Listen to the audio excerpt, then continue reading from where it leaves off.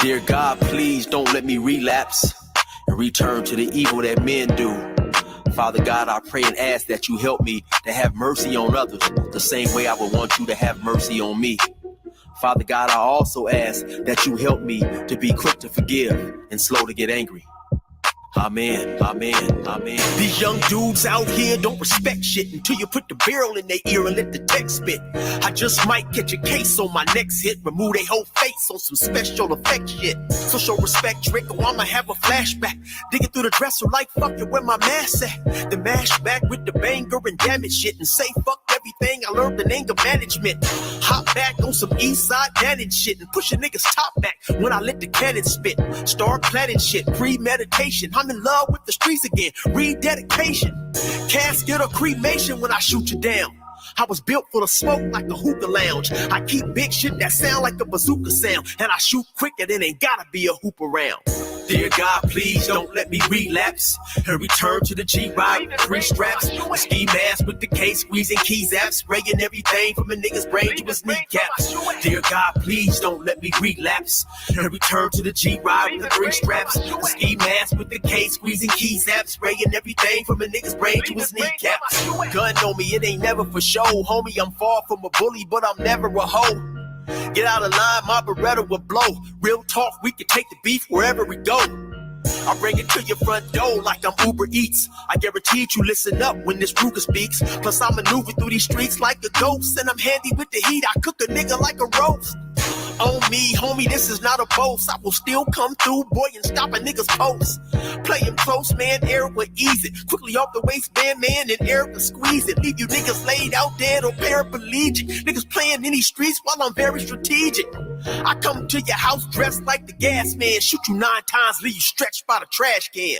Dear God, please don't let me relapse and return to the G-Ride with 3 straps, a ski mask with the case, squeezing keys apps, spraying everything from a nigga's brain to his kneecaps. Dear God, please don't let me relapse and return to the G-Ride with 3 straps, a ski mask with the case, squeezing keys apps, spraying everything from a nigga's brain to his kneecaps. I don't put shit on Facebook, I just holler in person. Put the pistol in your mouth while you're hollering and cursing. All that shit you kept rehearsing and put on your live, got your clap with the big 4-5. You bitch nigga, if you tell me to pull up, I'ma do that. That nigga who was whooping first nigga that I shoot at. Ski mask on my face, bystanders be like, who that? I ain't with the talking, bitch boy, I thought you knew that. Leave his brains where my shoe at and bounce like I'm on a trampoline. Leave you laid out, nigga, like you camping on the scene. If you want something sweet, grab a peach or tangerine. Niggas won't smoke, well fuck it, I'ma let them handle steam.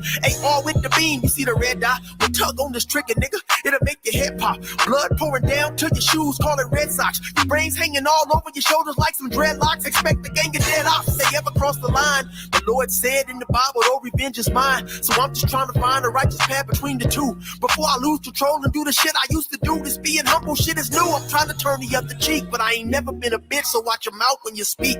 Your mercy's what I seek, so I pray on bended knees. Don't let me get the K with the extended clip and squeeze. Lord, please. Dear God, please don't let me relapse and return to the G-Ride with 3 straps, a ski mask with the case, squeezing keys apps, spraying everything from a nigga's brain to his kneecaps. Dear God, please don't let me relapse and return to the G-Ride with 3 straps, a ski mask with the case, squeezing keys apps, spraying everything from a nigga's brain to his kneecaps.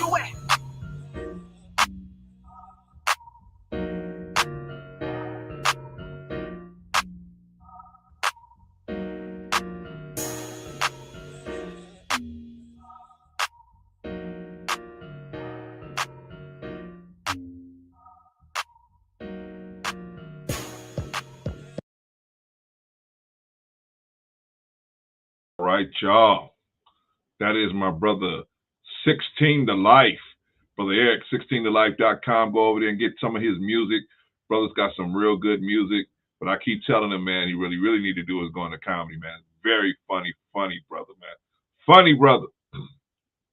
Anyway, he keeps telling me he's going to give me a clean version to this music, to this song, man. But I just like the beat and everything. How is everybody doing this Tuesday morning? Good morning to you, Brother Truth. Good to see you, man. I'm going to expect to see you later on, man, when I open up the panel, brother. But good to see you this morning, man. Shout out to y'all. Some housekeeping. If you have an issue with somebody coming on the panel and saying something to you, please don't put nothing in the chat. If you have an issue and that's gonna bother you, that somebody's gonna respond to something you say in the chat, please do not get in the chat. You have an issue.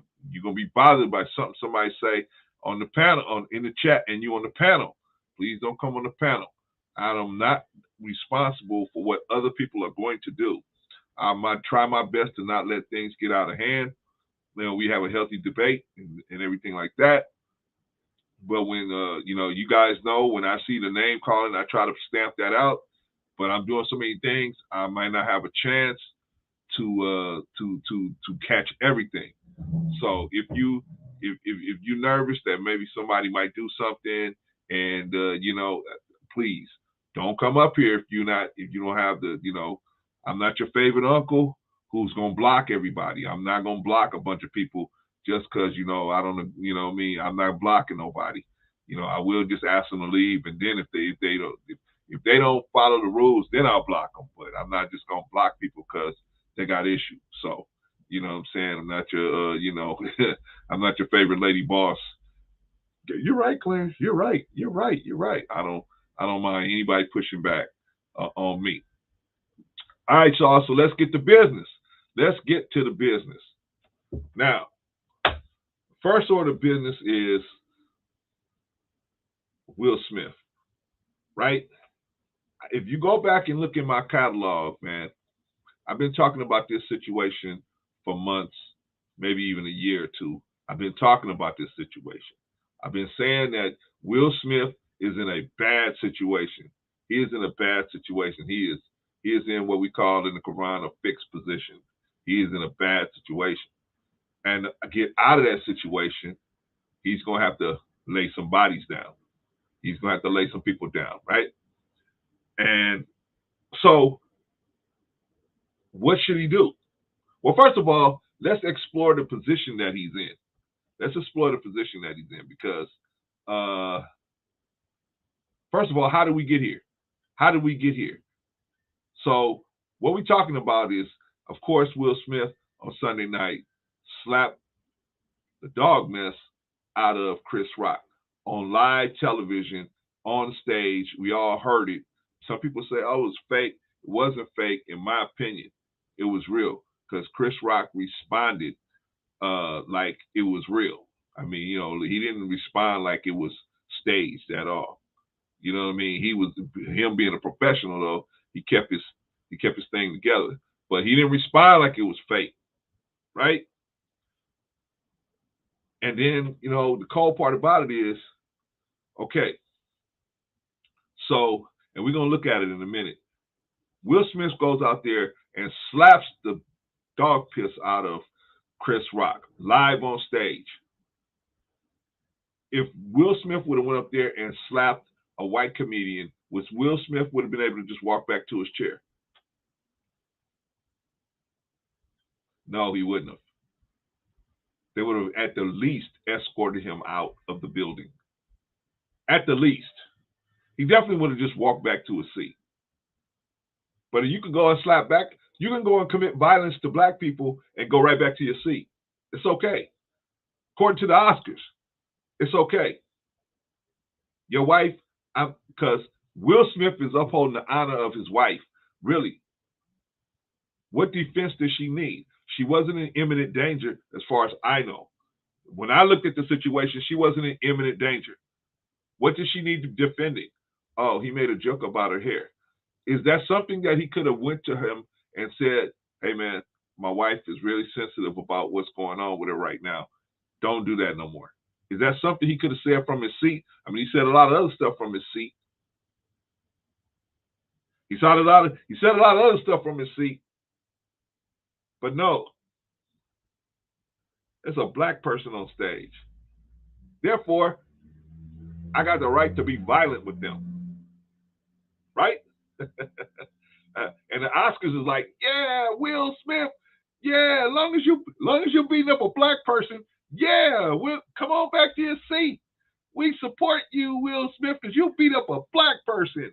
Yeah. If he'd have hit a white person, goodbye, Will Smith. He would have at the least been escorted out of. He would never been let go back to a seat.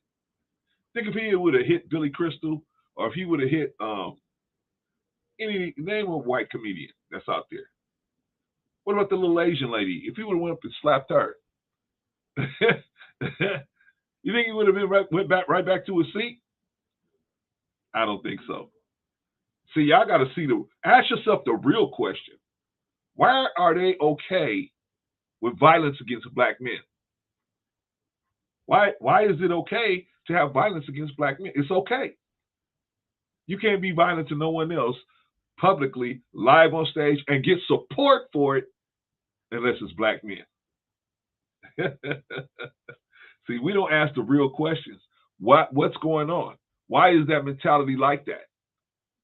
Why are they okay with being violent with black men, violence with black men? Why is that okay? How can a man go up and assault a black man and then go right back to his seat like nothing ever happened? And then not only that, he gets a standing ovation. Yay, Will Smith, yay. And then still wins the award for Best Actor. Then still wins the Oscar. Only in America, right? Like Don King said, only in America. Only in America you can be violent with black people and still go back to your seat. Oh man, excuse me, not black people, black men. If you hit a black woman, they would have really ran his ass out of there, right? What's up, Brother Jay? Appreciate you glad to have you in the building, brother. Glad to have you guys in the building. Now, I say if he wants to talk to the woman, yeah, I mean if he want to address Chris Rock, he didn't have to put his hands on the brother. He could have just said something. He said a lot of stuff from his seat. He could have said hey, brother, don't do that. I said he should have just said, hey, tonight is not a good night for that, bro. I appreciate you, man, but don't do that to my wife tonight, man. Please leave her off leave her off your list, right? Sister Nikki Nicole, glad to have you in the building, sis. Sit tight. I'm gonna open up the panel. I gotta get some of y'all sisters to start coming up on the panels. You know what I mean? Well, you got cat like Truth is Favorite, man. It's so strong. Some sisters get blown away sometimes, man. But Truth is Favorite is a good dude. Jay Takashi, good dude. These are good dudes, man. I don't mess with nobody but good dudes, man. But I wish some of y'all sisters would come on the panel. Nikki, come on, man. You ain't got to cam up. As long as I can see you, you just cam up for a minute so I can see you. Make sure you're not a troll. And I don't think you a troll at all. I really don't. But I gotta double check you. But yeah, come on up here. I need to have some women come up here and get their opinion sometimes. Jay Takashi said, if everybody put their hands on me, if anybody put their hands on me, 5-piece to your face, point blank, period. I hear you, Jay. I'm different than you. My teacher told me, man, why waste time making somebody ugly? Send them to the cemetery. They put their hands on you, send them to the cemetery. So I hear you, man. That's why it takes a long time for me to get to that point. But once I get to that point, I'm going to try to get you a wooden overcoat. Brother Jay, I'm not lying. I hear you, Brother Jay. I can feel that energy way up here. Let's see. Jay said, I'm cool at work. Almost done. Okay, cool. All right, y'all. So let's get to it. How did we get to this point? How did Will Smith get to the point where he snapped? Right? How did he get to this point? Okay, so let's take a look at it and let's see. Let's start from the beginning. Let's start from the table talk. The table talk is Willie got put on public. He got publicly put on blast for what was going on between him and his wife. There's always been rumors and everything like that, but he got publicly put on blast with table talk. So let's start from the beginning. Okay? This is Jada Smith admitting to her entanglement with the young boy, right? If Will would have did that, how would Will have came out looking? Women would have been trying to shut his table talk down if he'd have came and said, "Yeah, my daughter had a friend, and I bejoined her, and you know what I mean. We got into an entanglement." They would say, "You dirty old man." But Jada Smith, yay, Jada Smith, you're a hero. You went cradle robbing and you got that young guy, right? Yay, Jada, you're a hero. Your husband should just understand. Yay. Holy smokes. Anyway, this is Jada Smith putting her husband out there like an idiot with the red table talk. We're going through a very difficult time. Yeah. And we decided. I was done with your ass. Yeah, you kicked me to. Fair use, fair use, fair use. This is Hollywood Hip. Shout out to Hollywood Hip. Fair use, fair use, fair use. I was done with you. Yeah.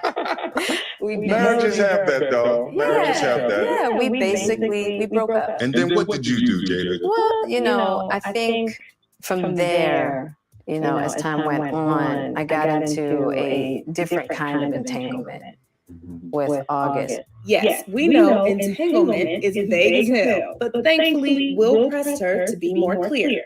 An entanglement? Yes. Yes. Okay, so this is where she first admits that she's bejoinking August Alsina, right? And she admits it publicly. I mean, Will already knew this, but she admits it publicly.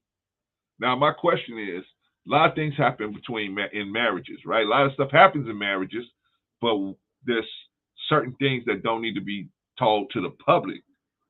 You in a marriage with you and your wife, things go on in that marriage. Some things don't need to be told to the public, right? That's why you have a door on your bedroom, because the public don't need to see everything. They don't need to know everything. That's why you have a door on your bedroom, right? If everybody needs to see everything, you wouldn't have to have a door on your bedroom, and your children could watch you playing games in the bedroom. Your children can watch everything, right? But the reason why you don't want everybody to see everything that goes on in your love life is that's why you have a door on your bedroom. There's some privacy that you need, right? But Jada Smith, this is how much she thought of her husband, or didn't think of him, said, you know what, I'm going to make this dude look even worse by putting this information out there, because I'm a modern woman and I could say what I want. I'm a modern woman. Forget him. It's about me. So she ran a spear right through his heart on national TV, right? Okay, so let's finish up with the the ramrodding of Will Smith by his wife. A relationship. Yes, it was a relationship. Absolutely. We also got clarity on the misconception that Will gave August permission to sleep with his wife. The only person that can give permission in that particular circumstance is myself. Yes, exactly. Okay. So she pretty much said, I'm the boss. I'm the boss. I run this camp. I'll let you know when you can have sex, Will Smith, and I'll let my boyfriend know when he can have sex. I'm the boss in this situation. And it's obvious, right? Because she brought him out here for this shellacking, right?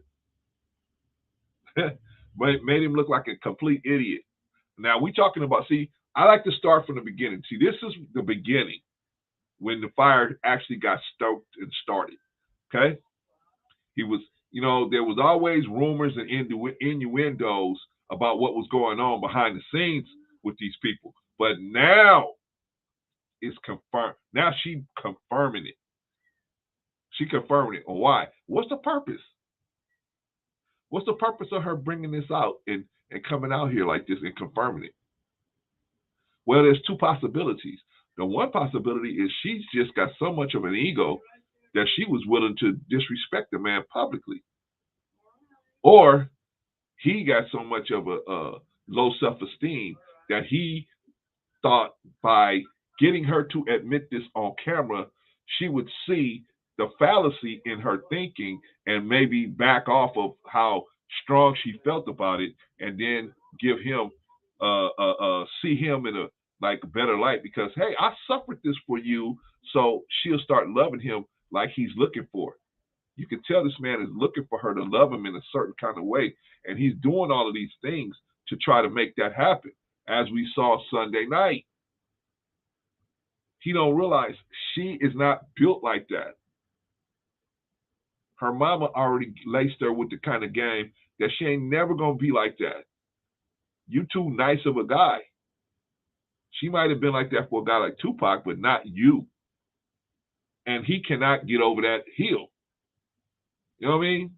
Like the movie Stripes, when everybody's trying to go over that wall, and John Candy just can't get over there. He's John Candy. He just cannot get over the wall, right? But anyway, he keeps trying. He keeps trying. But anyway, I want to show you guys the beginning. This probably stuff is happening. A lot of other stuff is happening behind the scenes at the house.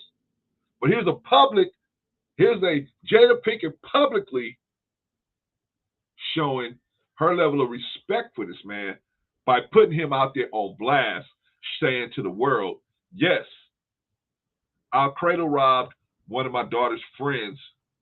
And not only did I bejoink him, but I bejoinked him in the house. And look at Will Smith. He got 3 pies on his face, right? Yeah, you had entanglement. I mean, why even do something like this? I can't see what the game was for her. She's already got the reins. She's already in control. Why would she need to do this to reestablish her? She's already in control. I think it was more Will Smith trying to get her to admit it live, thinking that she would, the way she conducts herself with him would change, because admitting it to the greater public, she would ultimately recognize how she was making him look in the public. But you see, she don't care. She don't care. Her thing is, hey, I'm in control. I was in control then. I was in control in the beginning. I was in control then, and I'm in control now.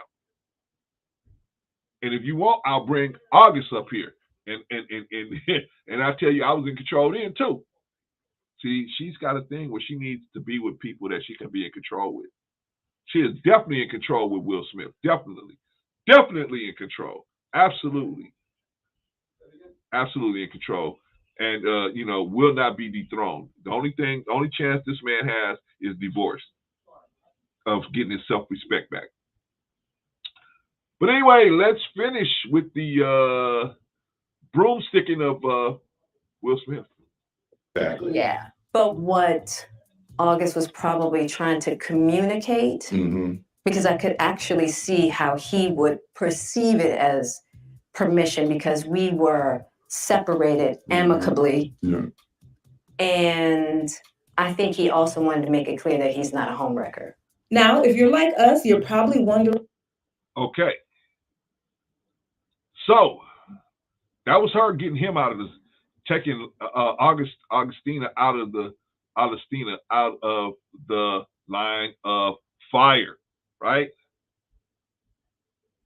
She ain't even worried about herself. She knows she's protected from head to toe. She ain't got to worry about him coming after her. But she was trying to take August out of the line of fire, right? Okay. So now, what we see here is her first publicly admitting that. Let me take this down. This is now we see her the first time she's actually publicly admitting that she did this with this young man. That's her publicly admitting that, right? Let me do some shout outs real quick. Brother Rorschach says, most of our black women are feminist chaos agents. They don't just get that way, Rorschach. They get taught like that. And you have to know before you get with them, you got to ask certain questions to find out if they with that. If they with it, then they're not a long-term prospect. Jada Pinkett loathes Will Smith for his success and is wired to seek out self-destructive black men like Tupac. I think she was just raised by her mother, and her mother had a similar mentality and put that on her to get her, just to teach her the game. This chick is from Baltimore, man. They don't play in Baltimore. The women are beautiful and they treacherous at the same time, man. A lot of them. So, you know what I mean? Shout out to the B, but man, you know what I mean? You got to watch yourself out there. Rorschach says Michelle Obama and Aisha Curry have the same mentality towards the men. What? I ain't talking about Michelle Obama. You talking about the one that was the wife of the president of the United States? Now you're talking crazy, man. They have the same mentality towards the men. Women like this are meant to be single mothers. What are you talking about? Now you have to explain the one about Michelle Obama, man. What more can Michelle Obama do, man? How much she supported that man? Really? Rorschach, you at work. Stay off the drugs, brother. Stay off the drugs. Chicago Real in the house. Glad to have you in the building, brother. Glad to have you in the building, Rorschach. Good to see you, man. Thank you, brothers, for supporting your brother. Your little brother's trying to just give you some game so that you can walk through these relationship streets without having your heart broken like this man Will Smith. So, step one, we just learned that we saw from the beginning that now Will Smith knew about this August Alsina thing, right? But he thought bringing her on publicly may get Jada Pinkett to finally look at him and say, oh, wow, look at what I'm doing to this man. I'm putting him in a bad situation. But on the contrary, she's slicker than a wet hen. So she already recognized that she wasn't going to give it to him. So that frustrated Will Smith, right? Because he wants to have her look at him like he looks at her. He reveres her, and he wants that coming back at him. But Jada Pinkett is from the B, Baltimore. You got to watch some of these women from these major cities, man. They don't play that game. They look good and they reel you in, and then next thing you know, man, you a slave to the game. You're a slave to the game. Brother Rorschach says Michelle Obama referred to herself as a single mother. Yeah, in joking, man, in jest. It's like I call the Lapeef Network the mothership. It's just in jest. It's just in fun. It's a little poke. You think she really thinks she's a single mother? She got a husband that's the president of the United States. He's flying here, flying there, going here, going there. I mean, she was just kidding but she had all the time she had to put into her children with him not being there. But she still thought very highly of the man. You find a place where she said anything that she didn't think highly of this man. Whether you agree with his political positions or not, she thought highly of the man. There's a famous quote about it. Michelle Obama also referred to and made some unnecessary public statements about wanting to divorce Barack. If not for, come on, man, stop. I haven't heard nothing like that, so I can't verify what you're saying, but I definitely don't believe it, man. I don't see it that way. All right, y'all, we're gonna bring up Brother Rico. Shout out, Brother Rico. What's happening with you, brother? I'm doing well. Sorry I'm a little late. As you can tell, I'm stuffing my face real quick. Yeah, no problem, man. Just take your time. We're looking at some video, man. The first video we looked at was Will Smith, man. I mean, at the table talk, and her talking about getting down with the young buck, man. Yeah, actually, it's funny. Me and brother, shout out to all the people in the chat. Jay, Brother Warshak, Chicago, Truth is never favored. Anybody else I missed, apologies. The lovely Nikki Nicole, I'm just getting in here. But me and Mr. Long went over that yesterday.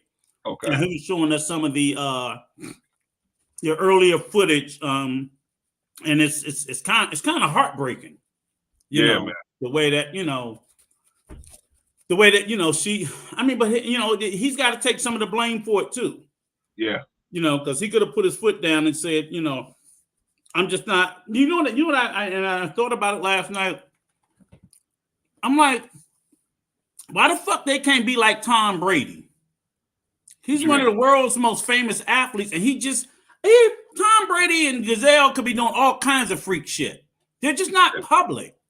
Right. You know, and there are a lot of celebrities and stars and well-to-do people. I don't know, as far as we know, Denzel and his wife been together a million years. They're not public. And it's just, it comes down to, it's a little bit of the narcissism in people who want to be seen all the time, and this constant need for adulation as to why they put themselves out there in a place to be judged and looked at by other people. So I think it's fucked up that people do, but I also think it's fucked up that him and Jada and, you know, and they're trying to pushing that shit on their kids to have that same, it's their mentality, and they didn't always have it. So I just think it's fucked up. She's the bad guy, but he's the fool and the idiot too. And he's right back with us. And it's okay to say, hey, I ride with my wife. Right. And I love her, but you still also tell her, sit your motherfucking ass down, and we done with this shit because it just ain't work out well. Right. Just embarrassing. Yeah, and unfortunately, man, he's looking for something from her that he never kind of, demanded from the beginning. And he just keeps looking and searching and searching and searching. He keeps trying to do something that'll snap her into where he wants her to go. And he doesn't realize. Leave her motherfucking ass. That's what I'm saying, right? Leave her motherfucking ass. And if she don't snap, you still better off. That's a win-win. Right. That's a win-win. You leave her motherfucking ass, she either straighten up and fly right with her 50-year-old ass. Or fuck it, you better off anyway. I think so. But she's able to get up. You just can't sit around. You can't sit around and allow yourself to be disrespected, to include by your loved ones. Right. Well, Rico, he has said, and probably to her behind the scenes, but he said publicly, divorce ain't an option for him. He's not going to divorce her. No matter what. That's the first motherfucking mistake right there. Anything you take off the table, I ain't never telling my wife divorce ain't an option, because it always fucking is.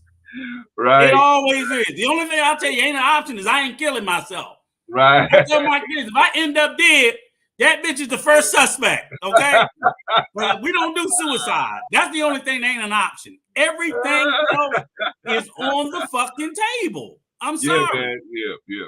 And I think and here's my thing is, okay, if as a man or a woman, you don't go into a marriage or relationship being disrespected, right, then you shouldn't tolerate it during that marriage. Right. And I will not accept that.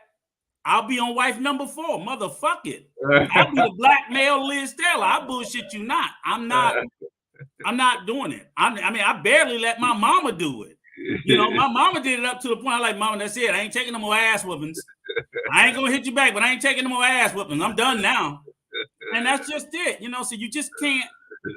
It's heartbreaking to see the way he just shouldn't allow his wife, his kids, or anybody. So that same energy he had with Will, he need to go home with that same fucking energy. Yeah. And he ain't got to smack her ass, but I be packing my shit. She be looking for me. We're gonna get into that. Rico. We about to watch the incident right now. Go ahead, sir.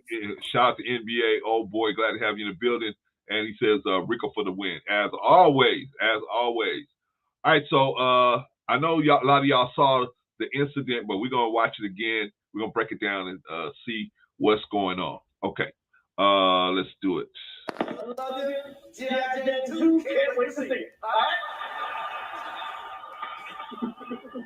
Okay.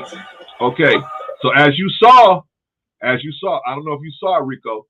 Did you catch Will Smith was laughing at the beginning, right? Yeah. Okay, he thought it was pretty funny. I thought the fucking joke was funny. He did. I was like, but I wasn't offended. I just was like, it wasn't that funny. But it was cool, whatever, right? So, but I didn't think it was something that he had to get up and go slap the man for. But anyway, so let's watch the beginning of it. But we'll notice Will Smith was laughing at first. Before he looked at his wife and checked his wife's temperature, he was laughing at this joke. All right.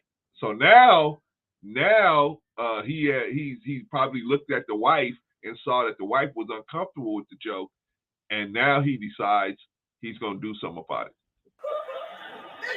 That was a nice one. Okay. I'm out here. Okay, let's stop right here, Rico. I gotta put something up here, man. Okay. Here's the thing, Clarence. The wife Jada wasn't uncomfortable, she was hurt. The joke hurt her personally. And if my wife's hurt, I'm gonna have that energy. But I take it back to the source. You wouldn't be so hurt if you wasn't so fucking public about everything. Right. Stop being so public about everything to giving the whole world the controls to manipulate your emotions and your feelings. But she was hurt. I had that energy. I thought the joke was funny because I didn't know all about her health issues, alopecia, and all that other shit. So, I mean, it's a lot of chicks in Hollywood that's cutting their hair. That's just, they do all kinds of shit in Hollywood. It'll be green one day, pink the next, bald the next. They got a wig the next. So I just thought, and I'm like, yeah, she looked like G.I. Jane. So what? It's kind of funny. So I didn't, but Will knew to hurt. Jada knew to hurt. So when he looked at her, she was hurt. So that energy jumped in him then. I get it, but brother. Anyway, let's say, well, first of all, let's talk about the Oscars. Mm-hmm. Let's talk about the Oscars and the security they have at the Oscars. Now, they just let this man jump off stage and walk up to the. That's Will Smith, though. Everybody's saying that, and I'm like, come on, folks. That's Will Smith and that's Chris Rock. You don't think you need security for them. It ain't never happened in the history of the Oscars, and then you got to have security guards at the front of the stage. Come on. You know you got to. I mean, you may now know, or either. And they all see. Here's the thing, though. It's like I gotta say, don't do a comedian anymore. Well, maybe that. But those are some of their biggest shows. Don't do a comedian like a Chris Rock or somebody like that. Maybe stick with. I'll tell you who's good. What's the little white boy? Billy. He did it several times. Billy Crystal. Billy Crystal, yeah, because he don't do those kinds of jokes. Yeah, you know what I'm saying. But he don't do them kind of jokes where he's shitting on anybody too bad. They need a comedian to keep it lively. I know. Yeah. It's gonna be, but when you get a comedian, this is gonna happen. This may happen. I mean, we can be honest with you. Hell, you be surprised it went this long. Yeah, and I wouldn't expected it up on the stage, but I wouldn't have been surprised that if in years past, people probably had some hard conversations at the after party about a joke. Yeah, I mean, see, this just happened publicly, but that shit probably been happening for a while. We just never saw it on the stage. It's probably have, but this is my point is now is just the security that they have there. This man, this is Will Smith. So what? He got hands, right? He got hands and feet. He got hands and feet. He can do some damage, right? So why are we just looking at it like anybody can just walk up and say? But I guess they got cleared by security or whatever, right? So they was cleared. So we don't think we need security in the room because we got this dude cleared. Now, this is the Oscars. If I was Chris Rock, I would really seriously think about suing the Oscars because they're the ones that actually had the security lapse where actually he got assaulted, right? I mean, that's what I think. But my point here is this man was allowed to get that close up to the stage, just jump on the stage and walk up to him, right? So now we're gonna see the actual incident. So this is Chris Rock getting the dog piece slapped out of him. Oh, wow. Now, let me ask you something, Rico. If you had got smacked like that, would you be able to just stand there like that? Fuck no, we'd have been on that floor. All right, we've been rolling around on the ground, right? On that floor. He gonna have to whoop my ass on TV. I'm gonna get me a couple in. Get me a couple in. We're gonna have to roll around on the ground or something, man. Something, it is not happening like that. But I gotta give props to Chris Rock, man. He held his composure. He's supposed to lost it. You know what, brother? But he looked past the incident and said, "Hey, one black man, the job. He could have lost it, retaliated, and he still would have been in the right. He still would have been, but he still would have been in the right for defending himself.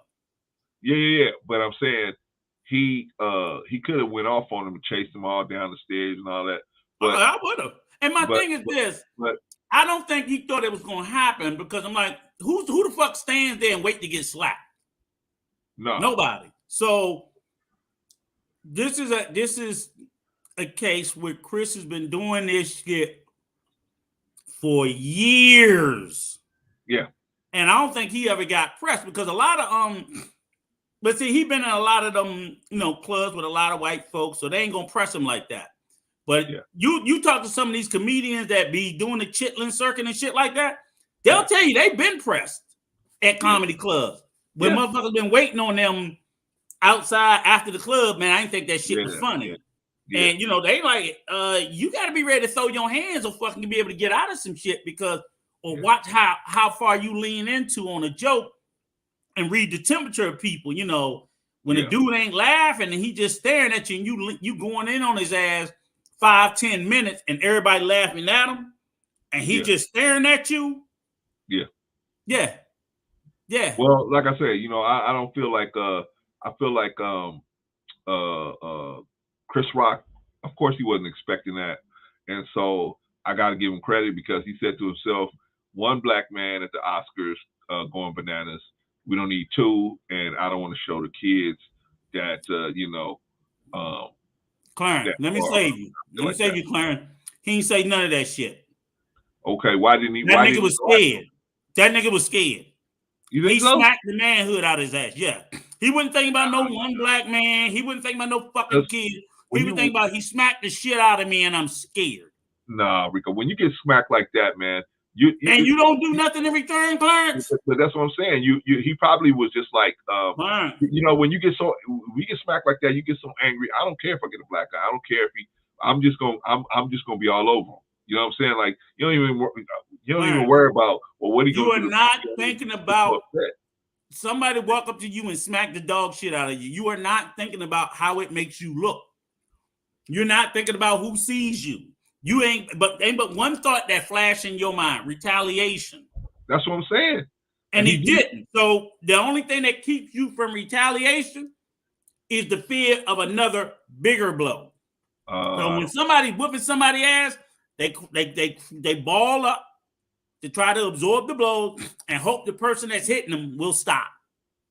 If they ain't throwing back, they praying to God that he stopped. Chris Rock is scared. I'm not saying he shouldn't have been scared. I'd have been scared to fight him, but that motherfucker ain't gonna smack me and we ain't fighting. Right. I've been in a lot of fights where I, was scared, but I'm like, motherfucker, you ain't gonna hit me and we ain't gonna fight. That's just not gonna happen. Right. That level of fear you can't put it because I figure like if you hit me, you already trying to kill me and whoop my ass. I got to fight back. Right. Just I have no other choice. Right. 0. There's no, once I'm struck, only striking back is the only fucking option. Period. Okay. So you saying that on the stage at the Oscars, he should have at that point, you blacked the fuck out that you at the damn Oscars. What the fuck? I mean, if you hit me at church, if I'm standing up there with the pastor, if I'm standing up there with the pastor and you walk up to me and you smack me, I'm going to try to choke the shit out of you. I don't care where I'm at. I hear you. I'm just saying. At church, on the job, at the Oscars, anywhere. You smack me, I'm going to try to choke the living shit out of you. It just doesn't matter. And the only time I don't see people do that, I've seen people get smacked like that and cry.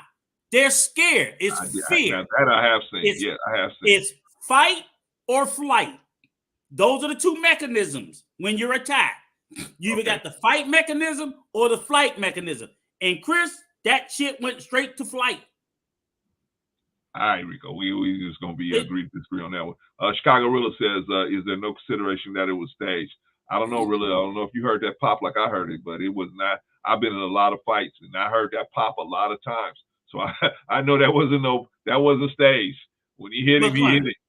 Who you ever seen get smacked like that and decide, oh, let me take into consideration all the people that's standing around that watched me get the dog shit smacked out of me and didn't do anything to help? No, Rico, so why do I care what you think? Man, and you sat around and just watched them do. Now that's what I did think from the beginning. Chicago was like at first I was like, it looked staged to me. Yeah, it just did. I didn't believe it was real. I heard the pop. When I heard that pop, in my whole head, I keep thinking this was an act. Because it's just, but everybody says it's not. So I'm like, okay, I'm stuck. I just don't get it. But I really believed it was an act. I've been in enough scraps. I've been hit so many times. I've hit so many people. So I know that when I heard that pop, I knew it. That ain't but the thing is though, Clarence, they're actors, and those actors are really good at, like you said, making it look like like stunt. Will been working with stunt men for years. Chris might have got some little training with a stunt guy. There's a Sometimes sound. even when they're doing it, Rico. I don't know. Sound. There's a sound when somebody hits somebody. There's a sound that comes out that only comes out. I don't care. Even the prop people can't make that noise. When that sound comes out, that's from somebody hitting somebody's skin. That's from somebody hitting somebody. I heard that sound a lot of times, so I know what that sound looks like. That sound sounds like. That's why I said, "Oh, this ain't stay," because I thought it was too at first. But Clarence, I heard the sound. All the times you heard that, have you ever seen somebody just stand there? They either ran or I don't think that, like you said, when somebody was scared to death. You can see the fear in their eyes, right? Yeah. I didn't see that in his eye. What I saw in his eyes was like, "Damn, did that really happen? Or shit, what should I do?" Like he's trying to figure out, what should I do? He's so scared and he's so shocked he don't know what to do. But that fear, you can be frozen with fear. If I do something, am I going to jeopardize this check I'm going to get? Man, he wasn't thinking about no check. He was thinking about getting the rest of his ass whooped. So you seen a dude frozen with fear, where they're just so scared they can't even move. That looks like confusion to me, brother. That looks like confusion to me. But shout out, brother. Confusion is the cousin of fear. Confusion is the cousin of, I don't know what to do. Oh, you might be right, Rico. You might be right. Confusion might be the cousin of fear, but that definitely don't look like, like I've seen dudes trembling, right? That doesn't look like trembling to me. That look like just confusion. Like what but you can be so confused because it's so closely related.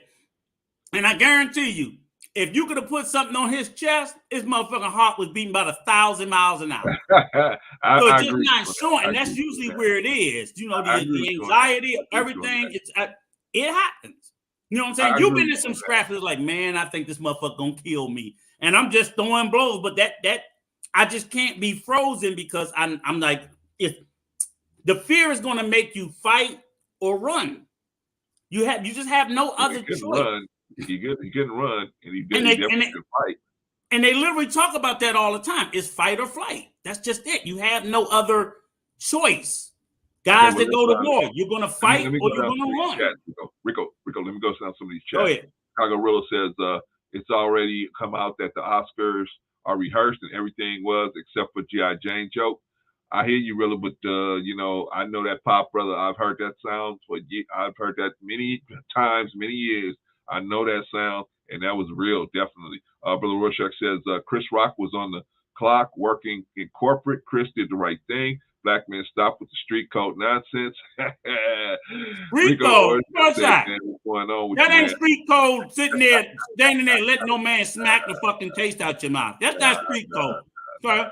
No, I think Chris, I agree with you, Rorschach. He did the right thing. Unless, now here's where I agree with Rico. Here's where I agree with Rico. If the dude jumped on him. Now, if he jumped on him, now you got to put him up. Now he jumped on him when he smacked him. I know, but I'm saying he might have his reasons for not doing that, Rico. He might have his reasons. Self-defense is, let me say this. Self-defense, Roche, you say street code. Self-defense is the law in all 50 states. Yeah. There's not a fucking state in this country that tell you that you have to take a slap and run to the fucking police. Shout out to them. Every state, you have the right to self-defense. So I don't know where you're coming off with this street code shit. That's just nonsensical to tell people to walk around, get assaulted, and not do anything to defend themselves. And part of self-defense is whooping a nigga ass that smacked you. You defend you always defend yourself. Now 100%. He smacked him all over the world, and so he was so shocked that it happened that he was confused. What should I do? Right at that point, we'll look at it. Hold on, Dominique. Why you act like Chris Rock got some damn thug in him? I don't think it was staged because I've seen dudes get hit, and he pretty much act like a dude that got hit. Rilla says Chris Rock's hands were behind the whole time. Yeah, man, that was a bad situation for him, but that shows you You have a space. You have a space. You young guys, you have a space about 3 feet. If somebody comes within that 3 feet, your hands should be prepared to deal with whatever they're gonna do.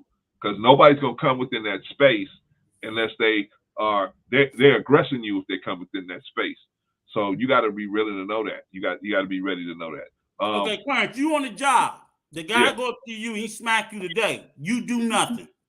No, that's different. You think that motherfucker not gonna come back and smack you again?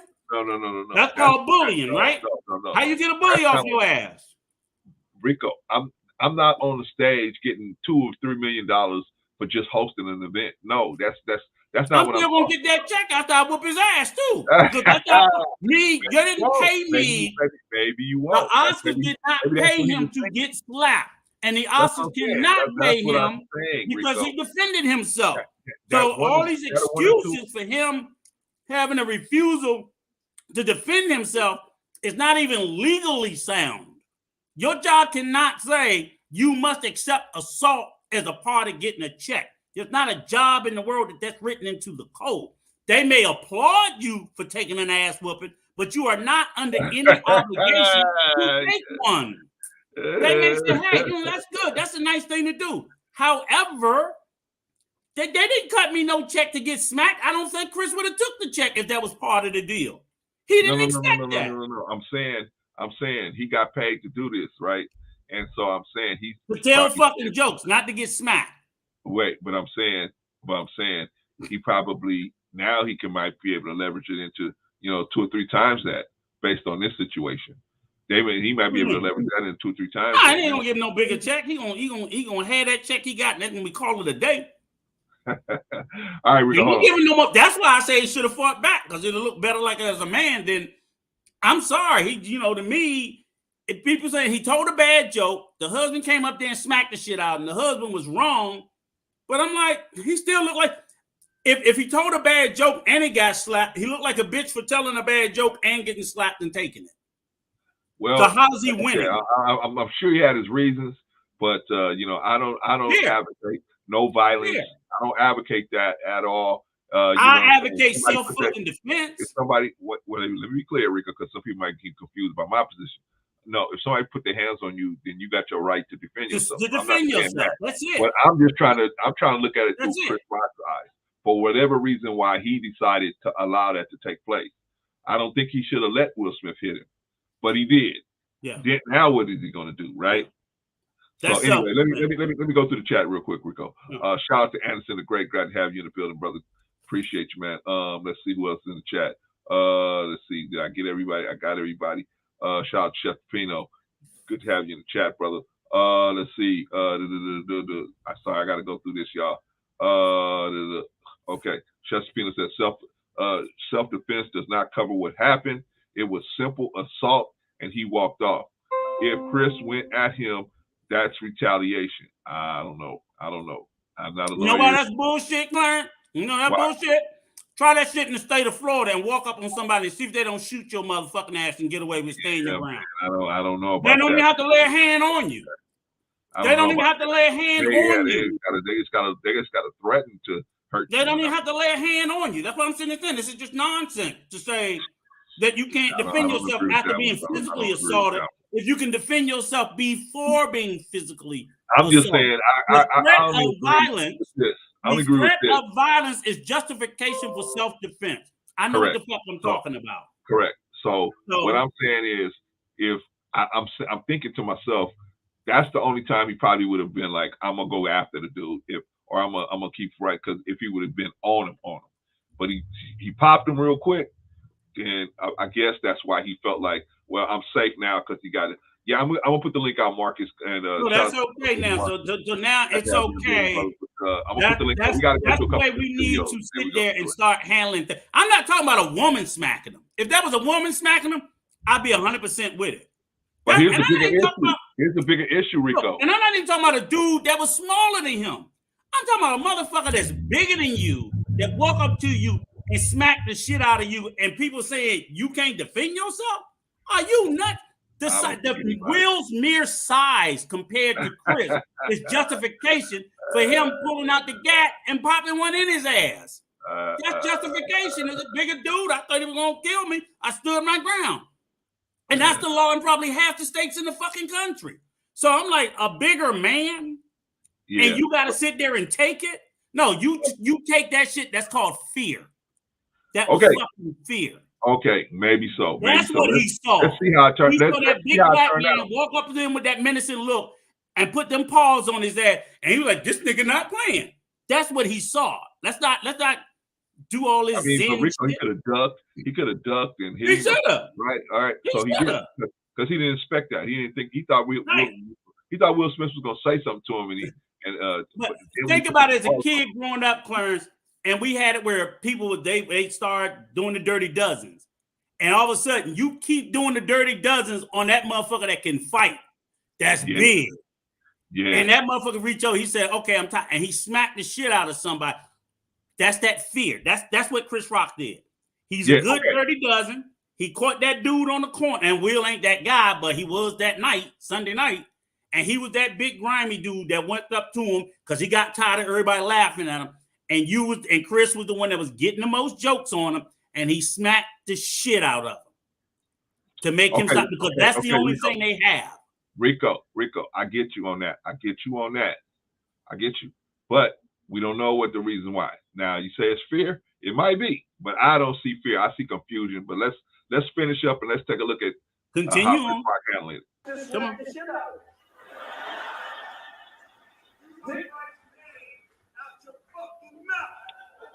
Wow, dude. It was a G.I. Jane joke. Fair use.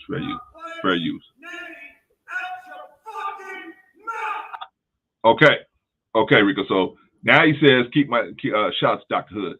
Now he says, keep my wife's name out your effing mouth, right?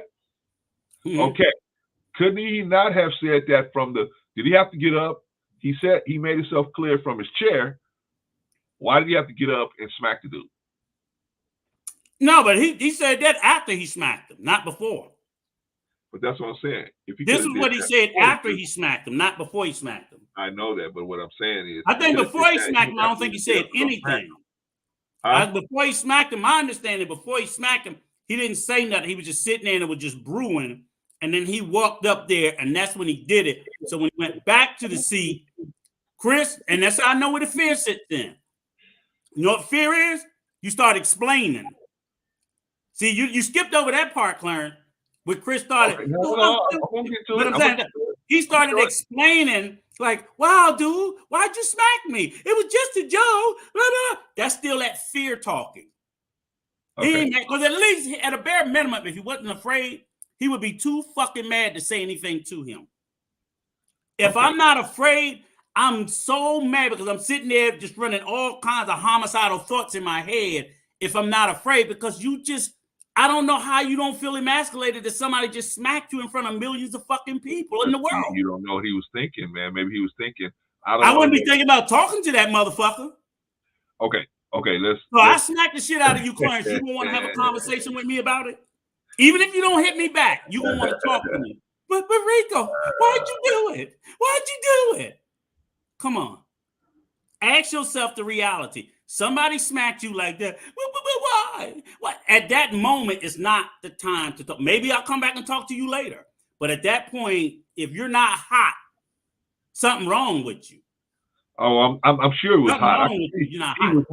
He was hot. Then I'm not talking to him. He was just confused on what to do next. Because that was fear. Confusion is the cousin of fear, and that's why he felt the need to try to say, "But Will, why? It was just a joke. Why? Why'd you smack me, Will? I don't understand it. It was just a joke." And Will was on that, "Keep my wife's name out your fucking mouth" energy. It had two different energies. It wasn't going to match. Y'all can keep on trying to do all this scientific bullshit, but you've been around enough to know when one person's like, "I'm not talking," and the other one is based out of that. It just is. All right, man. Let's explain after he got the shit smacked out of him. Rico, let's watch a little bit more, man. Maybe you're right. Let's watch a little bit more. I'm going to, okay? Okay. Now Now that right there is fear. Now that right there was fear. So I had to give it to you on that one. Now that moment right there was fear. He was like, "Oh my God, what do I do now? Holy smokes, this man just hit me. If I say something else, he might run up here and hit me again." Mm-hmm. Yep. So yeah, you might be right. You might be right, Rico. That was greatest night in the history of television. Okay. All right. So now, what do you think, brother? What do you think? Let's do this, because Chef had a comment. Perspective. What is wrong with the multimillionaire having fear? What standard are you judging him by? You're saying you lose it all for your pride and ego. What is your message? What you got to say to that, Rico? There ain't nothing wrong with a multimillionaire having fear. I think all men have fear. Every man walking the faces of soldiers over there in war, they have fear. Yeah, right. There's no such thing as not having fear. It's what do you do when you're faced with fear. It's not having fear itself. I'm not judging them by any standard than I would judge any other man, that you stand up for yourself, that you have a right, and as a man, you should defend yourself against all other men living and breathing alive. If you're not going to do that, then it's not pride or ego. And how is he going to lose anything? He was not paid to get publicly slapped. Y'all act like, oh, okay, that basically, I guess if somebody slapped him across the face with their dick, he had to take that too. I'm like, y'all act like there are not limits to, and that was beyond the pale. Physical assault is beyond the pale for any job in America. There's not a job in America that they tell you you must be accepting. In the U.S. military, you're not required to accept physical assault by the sergeants. Do motherfuckers do it? Yes. But it's not acceptable and it's not permitted. People just do it and oftentimes get away with it because they have a different camaraderie. But motherfuckers also get reported and get thrown out of the fucking military for that shit every day. So the message is, if you're going to be a grown-ass man, be a fucking man, period. And you know what? There ain't a bag out there, there's not a check out there that's worth me losing my fucking manhood over. So if that's other people's message, that, you just sit there and you lower your manhood and your ethics and your values and your beliefs for $1, y'all go ahead with that message. I don't promote that shit. I don't either. I don't. I agree with that. You know, you should protect yourself. I just think he was, at first he was confused, and then he thought about it and he said, you know what, this man might come back up here. Yes. He might come back up here. It's all fear-based. And it's okay for him to be afraid. But the thing is, you have to, you just, it's like, what do you do when you're afraid? And the bottom line is, and I teach all my sons that, a motherfucker put their hands on you,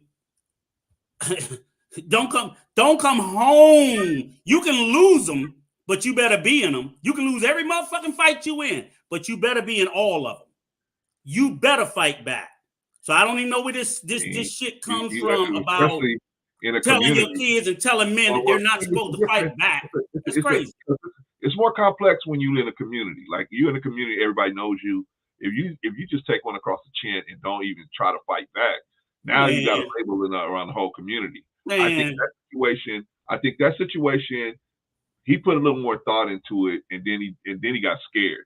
Now I saw a scared look after the man walked off the stage. He realized, okay. But I don't think he was afraid of the money loss. He was afraid of Will coming back up on that stage. That's what I'm saying. I think he thought that, hey, it was the physical violence. The Oscars have already proven that they're not going to protect me.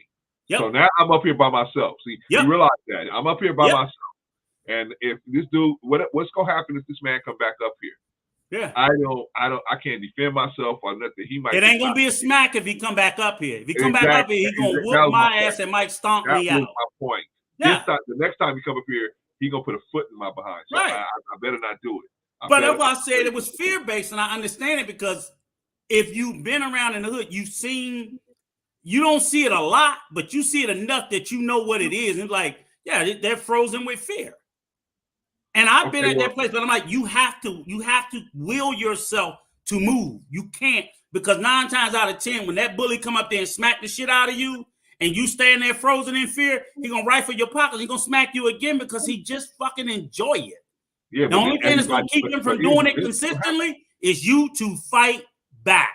Well, here's what's gonna happen. If you're in a community, everybody else is gonna say, "Well, damn, you let homeboy smack you. You didn't even try to fight him back." That's what I'm saying. They're gonna start running. You have to.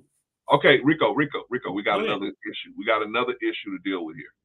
Now, not only was that an issue where he actually got slapped, but the people gave him a standing ovation. He was able to go back to his seat, right? He was able to go back to his Oscar.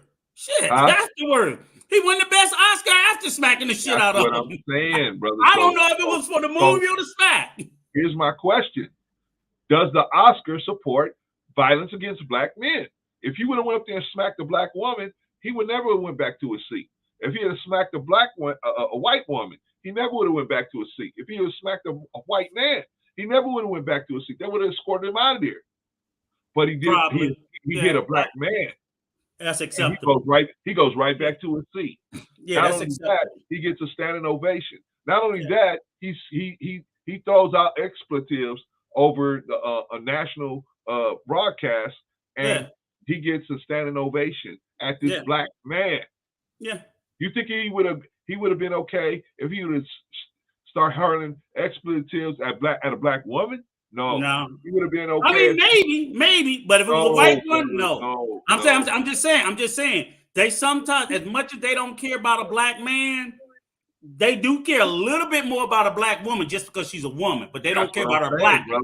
But they don't care about her black. Now, if it was white, his ass would have left in handcuffs.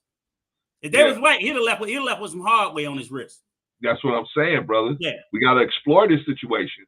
But not only that, if you don't know that to be true, then you crazy. But not only that, he got support from the audience.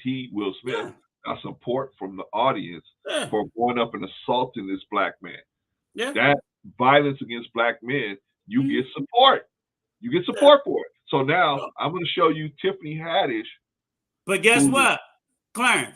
That goes to show even more why, if you a black man, your motherfucking ass need to fight back.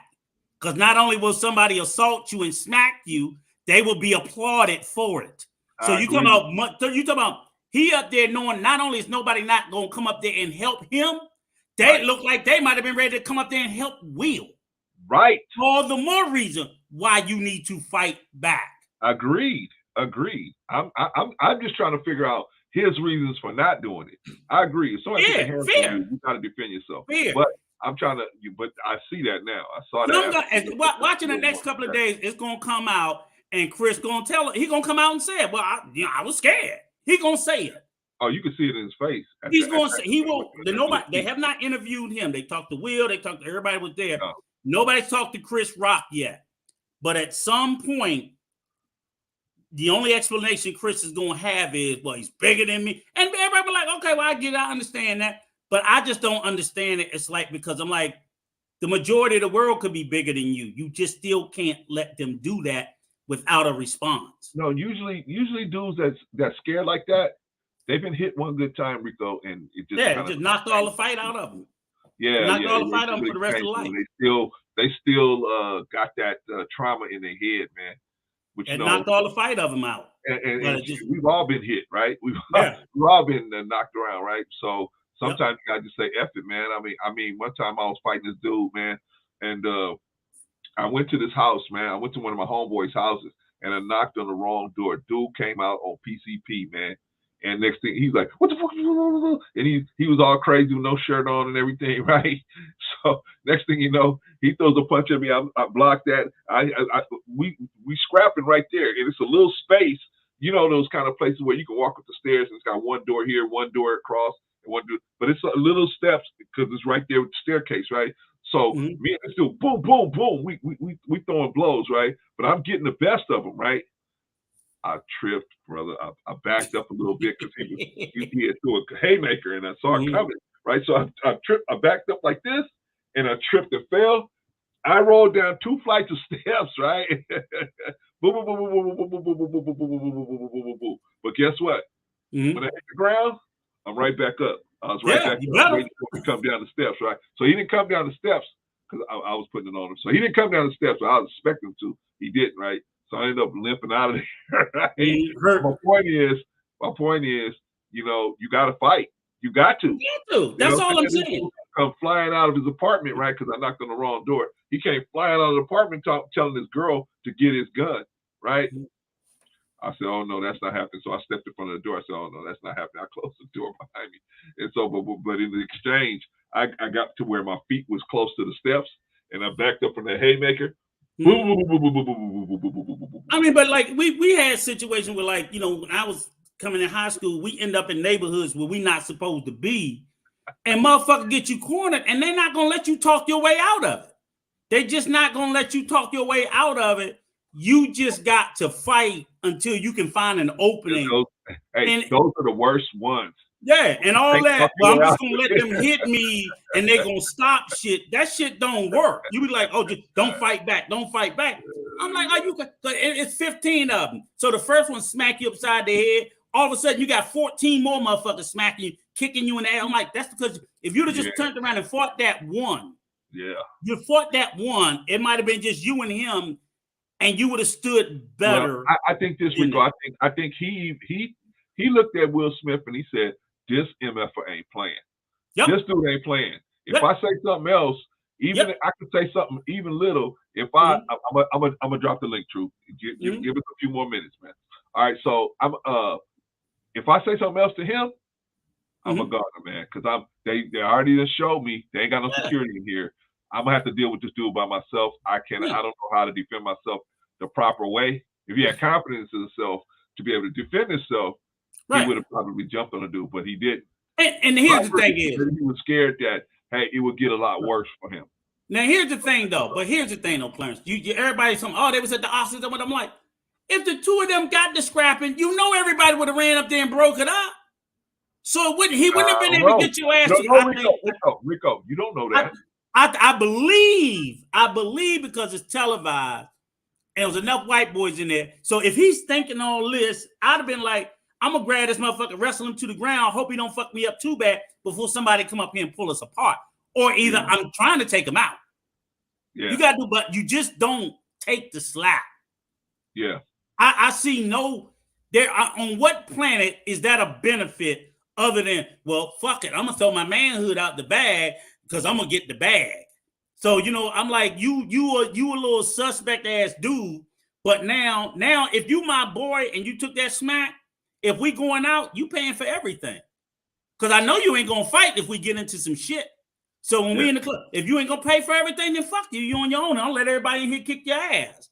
Because y'all know you ain't no fighter. So if you ain't no fighter, if you got that reputation in the crew of not being a fighter, you know what you gotta do to hang with the crew? You gotta pay. You gotta pay. Yeah, you gotta pay. The like dude in the crew that wasn't gonna knuckle up, motherfucker, you buying all the beer, you paying for everything. So we protecting your ass. You gotta pay like you ain't. All right, Rico. Yes, sir. We gotta get to Tiffany Haddish because I'm gonna drop the link after this Tiffany Haddish situation. I'm gonna drop the link after that. Let's see what she said. So this is Tiffany Haddish supporting Will Smith. Well, first of all, let me tell you what really happened. So Tiffany Haddish felt. Now, this white lady said, "Oh, you got a new costume." You know, that's what the word they use on the red carpet, right? They change different costumes, right? Tiffany Haddish, because she's a ghetto chick, doesn't realize that she took that as an insult, right? So she's going to respond to the lady throughout this whole proceeding, like like she's been insulted. Did I do a little costume change? I'm not wearing a costume. I'm wearing Dolce & Gabbana. Okay, now right there, that's what Negroes got to do, right? Because they have such low self-esteem, they got to tell you what they're wearing. I'm wearing this. I'm wearing that. I'm driving this. I'm driving that. I live over here. I live over there. Right. But just to start it though, Clarence, it's if I initially hear costume, I don't necessarily equate it with. I mean, that's me. I ain't never been on the red carpet, so maybe that's what they call when you change clothes. That's costume. What they do. That's what they call it costumes. Okay, that's what I'm just saying. I'm not used to it, so I gotta admit, and Tiffany's been up there. She should know by now. Right? I mean, she at least took it that way. Right? I mean, you know. Okay, so she name dropped so far. Now I ain't like the little head twist that the white girl did. Oh, You see that? better. Rewind it back a little bit and watch her little face and her little. So you gotta watch those nonverbal cues also. All right. Watch the nonverbal. I'm not wearing a costume. I'm wearing Dolce & Gabbana. It's called an evening gown, darling. See no all the nonverbal. I paid for Yes. it. It's custom. I see Thank it. you. Time of death for me right now. You look gorgeous. This is not an acting gig. This is my. Okay, so she tried to clean it up. The white lady said, Yeah. "You look gorgeous, right?" Right. Like, but see the nonverbal cue. But I get it. All right, but look, Tiffany Haddish, because of her mentality, is so stuck. She's stuck there now, right? Yeah, she's So a chick. she's stuck in the get back mode, and Yeah. she can't realize. Oh, okay, she just said something. This is what they normally call it on the red carpet. She's just a goofy ass white girl. Okay, Right. so she now she's stuck in get back mode, and now she's gonna let all her ghetto-ness come out. Okay. My life. This what fame look like. This what success look like. This what money look like. This what it look like. It's what it look like. When is your book coming out called This What It Look Like? And I will just read the entire That book. book's not coming no time soon, but I Curse You With Joy will be out in November. Okay. And Layla, The Last Black Unicorn will be out next month. I'm doing so much right now. Okay. I'm just, trying to accomplish a lot of things before 50. What are you doing? Well, I'm wondering. Okay, so this is The Empire Strikes Back, right? So Yeah, now that was a cheap shot. That was a cheap shot, bitch. I'm in movies. What do you do? That was a cheap shot. I got it. we cheap ain't got shot. to the Low blow. best part, because this lady represents the woke community in Hollywood, right? And that community, as a representative of the woke, quote unquote, woke community, she's going to give Will Smith support for going up and assaulting a black man. Hey, you go up and assault black people, you're good. We commend you for that. Just because they said something to you. All right, let's continue. You out here with no shoes on, I'm jealous. No shoes on. Here's the thing. I'm from Chicago. And you out here with no shoes on? This is warm weather to me. I know, it's hot out here to you, right? Okay. I appreciate you. You know I gotta ask you. I'm not, but I gotta ask. Because you're not wearing. Now, it's just a ghetto fest at this point, right? Yep. She's not gonna let her ask her questions because she's still offended, right? And she doesn't have the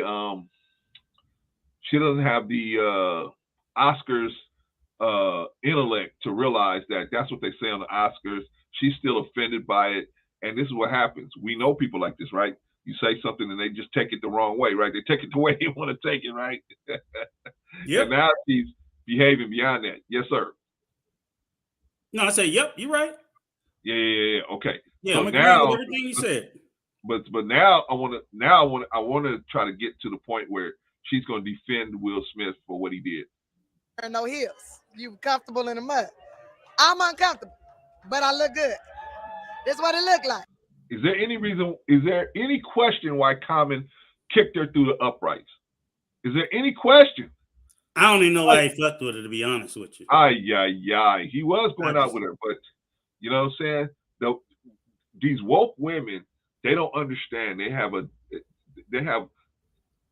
it's so much going wrong with them that they don't realize that that feminist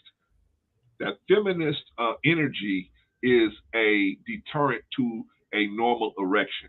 They don't get that. You know what I'm saying? They feel like, hey, no matter what kind of feminist energy I have, you're supposed to maintain an erection. But they don't realize that a normal man is not going to be able to maintain long-term erections under that feminist ideology. But I digress. What do I know? I digress. Wait a minute. You confused the shit out of me with what? What the hell did you say, Clarence?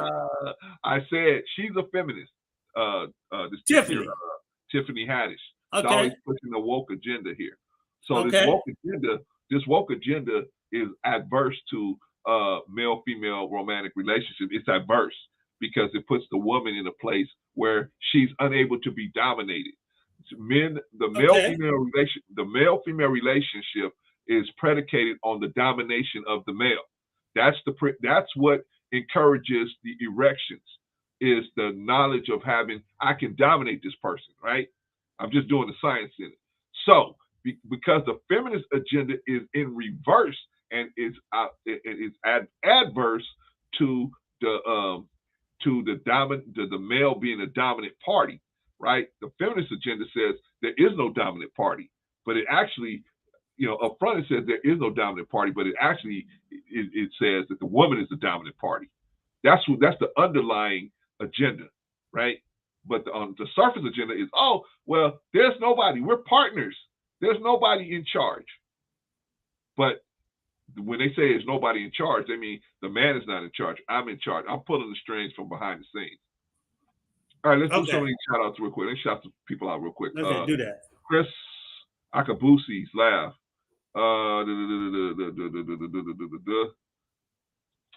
He says they want alpha. They don't want alpha. They into beta now. Things changed. Beta get hard by powerful women. You don't understand things have changed. I don't. Truth is coming, brother. It's coming. Let me get through this Tiffany Haddish, and I'm gonna drop Ain't nothing changed. Like me and Truth said, ain't no fucking alpha beta. That's just some goofball shit. That's just some goofball shit that motherfuckers be saying. It's just another one of them, some of them goofball ass terms that people be preaching. You just said you saw a man defending his wife. Yeah. Okay, hold on. Comedy, and yet, like you just said, how did you feel about what Will did? Because you are someone who's done comedy, and yet, like you just said, you saw a man defending his wife. Yeah. I want to know how you. Hold on. Now let's get it all together. Shout out to Quantum. Let's get it all together. He was not defending his wife. His wife was not in imminent danger. There was no defense needed for her. She was not in imminent danger. Only her honor, but no, he didn't. No, he didn't her have honor either. Rico, her honor wasn't in. He didn't say nothing about her being no. or nothing like that. Okay. I give you that. I understand them being upset and being probably feeling pushed. I'm not saying he was supposed to do it. He wouldn't. That was assault. What he did. Exactly. So I offer up no excuse for what Will did. I just understand the. See, we can understand the emotional space he was in that pushed him. If he had said she was a hoe or said something like that, we can understand more him going up there actually putting paws on the dude, right? But that wasn't said. So it was just a simple joke. And I can understand him going up to the stage saying, hey, bro, my wife has just been through some serious situations. Don't do that, man. Leave her out of it. Give her an apology if you can. You know what I'm saying? And try to do that, doing something like that, as opposed to just going up there, putting paws on the dude. Right? Yeah, he was wrong for that. But I understand the energy. Okay, I understand the energy, but he was wrong for laying it out. She was not in no immediate danger. Didn't need he was in no danger. She wasn't in no immediate danger. If there was any sort of danger, they could have just left. So we know that that's beyond excuse. Exactly. And I believe he's boxed enough to be able to defend himself. He wanted to smack the shit out of Chris, period. That's all there is to it. He just wanted to do it. But I'm trying to tell you, it's a projection. Chris was just the focal point of his frustration. Chris was just a safe place to a focal point. It's like me when I used to go in people's yards to check their electrical equipment, and they wanted somebody safe to talk to be able to fuss at. So they fuss at me. I'm like, why are you fussing at me? I'm just here to make sure everything's working right. Why are you fussing at me? I'm not the company. You know what I'm saying? But they need somebody safe to. So Chris Rock was somebody safe. He felt like if he hit Chris, the worst that could happen is Chris could hit him back, and he thought like, well, Chris is small enough that he ain't gonna hit me, he ain't gonna knock me off the stage. But like you said, Rico, Chris was scared because he said, man, hey, if I say something to this man come back up here, the Oscars have already proven that they are not going to protect me. So I'm up here on my own. He was thinking about getting his ass whooped some more. That's what I'm saying. If you would have thought, how women sometimes women will puff up. A woman will puff up when she got dudes around her, right? Absolutely. Okay, so he might have been like, oh, I'll challenge the dude if there was dudes around him that night, but he knew he was by himself. Right. If he knew he had security, he'd have still been up there telling jokes. Right.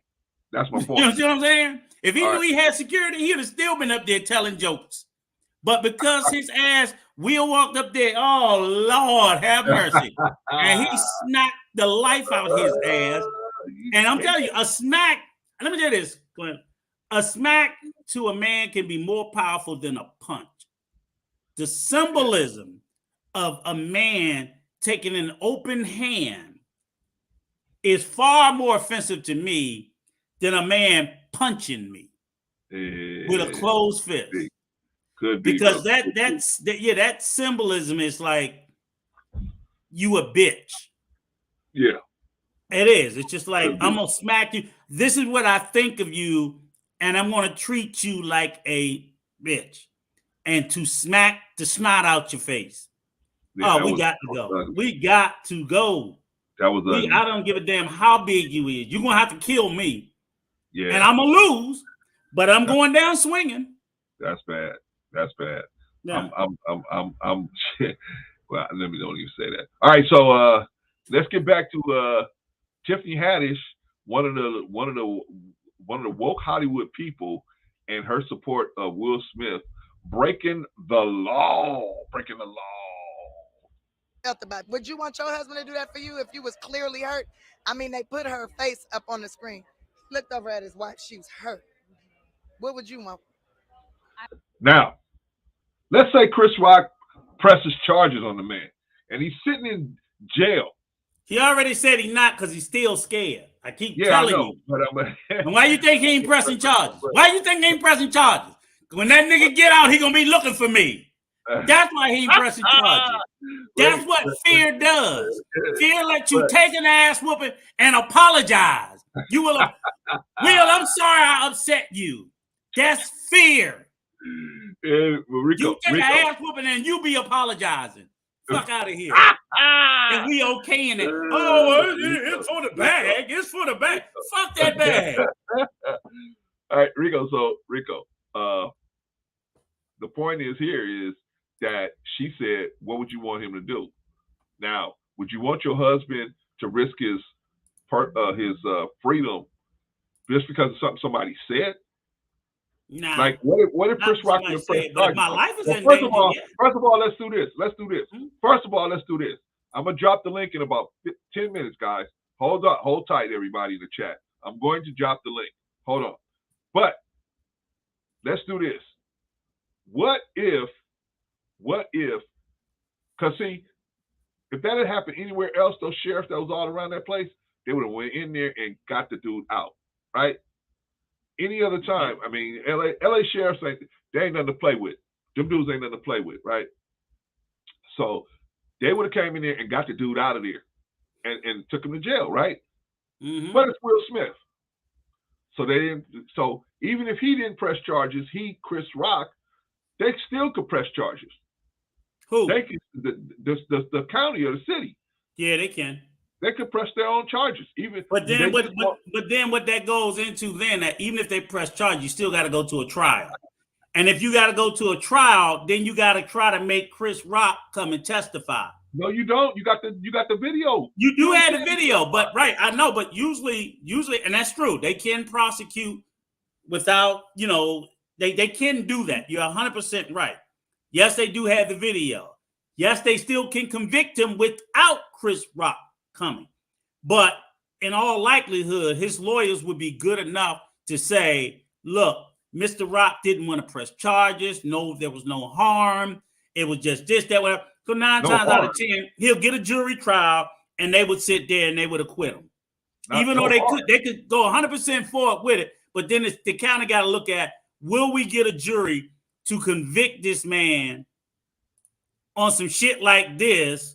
Because they do sometimes, they do that when it's, but they'll get a jury will sit there and say, well, Chris Rock said he doesn't care. It's okay. So they'll vote to acquit. No. I think this. The evidence is there to prove it. It's not a question of can you prove it. It's a question of do they feel like a jury can still acquit you even with the evidence to prove you committed a crime. I get that. But what I'm saying is, who wants to be the lawyer that took Will Smith to jail for slapping Chris Rock? Who wants to be that lawyer? Who wants to be the district attorney? Whoever the fuck Chris Rock paid if he paid him. Well, who wants to be that district attorney? Nobody wants to be that district attorney. If Chris Rock pressed charges, they have to. But what I'm saying is, if Chris Rock don't, then gonna right, do then it they on their can't, own? then you can't do it, right? You look No, silly. you So that's why I can do simply it. But I'm say saying you can do it, Rico. But I'm saying yes, nobody wants to be that person that right. because they're gonna feel like they're gonna ruin their career. Yes, because here's the thing is, like I said, anytime you prosecute a case and you don't have a plaintiff, then it falls all on the state's attorney. Okay. Right. You're now you're trying to say you're the victim because ultimately what they're doing is they're prosecuting on the behalf of the state, on Right. society's behalf. So, Right. but usually the attorneys always want a victim because then they can say, we had to do this. Right. We had to do this because there's a victim. There's Right. a plaintiff. They don't Right. want it to be them. Rarely ever do you see state government. It has to be something atrocious for them to sit there and say, well, we don't care. We're going to do it. But in most instances, you're right. They're not going to pick up the gauntlet for the state because they're like, he ain't smacked the state. He smacked your ass. Yeah. And if you don't want to press charges, okay. You know what I'm saying? Okay. We got to fight cases where the motherfuckers is pressing charges. Right. Who wants to be, to be that lawyer, be that defense attorney that's going to be the one. It's just like when a woman has a paternity fraud. Thank you, Brother Marcus. Paternity fraud. Who wants to be the lawyer that takes a woman to court for paternity fraud? Nobody, right? Because nobody. That's the end of your political career. That's the guy that took the woman to court, and he was against the bad women. He was a big bad man against the women. And that's it. That's the end of your career. Same thing with you taking Will Smith. Chris Rock don't want to press charges, and you just say, forget it, we're going to take him to court anyway. But I know why Chris Rock don't want to press charges. Why not, brother? He's scared that motherfucker gonna come look. I'm telling you, fear. He got a security man. He got a security man. Fear. Okay. Let's finish this because I know people want to come up. Go ahead. Let's finish this real quick. I would want him to defend me. The thing that made me sad was like this was a big night for Will, and then you saw that emotion for him, and it was like it's just I don't think I've still processed how this night went. Well, I just know she better take care of business when they get home. Yeah, I know I would. If my man did that for me, I'm just saying. Yeah, Tiffany, you fuck because it's Monday, so stop acting like somebody got to do something. You fuck for every day that ends in a Y. Because you just a freak. I don't know who, but hey, shout out to that brother. I don't know who would do it, but shout out to that brother. All right, we're gonna bring up Brother Marcus. We're gonna Dr. Yes, sir. What's going on, fellas? How y'all doing? Yo, guys, how y'all doing? You doing really good? Yeah, we can hear you, man. We can hear you. Yo, what's good, y'all? What's good, Dr. Hood in the hood? All right, gentlemen, y'all heard what we've been talking about. What do y'all think? What the points of y'all? What do y'all think about what we've been talking about so far, man?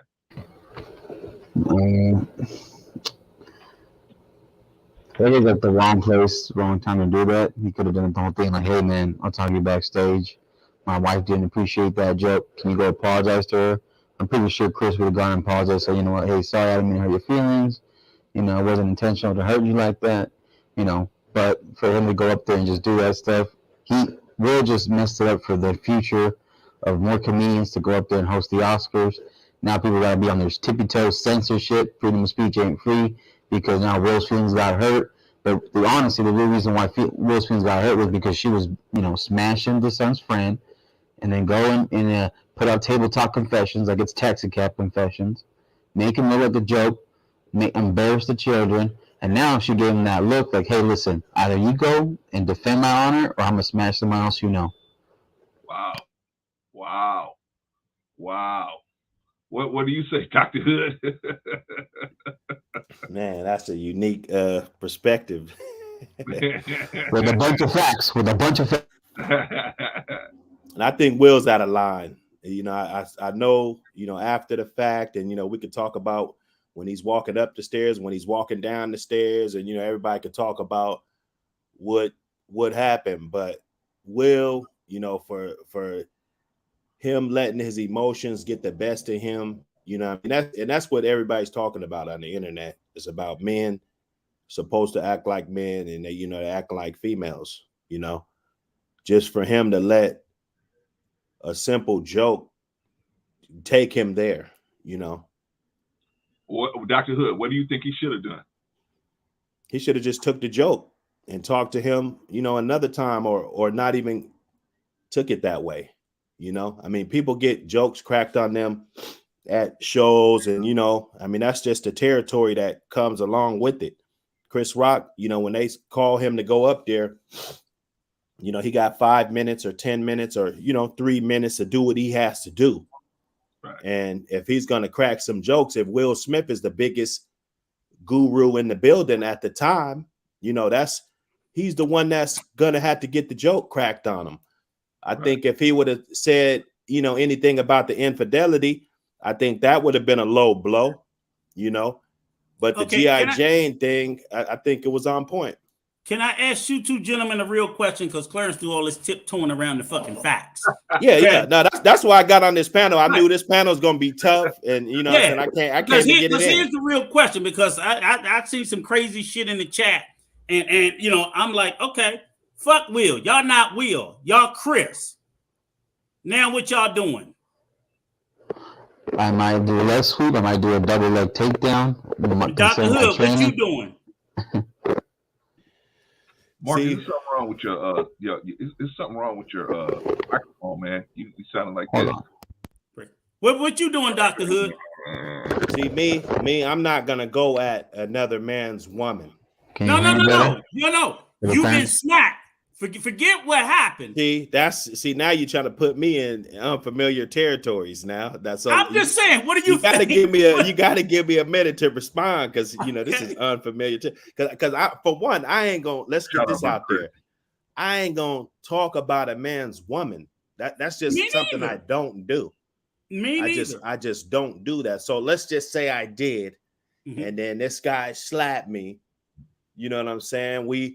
Like I said, I don't know all these opportunities, and I'm not trying to make him seem like, you know, but obviously he did the right thing, and he's still alive today. You know what I'm saying? So can you handle good now, Brother Clarence? Let me put it to you this way, okay? We're not talking about you saying something about somebody's wife. I just want anybody to. I just want y'all to tell me if I was at a barbecue and he slapped me, we would have got it in. You know? That's all I'm saying. I'm just trying to say, it's like, I don't understand how these men are saying that innately you're going to go against your natural instinct of self-defense.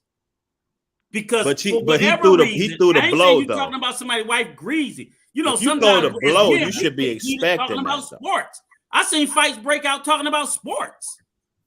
Yeah. Because men get too heated. And I can't smack, you know, I talk shit about my Washington Commander. And like me and Cowboy fans, we almost always Okay, Rico, let me ask you a question, if I can. Okay, so your Will now, and you at the comedy show, you know, in your city. I don't know where you're from. DC. And he talks about your wife. What do? I'm Will, and I'm at a comedy show. You had a comedy show with your wife and the comedian, or Chris Rock. Yeah. Or let's just say regular comedian. Right. I'm not gonna do what Will did. If he's just talking about it, I'm not gonna go up there, and I'm not gonna put hands on them for what I might feel like doing it. They're doing their job. And then I heard one more. I'm just talking about. I'm not talking about who threw the first blow. I'm speaking only from the point of you've been assaulted. I want to touch on one thing, because I don't care what reason why they hit you. Because I know you don't defend yourself is the premise I'm trying to get. Like, so if the comedian came down there and hit my wife, you motherfucking right, we fighting. Hey, yo, Brother Clarence, can I say something real quick to a comment of Rillis in the chat? Yeah. So Rilla's last comment, he said comedy shows are different, but this is the Oscars. But the Oscars always hire a comedian to do the monologue usually. And then they usually add and involve everybody in the room with the context based on movies, whatever the character stereotypes they play in their movies, etc. Or they do some type of reference. And it's all in film, right? Yeah, that's correct. Right. So, you know, no offense, but I got to push that back to you, Rilla. Right. But this is what I'm saying, though. Listen, guys, okay? This isn't about the joke. I thought the fucking joke was funny. It was a great joke. I thought it was a great joke. It fit. I like it shit. She looked like segued G.I. over Jane. into that joke. I mean, it was a great joke. She looked like Demi Moore. Fuck. I thought it was a great joke. I got that fucked up sense of humor. I don't have a problem with the joke. Brother Clarence, I don't want to interrupt you, because I don't want to forget this. Brother Clarence alluded to, let's say, it was a white. Well, let's say Chris Rock was white. Yes. Would Will Smith do that? And then I just wanted to allude to, because one of my partners told me, what if Jada was white? Would Chris Rock say that bald-headed joke? You know, like because you know they cut it off for chemo and all of this stuff. So would he make that same joke had that been a white woman? I don't know. Yeah, you see what I'm saying? So yeah, I don't know. It's so dicey. There's so many ways to look at it. A white woman would have laughed. But what I'm saying, I got you. What's going on, fellas? My only thing is this. Why? Like I said, I'm not saying that Will should have did what he did. Will shouldn't have did what he did. I understand how he felt, but he still didn't have the right to do it. I understand Chris telling the joke. That's fine. What I'm just not understanding is, how do you, as a man, let another man smack the holy dog shit out of you, and you don't, at a minimum, defend yourself? You can't be around me no more. I don't see you as a fucking man. Let me hop up in here. Get your ass whooping, but fight. Let me hop up. Let me hop up all up in here real quick. All right, so everybody should know that. I mean, if y'all don't really know the whole story behind, this is really an accumulation of things that transpired over the last year and a half to 2 years between Will Smith and his wife and his dysfunctional family.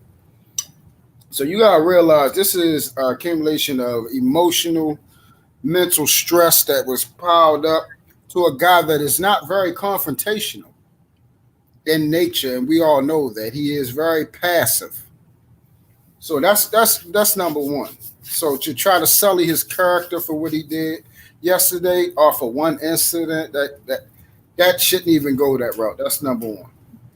Number two, again, I have shared this many a time. I do not know how other people grew up, but I grew up around soldiers and men that warred.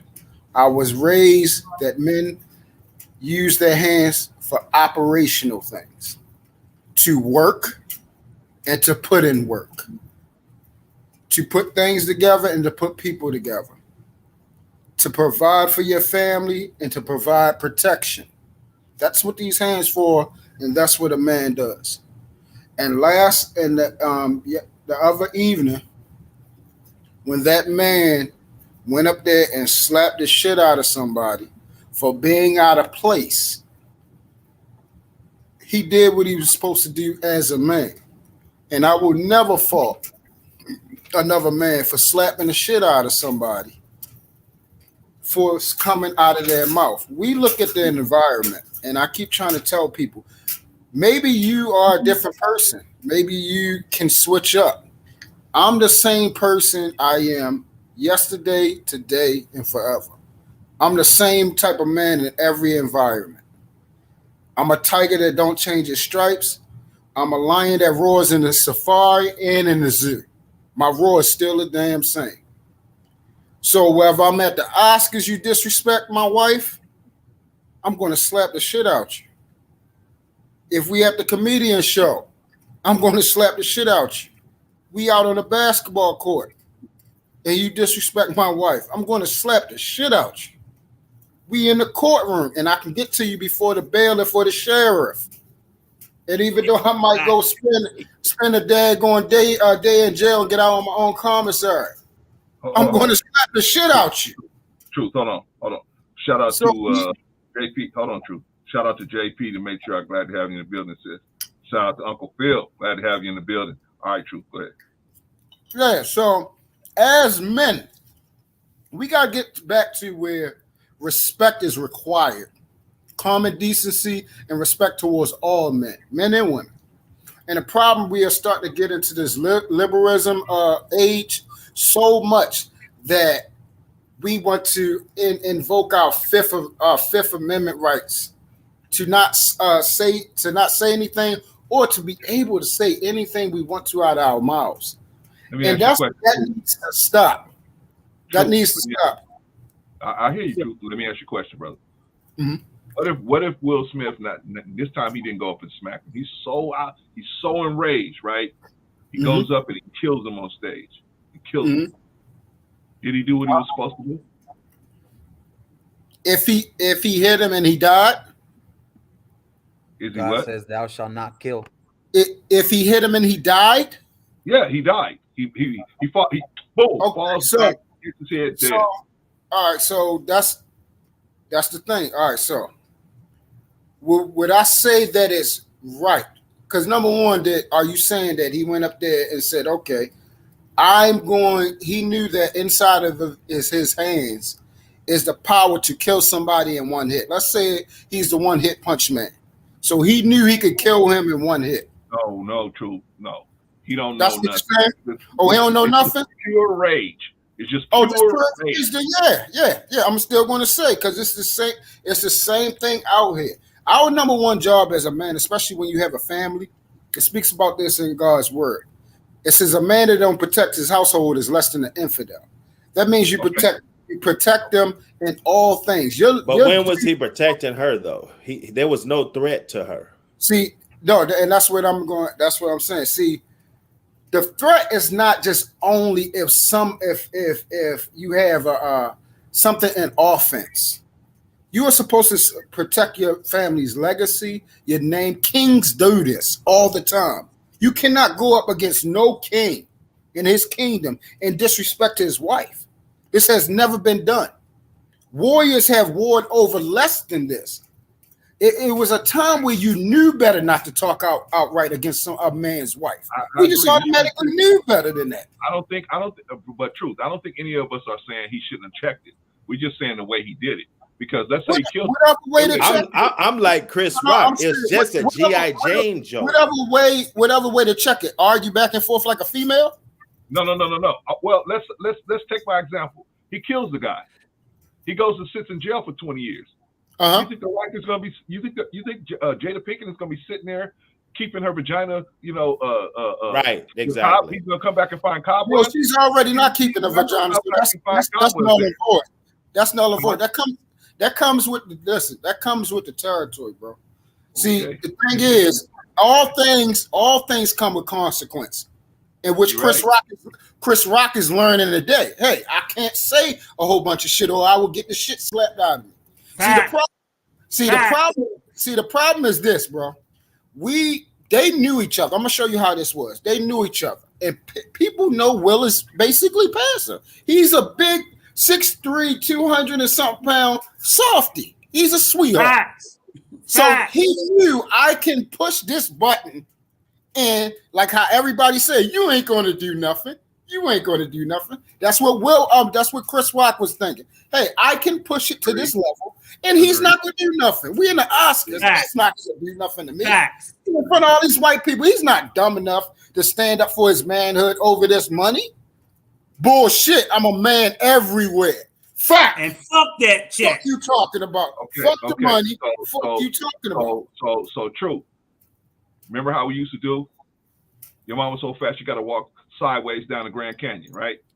Okay, now we see that. These youngins see that on TV. And now they say, oh, this dude said something about my mama going down the Grand Canyon walking sideways. Boom. I can just steal on anybody that say anything, because it's the way I take it. If I take it as a something against my manhood, wow, I could just take off on you. I could kill you. I could do whatever, right? Now, like I said, I agree with you, and I think most of us do agree with you that something should have been done. But we saying that you can't just, because somebody said something, just assault somebody. That's where we having a disconnect at. See, okay, and that's what I'm bringing the disconnect home with. See, you know the reason why I don't get into fights? often, it's not because I'm the biggest, baddest motherfucker out here. It's because I know better and I respect people. I don't come out my mouth out of the way because I know niggas will knock my fucking head off, bro. Facts. This is the problem. People Facts. think people won't knock their head off so I can say what I want. I agree. That's a comedy show, though. Truth. Come on now. Let's put it back into the context. Let's put it in some proper perspective. Let's put it in this. Whoa. Really? Will Smith and Jada. Whoa. Y'all saying a whole bunch of stuff convoluted. It wasn't a fucking comedy show. It was the Oscars. Let's keep it 100%. Just because you added the comic relief, which I found out he wasn't even the fucking host. He was just there. They allowed him to be basically a presenter. He wasn't the fucking host. I just found that out. It was the three women that was the real host. So I thought he was the host. Right. So that made it even. So listen, that made it even worse. Now that's fucked up. Yeah, that's different. It made it even worse because I'm gonna show y'all. That's different now. Hold on. I'm about to explain it. So when a nigga get in that type of position, he's basically trying to upstage another motherfucker. And he already knew it was Will's night. So he personally, that made it even worse. I didn't even know this until I found this out. I said, oh, so that nigga was really I wouldn't do mine over now. I gotta add some shit. He really did a gut punch coming after the nigga, trying to upstage and take his like, oh, this is my moment. Let me come out here and try to really be funny. And Will showed the world that he couldn't handle that. And he showed it's not a listen. He couldn't handle that. I don't know. Listen again. That shows insecurity. I can't handle it. By Will getting on that stage, that shows insecurity. I can't handle it. I'm insecure when it comes. I'm insecure when it comes to mine, and I want my daggone daughter to be with a man if that's insecurity. So if you're at a comedy show and you sit front row. Yo, why do you keep saying that, bro? That wasn't a fucking comedy show, dog. But it was jokes. That's what we're talking about. He made a joke. It wasn't. And he made a joke about other people too. And he wasn't even a fucking host. If he was the host, that makes it different because that's part of the show. What he did was not part of the fucking show, bro. It's not part of the show. He went off script. So that's even worse. If a comedian sees you in the front row and they go off script and start talking again, if it's not part of the show, that means you're going off your own regard. This is off of his own impulse to think that nigga, I can say whatever the fuck I want because it's Will Smith. That's the problem. That's what you're not getting. I'm Chris Rock. I'm supposed to be funny, which the bitch ass nigga is not funny at all. So he wouldn't say nothing about Shaquille O'Neal or LeBron or nobody. Again, the show was not. If he was part of the fucking show, who was in there last year? It was somebody else that was in there making jokes, but they was part of the show. Matter of fact, I'll give you a prime example. Peyton Manning was on one of the sports shows, and he was the fucking host. So he came in there as a part of the program to crack jokes. He made jokes about Kevin Durant that Kevin Durant didn't like and all this type of shit. But they already knew that's a part of the fucking show. So you mean to tell me that Chris Rock's job is to go up there and not say no jokes? No. He can say what do you mean? That's crazy. Y'all talking, so y'all not what that man is gonna get up there and do. No, listen. Y'all talking, y'all not listening. He can do whatever the fuck he wanna do. That's not the argument, bro. Say whatever you want to say. But as men, know that your words have fucking consequences. Niggas are raised fucking wrong. I wasn't raised like this. I was raised that my words mean something. I was raised that I can't go out here and talk to niggas any type of way because they're gonna knock my fucking head off. Everything ain't fucking funny. We grown men. This is the problem. This is why the world. Hold on. This is why the world is so fucked up. Is because we get into a point where comedians can't even say jokes without people jumping up on the stage. You're making it long about keep talking, bro. I heard what y'all said. Y'all was up here talking a minute, and y'all can keep rumbling after this. I just came up here to say this one thing. As simple as that. Y'all can go back and forth because my stance ain't going to change. I'm a different type of man. It's just that simple. What's mine and under my cover, my protection, my blood, my family, my daughter, my son, my brothers, Ain't nobody just coming out the way disrespecting the men. Fuck you talking about? And I mean that about anybody I care about. But August Alsina could go make a whole song about it. And it's no smoke. Zero smoke. Again, you could get up here and say August Alsina, you can get up here and say Jada or whoever crack jokes with 50 Cent. It doesn't matter. It doesn't matter. That's the time you don't get to pick and choose when a nigga want to move. That's the problem. We want to say, oh, you didn't have smoke over here. No, bitch ass nigga, you's a bitch ass nigga, and you shouldn't be saying nothing out your fucking mouth. You ain't no funny motherfucker, so watch your fucking mouth. It's just that simple. It's not hard. Men need to be raised men. I'm raising my son to learn how to watch his mouth. I live in a city where you die for less than what just happened up in there. And that's real talk. And it's about respect. The more y'all cut me off, as long as it's going to be, bro. No, I'm not trying to cut you off, Truth. I'm trying to ask you something real quick, man. What's up? Okay. So, if a comedian says something at a comedy store, at a comedy club or whatever, and somebody in the audience finds it offensive, should they be able to go up and just assault the person that's doing the show? Is that your understanding? Okay, great question. So hopefully people can be quiet and listen. The operative word that you use, should. Could? Will he? Those are all other variables. It's a comedy show. So let's say people with actual sense were coming into a comedy show. That's the atmosphere. That's the presentation. You kind of know what's expected. Anybody can get Jones doing. Anybody. I know that. I know that. Okay, now hold up now. Okay. I can't tell another man how to move. And that's the problem. We do that in this dumbass space. And it bothers the fuck out of me. I can't tell another man to find what I find funny, bro, laugh too. Or what I find offensive, get mad with me. That's bullshit. No men move like that unless you ain't a man in your own right. So if the nigga up there, if the nigga get cracked on a joke by the motherfucking comedian, which this has happened not just with Chris Rock and them, it's been a couple of comedians laid out because of this shit. They already know what's coming and what's expected. Some people ain't gonna find it fucking funny. A lot of people haven't cracked jokes on Mike Tyson. Why? Because they know Mike Tyson will run up there and knock the shit out of him. He has a point to do that. He has done it for less. So again, Chris Rock believed that Will Smith wouldn't do it.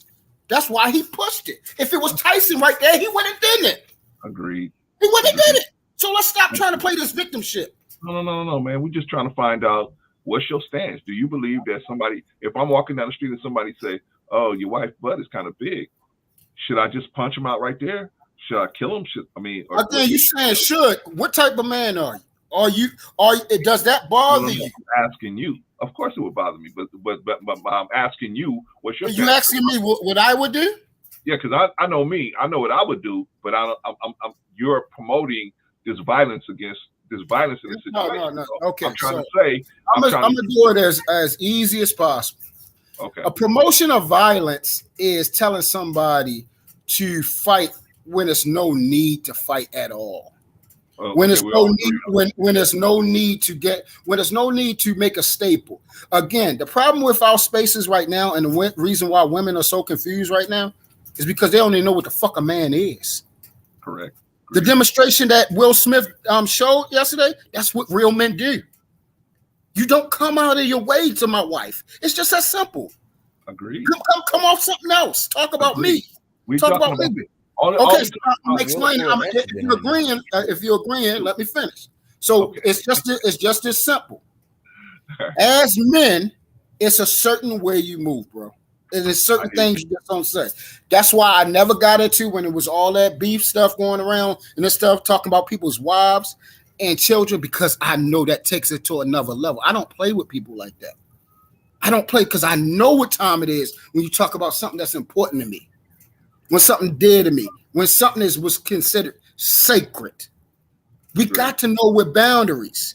And that's the problem. People don't know what boundaries is no more. It's just open season because I have a fucking mouth. But the problem is, yes, you have a mouth. I have hands. I hit you in your mouth. Now you fuck me up too. Okay, come back with it. Simple as that. Let's rumble. And we both learn to respect each other. Lose it. Lose it all. I learned. Just fuck it. Just lose it all. Lose it all because your man, and that's what I'm saying. A lot of people manhood is tied to money. Mine is tied to my name, my word, and who I am. No. Okay. Because I can. For me, you can't take who I am, but I can run up in your house and take your shit. Fellas, I can steal your money, especially if I know you're a bitch ass nigga that ain't gonna do shit. Oh yeah, I'll take that. And look, just for the record, let's not act like white boys don't roll like that too. Oh yeah, and I know some white boy gangsters that don't play that. They don't know no bikers and shit. Disrespect them. They don't know no bikers. We like to paint this shit as a black thing. I know a whole Marcus. You know a lot of motherfucking Mexicans. They don't know these college. They don't know these. They don't know these college boys that play rugby. They don't know the college boys up in Hereford. They're not gonna let you walk over their manhood. They're going toe to toe with some black men. Gentlemen, he didn't walk over his manhood with that joke. Though. No, I don't think that. But I'm just saying. Wait. Go ahead. Everybody, hold on. I think that we all agree that in that situation, if his wife was feeling some type of way, he should have took some action. I think we're not disagreeing there. What we disagreeing on is the type of action he took. Okay, so what was the action? Hold on, I gotta hear this. What should he done? What should he done? Hold on, Rico, please. I'm begging. What should he done? He had a lot of different options, Truth. I could tell you what he could have did. No, I want to hear Brother Clarence. Tell me what he should have done. You gotta let me talk, brother. I will. Go ahead. What he should have done is he should have went up there. If he's gonna get up out of his seat, he should have went up there and had a conversation with the brother. Because only thing that came back with words. Well, I'm just talking about that particular setting. In that particular setting, it wouldn't have been a good look for them to be rolling around on the ground. I admit that. But what good look? I mean, just like it is now. Good look to who? Good look to who? The white people? Good look to whoever, right? Because it just looked bad that you can go. You can go. You can go. Hold on. I want to hear Brother Clarence. True. It looked real bad. You can go out and assault black men, and you can go right back to your seat. It's no problem. If he would have hit a black woman, if he would have hit a white man, if he would have hit a white woman, if he would have fire in the city, he would never have been allowed to go back to his seat. But you can hit black men. Black men, it's okay. You can assault. You can go right up and assault black men. Just for saying something, it's okay. We're gonna bring you right back to your seat. Well. Hold on. I gotta hear Brother Clarence. I gotta hear Brother Clarence. I gotta hear. So what's the solution? Because I want to hear this. What I'm saying. So you should talk to him, right? Okay, like I said, he has several different options in that particular situation. Okay, give them to me. Wait, bro. On the street, it would have been a different thing. On the street, it would have been different things. I didn't see it that way. I want the options. Okay, the option is he could have said addressed it right then, went up there and addressed it right then. Okay. Without assaulting them. He could have did that. Because nobody assaulted his wife. Nobody said nothing about her womanhood and nothing like that. It was just a joke. He didn't know about what he didn't even have knowledge about her situation. So he actually struck an innocent man because the man didn't even have knowledge of the situation, right? But okay, but that's an option. He could have went and talked to him, or he could have handled it behind the scenes. He could have said, "Hey, let's take a commercial." He could have went and got somebody and said, "Hey, let's take a commercial break. I need to break something down to him real quick." He's Will Smith. What you think? He could have walked right backstage and said, "Hey, let's go to a commercial break because I need to handle something real quick." I mean, he had a lot of different options besides going up and showing the whole world black people are okay to smack. So at the end of the day, you just wanted him to talk to him. That's basically what you're saying, because all the rest of the options. No, I'm saying the punishment is the crime. Wait. No, I'm saying on that stage, the punishment should fit the crime. All he said was something about her hair, and he didn't even know. I don't want no black man striking no black man. I didn't need to know about the alopecia. I didn't need to know about the alopecia. You see what I'm saying? That's not what took me over. Whether it's alopecia, whether she cut her hair just to be hard, or whatever, like all the women, that stuff didn't bother shit. The joke wasn't the moving part. It was the fact that you took a shot. You had a million. This is Chris Rock, supposedly a famous comedian. You had a plethora of things to come at me about. Okay. Why you talk to my wife? You know why you talk to my wife? Because that's the main thing that's been going on for the last 2 years. Don't play with me, yo. Don't play with me. So he's in his feelings. Wait, let me just say come back something. to you. I'm gonna let Rico rock, and then I'm gonna let the new guy talk. And I'm be quick so everybody can go through. The only thing I'm sitting there saying is, I don't think we have a disagreement. What I think, where I agree with Truth on is this. While you gentlemen may have had a problem with seeing a black man assault another black man, Truth and I don't have that same problem. What I'd like to say is there was multiple, let me finish. There were multiple ways that could have been handled. The point that Truth and I are saying is that depending on the person, we are not all going to handle that situation the same way. And yes, there are hundreds of thousands of black, white, Hispanic men who will move on your motherfucking ass physically over disrespect. So you have to be careful believing that we've reached this point where we can just say what we want out our mouth and ain't nobody gonna touch your ass just on your words. There are black men, white men, Hispanic men, Asian men of all walks of life that just off of some shit you say will snatch your motherfucking life out of you. And if you're not prepared for that, watch your mouth. That's all I'm saying. I don't think he should have did it. I'm just saying, to me, it's not. I wish it wasn't done publicly. I know some white boys that would have went to a comedian. I wish it wasn't done to a comedian. See, that's the dangerous part. Wait, hold on. I wish a comedian didn't get it. Wait, hold on, Truth. Hold on. I gotta get these other guys in here. They've been sitting here for a long time, and so I gotta get them in here. So I'm dropping down. Y'all go ahead and handle y'all business. Peace. I'm in and out. I'm in and out because I'm literally at the gig. Peace to you, brother Clarence, and peace to you. Yo, Rilla. Yo, what's the word, fam? What up? How you doing, brother? Man, cool to actually talk to you, brother. Keep doing what you're doing in Chicago. I appreciate you, man. Listen, man, we in a dangerous space. I understand exactly what Truth is saying. I do. Do I agree? We all agree. But hear me though. I'm not saying nobody disagrees with anything, but I do want to get to a couple things. You know, we are really in a dangerous space when we say, as long as you attach comedian to it, you can say whatever you want to say. You could drag the dead, you can drag the things that are sacred, you can say whatever it could be as tasteless and offensive as it needs to be, as long as somebody chuckles at it. That's a dangerous space for us to be in as men. There's nothing funny. Like the jokes that people are making, they're not even jokes. I can see if I talked about this last night. You know, George Carlin said some pretty offensive things, but he said them in a way that really made you think. Paul Mooney said some pretty offensive things, but it made you think. That's comedy.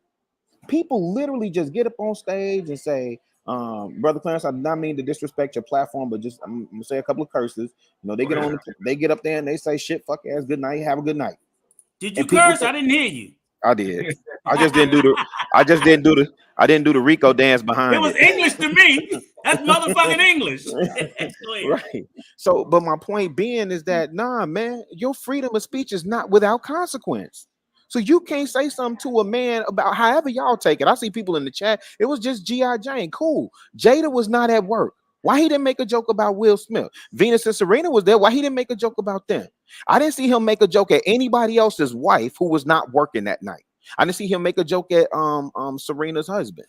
So why are we making it sit up like just because we have whatever association that we think we have with Will and Jada? Why do we think it was okay for him to make a joke that she didn't find funny? And I'm not saying it was okay for Will Smith to get up there, but nobody's examining like, yo, the joke was not scripted. Everything is rehearsed at the Oscars. We know this, including every joke he told and read off the teleprompter, except for that one. That's why he prefaced it. Jada, I love you. You know, I love you. Okay. Rilla, make us understand that it was okay for I said to go up there and assault. I said it wasn't. I said I didn't agree with him. I said I did not agree with him. I'm not here to convince anybody that it was okay for him to do that. But what I'm also saying, I empathize with that man and understand why he did it. Oh, we all do. I'm not gonna come down on him and clown him and drown him because he went and handled his business how he felt like he needed to handle him.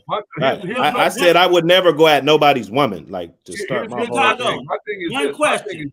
You Chris Rock and he smacked you. What you we doing? going at it. I don't care if you're 6'2" There you go. or 5'2". Thank you. I I don't need to care if hear you're that 7'2". It's gonna be some I don't furniture care about moving. nothing else. He ain't even gonna get a hand on me. But I mean, But I think, and that's the other I thing though, understand, Clarence. but- Hey, brother Clarence, just real quick, and I'll drop down too because I know everybody want to get in because y'all been cooking up here, man. Y'all have been cooking. But brother Clarence, you was talking about, Will Smith should have got up there and maybe at a commercial break or something like that. Whoopty woo.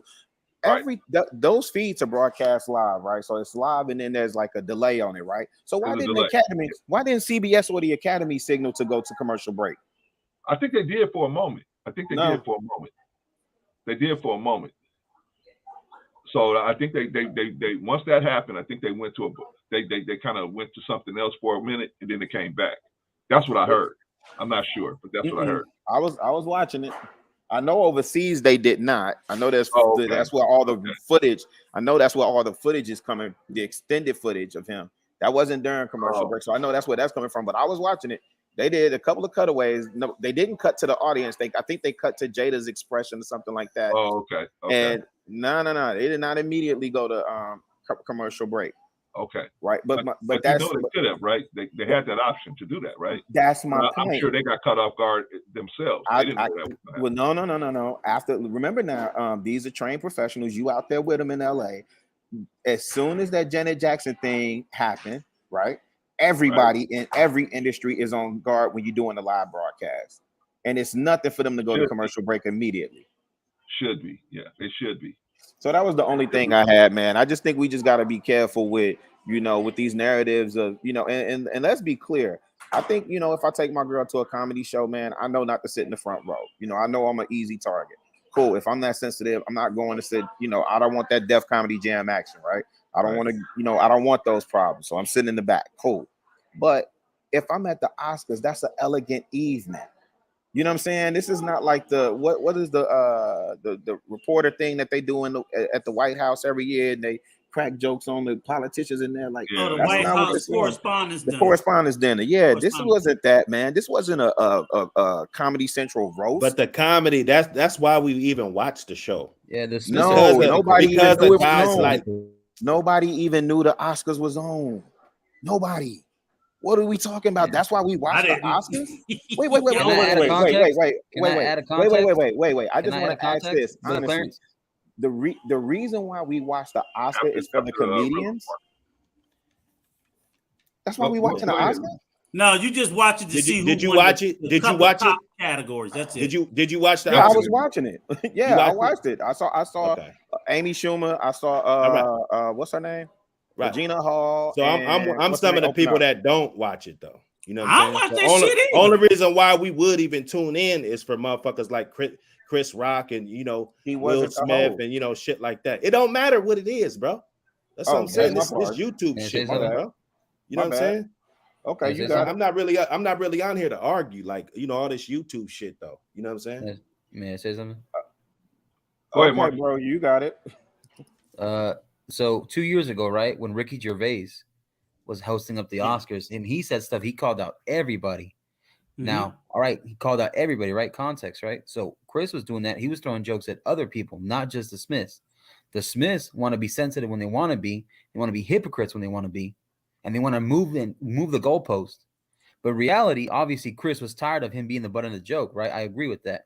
But whose fault was that? Jada. So Jada gave him that look like, hey, I'm looking at you like I didn't like that joke. Guess what? I might just smash the neighbor. I might just smash the cousin. I might just smash your homie if you don't do something about it. But Marcus, you left some context out. You said Ricky Gervais was hosting the show. Chris Rock was comedian. But but I'm saying he wasn't hosting the show. That's a big difference because if you're hosting the show, you run the show from start to finish. And if you just come up there as a presenter, you're just there for presenting. You might tell a little stupid story, a joke or two, and then you get the fuck out of there. That's it. Right. That's the extent of it. So I do think that makes a huge difference in the fact that if Chris Rock was hosting the show, yes. But if he's not the host, it completely puts him in another space as just a presenter. Yeah. That's a big difference. We cannot even They're not even remotely close. I'm gonna say this too. Right before anybody else can get it, because I know people were waiting. Go ahead. Real quick, this isn't the first time that his dumbass did this, because he assaulted Edward Norton and there wasn't consequences. So Will Smith should get freaking suspended for not going to the Oscars. He can be nominated if he wants, but he better stay his ass home, because that feminine estrogen energy that he's been given, he needs to go the fuck home, because he needs to deal with his wife.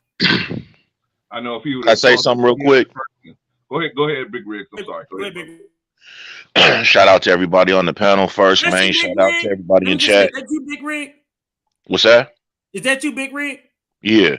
Oh, I just because your avatar is different and the name's not up there. And I just wanted to make sure. Yeah, I was on panels yesterday and my avatar, it wasn't coming up. So I just put up a new picture. Is the picture up or is it just blank? No, it's a picture, but your name's not there. That's why I wasn't sure. Oh, okay. Yeah, I don't know. Fucking Terminator, so I'm scared. But yeah, man, just to keep it 100, man, I just really kind of said some shit that I said in these panels yesterday, right? For one, we've all done been to a comedy show, okay? We all know how comedy shows go. Yeah, the Oscars ain't a comedy show, but it was hosted by a comedian, man. Right. I'm a big fucking dude, right? I know if I go to a comedy show, I'm finna get the fucking business if I'm sitting in the front. I'm not gonna sit in the front. You know what I'm saying? I mean, I know what they do. They do their little freestyle and they go hard. It's, you know, it is what it is. Now, when it comes to the situation at hand with Will, the whole smacking and everything, that man owes Chris a fucking apology. I don't care how you put it. He owes him a fucking apology. And the reason why I say that is yes, there is different ways he could have handled that. Just how he had that aggression in his voice when he said, keep my wife's name out your fucking mouth. He could have came with that aggression in that same whatever type of I'm trying to think of the word, but whatever he was trying to, the fear or whatever he was trying to put into Chris, he did it with that aggression. He didn't have to put his hands on him. You know what I'm saying? So that to me was just doing a little bit too much. And that's why I feel he needs to give him an apology. Okay, now you can say, yeah, Chris, he got on his wife and wasn't getting on nobody else or whatever.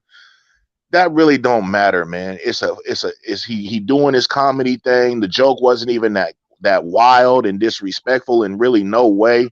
Just a G.I. Jane crack off. Yeah, we know whatever. But look, man, people been to comedy shows with missing legs and all kind of shit, and they get the business. You know what I'm saying? There's people that talk about people that are in the business that may have, like, you can bring up Mike Tyson. They used to talk about his stuttering. Yeah, if Mike Tyson was in there, yeah, I'm pretty sure he would get off. Mike Tyson laughs about it. But exactly, come on, man. So it's like, what are we doing, bro? We're like, so now, this feminine energy, man. Just show all this aggression, and we just go off. Like that ain't the business. That ain't what we need to be showing everybody. When somebody say something out their mouth don't mean shit to you. It don't, man. It really don't. Ain't Come on, man. What are we doing? You know I just gotta ask y'all. That's what's wrong with the youngsters. I just gotta ask y'all. That is what's wrong with the youngsters, man. And to tell you the truth, go ahead, Truth. I just gotta ask y'all one question. So, a man that got up there, so arguing back and forth and yelling, that's not feminine. But a man that don't say shit, not arguing back and forth, just go up there and knock the shit out you. That's feminine. That's you take it away from it though, Truth, because he ain't arguing, bro. He told the man keep his wife's name out the mouth. Hold on. When did he say that? Before or after? Well, but that's what I'm saying. You're saying that you're asking what kind of ways can he have handled that? No, he could have handled it with just a verbal, bro. I'm not asking ways. That's not what I said. I said exactly this. I said, are we saying that a person that didn't argue back and forth, that went up there and smacked the person, that's feminine, but not arguing back and forth is not feminine? I don't consider that arguing back and forth, though. No, that's me telling you, giving you a heads up. That's me giving you a heads up. And now if you go past that, you're getting fired on. All right, I'm gonna say it again. I didn't say that. I'm gonna say it one more time. I heard exactly what you said, Pimpin'. All right, so but you're putting it as somebody arguing. All I'm saying is, go ahead. would have said he was arguing. I'm asking you for a specific reason because I see that catty shit on here where people are arguing back and forth. Everything don't need to be an argument. What's understood don't even be fucking said, bro. Right, but you keep putting it as an argument though, pimping. I'm not. That ain't an argument. If you tell somebody something, I didn't say that ain't no argument. I didn't say. I asked you when did he say it? First of all, well, I told you he said it. He said it after he assaulted him, bro. After he hit him, exactly. So, but now I'm going back to what you said to Bro Clarence, though, pimping. You asked Bro Clarence, well, how else can he have handled it? You give me some ways he could have handled it, and I'm telling you, he could have came with that vocal. And then if it went past that, he could have put his hands on that boy. Exactly. I asked Brother Clarence for a reason because he don't want to. I don't give a fuck about the options. I can't tell another man how to handle something. I'm not gonna absolutely. I'm not going to disrespect none of you guys up here and say, yo, come and talk to me, please. Come in. No, take your time with me. Be patient. You supposed to suppress whatever you want. I'm supposed to be able to say whatever the fuck I want to say to you.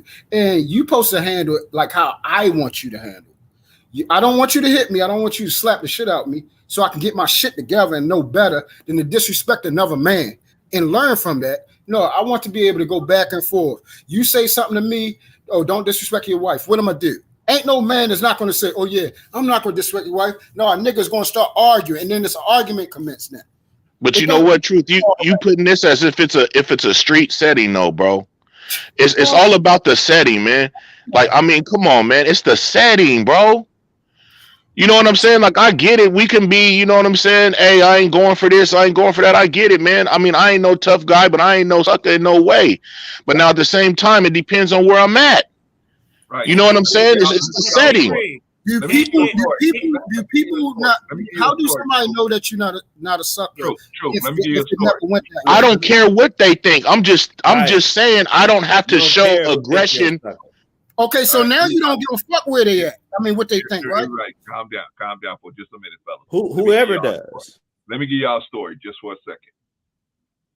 So I'm in Muhammad's Mosque, number 54 in Compton. We out here, right? And I think we was selling some papers or something out in the front. And so we were selling papers in the front, and you know, sometimes they'll do something stupid like you know, get F Farrakhan, F and most of the time we was like, you know, okay, brother, no problem here, you know, no problem. We'll just walk away from them, right? We'll leave them alone, right? So this particular day, the dude said this to one of the brothers, man. And so one of the brothers just, you know, pretty much tried to grab him out of his car, right? So when he tried to grab the brother out the car, Dr. Khalid Muhammad came out, and he's like, "What's going on?" And and so we was trying to explain to him. So what happened? So he said, "Okay, all of y'all coming to the back behind the mosque. Come back behind the mosque." So the brother let the brother go. The brother went on. He gonna be. And so Dr. Khalid told us, "Man, you don't beat nobody up in the front of the mosque. You bring them in the back." You don't do it out front, in front of everybody. Bring them in the back. You okay, brother? Come on back here. Yeah. And then you get them. Don't do it in front. We don't want our people seeing us jumping on the people. No. But why am I bringing that story up? I'm bringing that up because there's a way to handle stuff, and there's a setting to handle stuff. There's a way to handle stuff in a particular situation. And I know sometimes cats like Truth will be like, well, you know, every situation deserves the maximum force, and sometimes it don't, brother. Because I've seen it. Okay. Clarence, there are some offenses you got guys, and again, like I said, I hate to be riding so hard for Truth, but I do in this sense that there are some, as I told you, there are some offenses that are so grave it matters not the setting nor the time. It's right. Do you think, like I said, I could be at the pulpit at the church. If an offense is so grave that all of a sudden at that moment I find out the pastor done been fucking my wife, he getting choked in his pulpit. Oh yeah. I'm just not going. I mean, there are some offenses. We can't act like there are not offenses in this life. We can't act like that as a man. Rico, we are so much in control of our emotions that there are not times where our emotion, I spent all my life telling my son, control your emotions, don't let your emotions control you. But there are times in certain offenses, and like I said, take the word wife out and say that Chris Rock made a joke about his mother or his child. I want you gentlemen to say, because again, the wife is a grown woman, so fuck her. But it's your child. Okay, wait a minute. Your father's. It's a joke about your child. You can inside be moved to say, if you don't physically get up there, you looking at this motherfucker like, I'm gonna see you when, because they won't get it on the stage, but we gonna barely get out of this building for I'm trying to rip your fucking head off. Rico. And I don't think Will should have did that. My issue ain't got nothing to do with what Will did. My issue ain't got nothing to do with the joke. I don't think Will should have did it. I thought the joke was funny, but I don't think Will should have hit him. It was a good joke. I'm trying to understand the lack of manhood in Chris and the people who are saying it's acceptable for you as a man to be assaulted, much less assaulted publicly before millions of people, and you're not to defend your manhood. Hey, look, that's just the only thing I don't understand. A wise man told me that he'll rather be a coward for a second than dead for the rest of his life. You can take it how you want to take it, and apply that to real life. That sounds good to me. I'm sorry. Hey, well, let me tell y'all this. I think we all have the same. We all think that Will Smith, if his wife was offended in some type of way, he should have took some action. I don't think that we're not in. No, I don't think Will should have took some. I think Chris Rock should have took some fucking action. No. How did he know? He didn't know what was going on. No. I'm talking about after he got the shit smacked out of him. Oh, after he got. Okay, that's what I'm talking about. That's all I'm talking about. That's all I'm talking. And this, I don't accept that as a wise man telling you to be a coward. But if so, so be it. He should have defended. He should have defended. I can see a wise man telling me how to move smarter. I could accept the fact that Chris setting his ass up to get back. But it's like, no, motherfucker, you smack me like that, you can't sleep. Right. Okay, Rico, look. My brother was the same way, and they rushed his ass to the hospital and all that. You know what I'm saying? He was the same way. My brother was the same way. Well, here's the issue, because I know of a guy that had this happen where his girlfriend, there was a dude that was trying to get with his girlfriend, and his girlfriend started giving the dude play. He went home and got a shotgun and killed the dude. Now he responded, right? He's a man, he ain't taking it. But now he's sitting in jail forever, and the girl's spinning around on somebody else. That's my point. Why jeopardize? My point is assault. My point is assault to myself. I ain't talking about nobody giving up no ass. I ain't talking about nobody saying words. I'm talking about you physically assaulted me. I know, but you talking about Chris. I don't see no world where that's okay. I'm talking about Will Smith. There was no reason for him to go up there and assault the dude. No. That's what I'm saying. I'm just talking about Chris Rock. There's no reason on his earth to accept another man physically assaulting you. No. He should never. There's not a book in the world that says that that's acceptable. No. I don't even see the mindset that says that's acceptable. Let me tell you what that's acceptable. That's acceptable at the Oscars. If you beat no, it ain't acceptable no fucking you're a celebrity. Acceptable there. It ain't acceptable nowhere. They took him. They let him walk back to his seat. They didn't rush him out of there. They let him walk back to his goddamn seat, and then they gave him an award, and then everybody else clapped for him, and they comforted him after he went up there and assaulted that man. Denzel checked him. Who was the first person? Let's be clear. The Oscars are okay with black men getting assaulted. And so is Chris Rock. Hey, bro, Clarence, that to me was the big picture of it all, man. So is Chris Rock. There's something wrong with all of us that find that acceptable. Man, no, I think Chris should have fucking defended himself. A black woman, that would never happen. If you would have slapped a white man, that would never happen. That would have never happened. That would have never happened. But everybody's okay with violence against black men. Absolutely, bro, Clarence. But my point is this, Clarence. So we're saying the Oscars should have took action, exactly. But Chris shouldn't have. No. But Chris shouldn't have. No. You're creating that situation. But but I'm saying everybody keeps. I say that the Oscars, as the Oscars, right? Chris should have done it as well as the exactly. Exactly. He would have been well within his right to fight his ass back, and the Oscars should have did Rico, something. all we was doing earlier was just exploring reasons why he didn't do anything. I say he should have. If anybody put their hands on you, you should try your best to send their ass to the cemetery. That's the way I feel. But that's I'm it. saying, that's all I'm talking about. Why not? Why not? Okay, so he didn't do it. I'm just trying to figure out reasons why. Go ahead, whoever that was. Go ahead.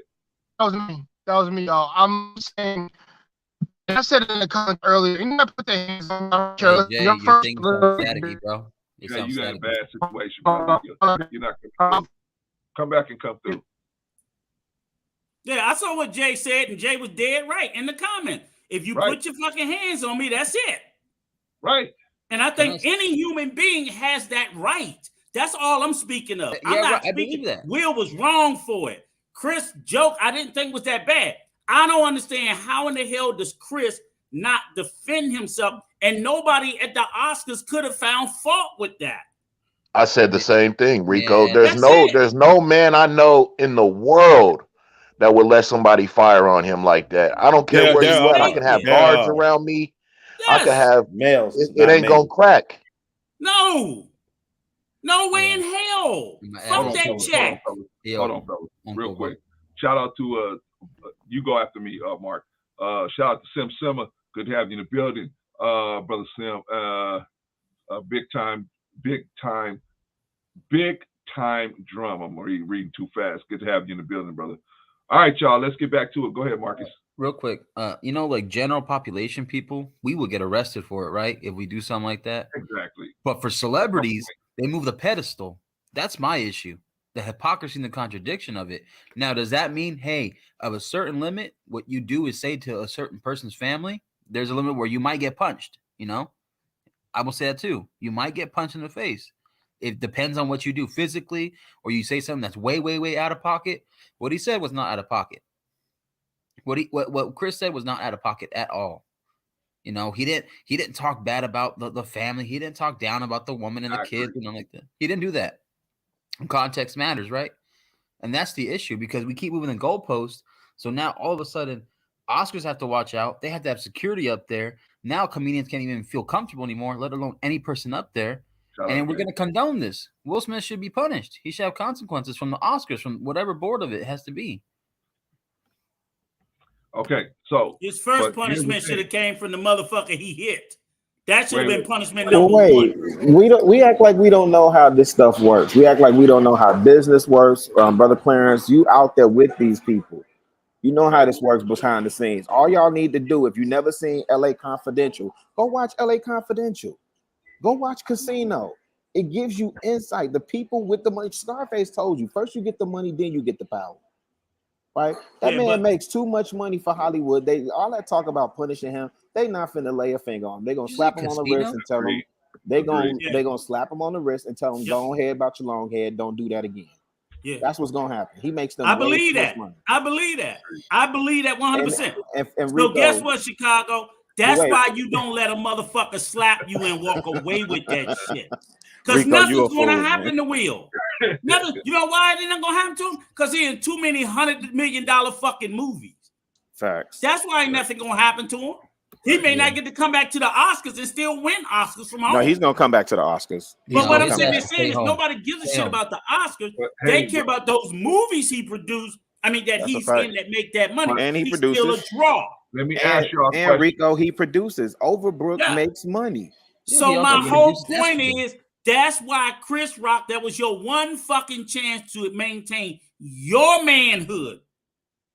See, in that moment, it was about Will and it was about Chris, and fuck everybody else. And there's no circumstance. He would have got beat up, so what? But the respect would have been there that he fought back. Rico, you know Chris Rock ticket sales gonna go through the roof now, right? You know the price went up. You know yesterday's price. I bet you this too. I bet this is what I also know. Guess what? Watch more motherfuckers be heckling his ass. Watch his hecklers go up. Watch motherfuckers be at this show calling him out. I agree with that. Watch motherfuckers. He gonna have a hard time. He better stay in them white areas that understand that shit. But when he come into the hood with that shit, oh, he gonna get the business. Let me ask y'all a question. And let me ask y'all a question. When he come to Chi-Town with that shit. Let me ask y'all a question, because we are overlooking the real question here, the real issue. All these people supported this man going on stage and assaulting this black man. They supported that violence against that black man. Now the question is, why? Why did they support that violence against a black man? They would never have supported if he had went up there and smacked a white lady. That never would have happened. If he had went up there and smacked a white guy, that would have happened. If he had smacked a Jewish person, that never would have happened. If he'd have smacked a black woman, they would have. I mean, he would have been at the least. He would have been escorted out of the building. Well, they wouldn't have played it off either, though. Yeah. Terrence. But my point is, he played it off well. Exactly. But listen, exactly. Why are we okay with violence? And why did he play it off? Because he was fucking scared. I'm not okay with it. It's not about being scared. It's not about being scared. Wait a minute. Y'all are not listening to the point. I'm listening. Point is, why are we okay? Why are we okay with black men, with violence against black men? Why are we okay? But who said we were okay with it? Who said we were okay with it? Who said that? I'm saying, everybody thinks Will Smith should have slapped him. That's we're why. not addressing that point. No, I don't think he should have smacked him. No, but why? Okay, then why is it okay that he went back to his seat and sat down? Why didn't he get escorted? He should have been escorted out. They didn't. Well, his body of work and the people he know. You know exactly, that too. It's about who you it's know. Will Smith, and therefore they can't. He knows the security. He knows everybody in the building. You know what I'm saying? They ain't gonna treat him like that unless that indictment's coming down or they, them filed charges. They ain't touching that man. You know, and they might even told fucking Chris Rock he can't press charges. They might have told Chris Rock, you ain't coming back to host if you press charges. Remember, Will Smith is a money maker. He generate money. No, it ain't that. No, I think he could have pressed charges. No, they would have told him. They would have told him it's not in his best economic interest. He don't care about coming back to the Oscars. Well, that's what I'm saying. Yeah, they would have told him best economic interest to press charges, though. Yeah, they might have did something. Another movie, something. You know what I'm saying? That's why he didn't do it. I don't know.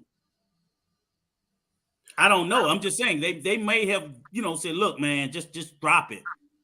And my thing is, that's why I'm like, at the end of the day, if he just fought back, everything else would have still looked okay for him. By him not fighting back. He was at a line though. He was Rico. at a line. No, Rico. And first of all, took that one. First of all, Rico, you have to remember that we're talking about a very prestigious award show. That's number one. Okay. Run by the whites. All right, that's number one. Number two, okay. Number two, this was a moment where it was supposed to be Black excellence at its best, highlighted, right? And unfortunately, when Will got up there and he slapped Chris, for example, with Questlove, his moment got overshadowed. Right. Okay. Yep. So one more hurdle. So in as well as there were other Black people who also, should have had their moment, and it got overshadowed, unfortunately. Right. So, part of the reason with Chris Rock not retaliating, because he's thinking business. He's not thinking personal, because let's be real. Facts. When you're in front of a television and you have a bag to secure, you got to remember that comes first. Got it? If this was because here's the problem. Here's the problem. The problem becomes if Chris swung at him live on television, not only for Will and for Chris, their careers would have gone down, and it's a bad look for Black people as it is. So why perpetuate? You understand what I'm saying? So I'm just saying that if this was outside of the Oscars or something like that, then maybe I can give you that. But so what we're saying is we should have to accept being a victim of physical assault. No, because that's what it is. We keep playing around. Rico. But we're playing around with all these No, terms. Rico. And Chris Rock was an employee at the moment. But you were still physically assaulted. Right. Rico, wrong Yes, sir. place, wrong time. Wrong place, wrong time. That's the Sir, bottom line. there is no right place for being physically assaulted. Do y'all understand what we're saying? We're not talking about he said bad words to him. We're not talking about he had an attitude or he yelled at him. He physically assaulted that man. Again, there wrong is place, no right wrong place time. or right time for that. This and is about business. You allow and accept that. This is about business, you bro. surrender your respect. No, to the person this that is does not it. outside of the Oscars. This Dude, was I on, wouldn't give a this is damn if it was in the business. church Rico. at the pulpit. Rico. So you'd rather sacrifice getting your bag in the name of being violent. Is that what you're saying? You'd rather sacrifice. I'm gonna sacrifice the bag. I'm gonna sacrifice the bag for sure. Wait, you wait, come wait. and slap me or come put your hands on me, I'm sacrificing. Thank you. Wait, There's not wait. enough money. Wait, There ain't Rico, enough let me money ask you in the this. world. Rico, I'm gonna throw this question out there, and this maybe will help it. Do y'all remember the issue with Terry Crews in the story he told about being at a Hollywood party and the producer came and grabbed his junk? And he let him. Yeah, I remember. Now, is that a time and a place? Should he have been okay with that and then just came back and Me Too'd it? Did he handle that correct, or should he have handled his business like a man? He should have got off on him. Like a man. He should have got off on him. Like a man. He was sexually assaulted, and he did nothing. Do you see the point that he making big time? Is that big time? But drama? it's you guys got to understand their relationship. I'm look, sure they all got we're a personal talking about is the relationship that we dichotomy don't of- know about. But they could be brothers. They could be brothers. If you're willing You see to what I'm saying? accept that for Like the I'm not bad, about to then that's scuff my okay. brother on his big night. I tried to make a joke. He couldn't take it. I'm not about to scuff this dude right now. Like we don't know what Chris Rock was thinking. Really? Look, you feel me? I don't know what he was feeling, but to me, I'm sitting there saying there is no time or place on this earth that physical or sexual assault is acceptable for no amount of money. Absolutely. It's not. Facts. We can't Absolutely. be saying that that's okay. Agree. Yes, but there's that's a right what we're way saying. That and is a the wrong rain way coming, to handle JP. things. right That's place what at I'm the trying to right say. time. Rico. Well, we're trying to get into the mind of Chris Rock because I mean we're all baffled because I pray to God I'm never in that situation where a man just slaps the shit out of me. And I don't see any of us standing still and not doing Oh, anything. no. Because I done did dumb shit, for less. So I could you imagine usually black out in about that. rage because you're going to defend yourself. Exactly. So That's all I'm saying. But okay, let me ask you this. All right, if what Will Smith did was such the right thing, then why apologize? How about that? Nobody said right. that. Will was wrong. Yeah, nobody said it was Oh right. no, Will that was motherfucker ain't right. Nobody. Will was wrong on so many levels. wrong. Right. I think we're all agreeing that Will was wrong. Yes. Okay, so Personally. if we're all agreeing that Will was wrong, then that's the whole point that I'm trying to make. That whole thing was wrong place, wrong time. No. Yeah, but you saying that he should have took you saying Chris should take the slap though. Right. But he obviously took the slap. You see what I'm saying? Nah, but he shouldn't have took the slap though. He should have got off on him. Because he's thinking about the bag. Everybody, hold on. We're talking about Chris not retaliating. Everybody, hold tight. Everybody listen to Brother Clarence. Shout outs real quick. I got to do some shout outs real quick, and then y'all go get back to it. I'm gonna shout out the JP the Inspiring Matriarch. If you haven't already subscribed to JP, go over to JP and subscribe to her. Shout out to my sister, my other sister, OG Patrice. Check her out. And if you ever see her in the streets, just give her a thank you, Patrice. Appreciate you. Same thing with JP. All right. Let's see who else we got in the building. We got what now? 23G. Jay didn't get a chance to talk. What now? 23G. Hold on, fellas. I got one now. 23G. Glad to have you in the building. And we got Carla Brown. Glad to have you in the building. Thank you. Appreciate you. Okay, y'all get back to it now. Go ahead, Jay. Yeah. Oh, okay.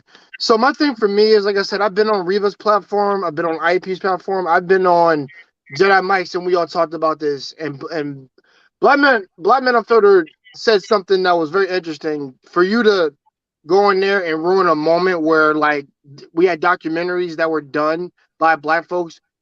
All that just got skipped and glossed over because of what you did.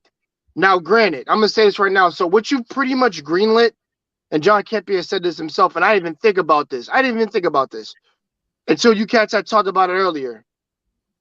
You just greenlit any comedian can be shot or beat up for anything now. Now, also, we did talk about earlier, yo, if you say something out of line, you're right to take care of business. But also, guess what? Now I can reverse it on you. If a comedian gets touched or hurt in any type of way, and they carry a freaking concealed weapon on them and they shoot them, that's what you get for putting hands on them. So you see what I'm saying? Vice versa, you've screwed up. You've greenlit something now. And I'm gonna say this right now. Every comedian has the right to defend himself. I don't care what anyone says. You can't just walk up and think you just gonna knock their teeth out and they're not gonna do nothing to you. There's a consequence to everything. This is one of those things. And let's be real. Whoever, I'm gonna say this right now. If you have boys who have told jokes about you, if you not had a joke told about you, you got a thick, sensitive skin, a very thick shell. Facts. Very, very sensitive. Facts. I'm gonna say that right now. I've had jokes told about me. It wasn't until I found the boys, I'm like, yeah, that is funny, bro. I got that problem, but I'm laughing at it because it is funny to me. Okay, but I always have to look at the other hand. I always got to look at the other side. I'm not gonna say anything disrespectful to even my brothers and my little hood or my little group because we would never talk about each other's wives. That just ain't cool. We know that we know what's the limit. There's a limit at everything, but there's some lines you don't cross. Go ahead, brother Clarence. You're right, Jay, and that's true. Let me ask y'all a question. Do you think her honor was at stake? In other words, do any of you guys think that her honor was at stake and he was defending her honor? No, her feelings was hurt. That's all. Her feelings was hurt. That's all. It wasn't an honor. It was just a hurt feelings. Honor. That's all. No. Honor? I know. Yeah, it's kind of right. But let me ask you a question though. Who's running around here telling their son? Let me tell you this. If you got a son, if a little boy walk up to you and hit you, don't hit him back. I don't think nobody's saying that. Nobody's saying that. That's why I'm just trying to understand. I'm gonna tell him if somebody makes a joke or says G.I. Jane, don't hit him. No. We're not talking about Will. No. I'm not talking about Will. You talking about Will? You talking about us? I'm talking about Chris. Oh, this whole pushback that everybody's saying he should have just took it for the money. No. I'm saying Chris. Rico, everybody's saying Chris did nothing back. Rico, and I'm like, y'all are crazy. No, I don't think nobody's saying what he should have done. All we're saying is that may be his thinking. We're not saying that's one of the variables that he would have probably thought, but that's not what I think he should have done. Nobody else. No. I tell you, in my eyes, I didn't see him think about money. I saw fear. I did see that. Wife is going to rip him a new one. Been on that fear for a minute, brother. I saw Will smacked his ass and he was afraid. I saw a man, he had his hand in the cookie jar. He got checked. And if you're afraid, the problem with not defending yourself is that now, like I said, not only will Will do it, now everybody in the industry is looking at you like that, Chris. Everybody in Hollywood, like, I shut up if I go up there and smack you. Rico, let me ask you this question. Well, Will Smith is what if a bigger guy? I mean, I don't know any other comedian. But that didn't happen. Though. What happened was that might be true. No, let's say a year down the line, some big Suge Knight motherfucker is a comedian and say some shit about Will and gets even more disrespectful. Right. Now what? He better have that same energy. What is Will supposed to do? Will ain't gonna have that same energy. I know you. But this is the thing, though. We got I think that's Jason Momoa or Michael B. Jordan. Yeah, but I think that's a false premise, though, because all of us know we're gonna assess it. We might not handle it the exact like he might not run up on stage. He might assess it and do something different. He might catch him out pandering. He could have been. I'm just saying. Yeah, Chris Rock could catch him. Here's the thing. Who said that? Gentlemen, we're gonna run through it again. Maybe we can get some insight running through it again. Hold on. Go ahead. At Mutual of Omaha, we can help you protect what matters most: your family, your health, and your finances. Watch the sparks fly. Advertisement.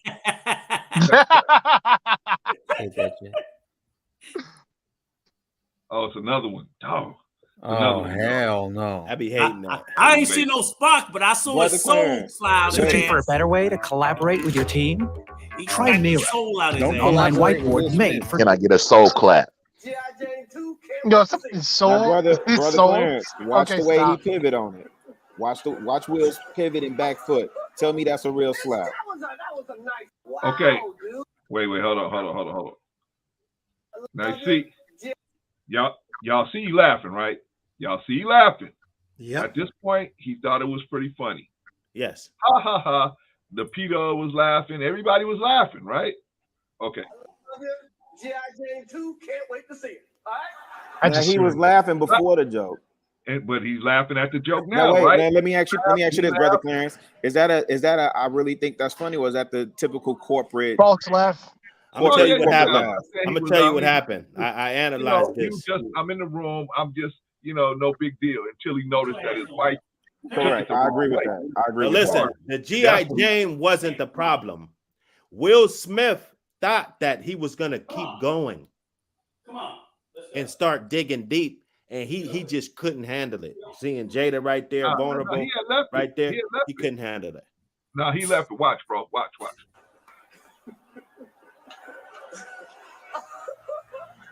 Even the audience was with it. The audience was clapping and laughing, right? That was a nice one. Okay. Right, but he got to slap him before he says more. Okay, now this is the point where Will Smith gets up and he says, Jada must have said something at that moment. He's gonna come up here he's coming up to the stage. Hey, brother Clarence. Hey, Yes. just really quick. I want you to really listen for if you hear a hand slapping flesh or if you hear a thud on the mic. You Like don't, on a Chicago, lapel mic. and that's a great point. I'm gonna leave it at that. Meat, brother. That is a meat to. I have heard that Chicago. I've heard that slap for many times. That is a meat to meat slap. But anyway, let's listen. We'll listen for it. It's suspect to me too. It's suspect to me too.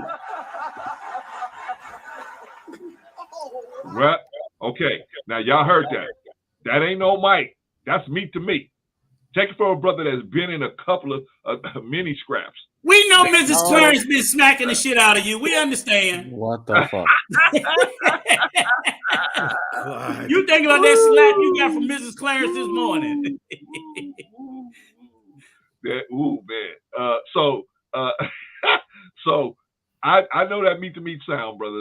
That is definitely a meat to meat sound in my opinion.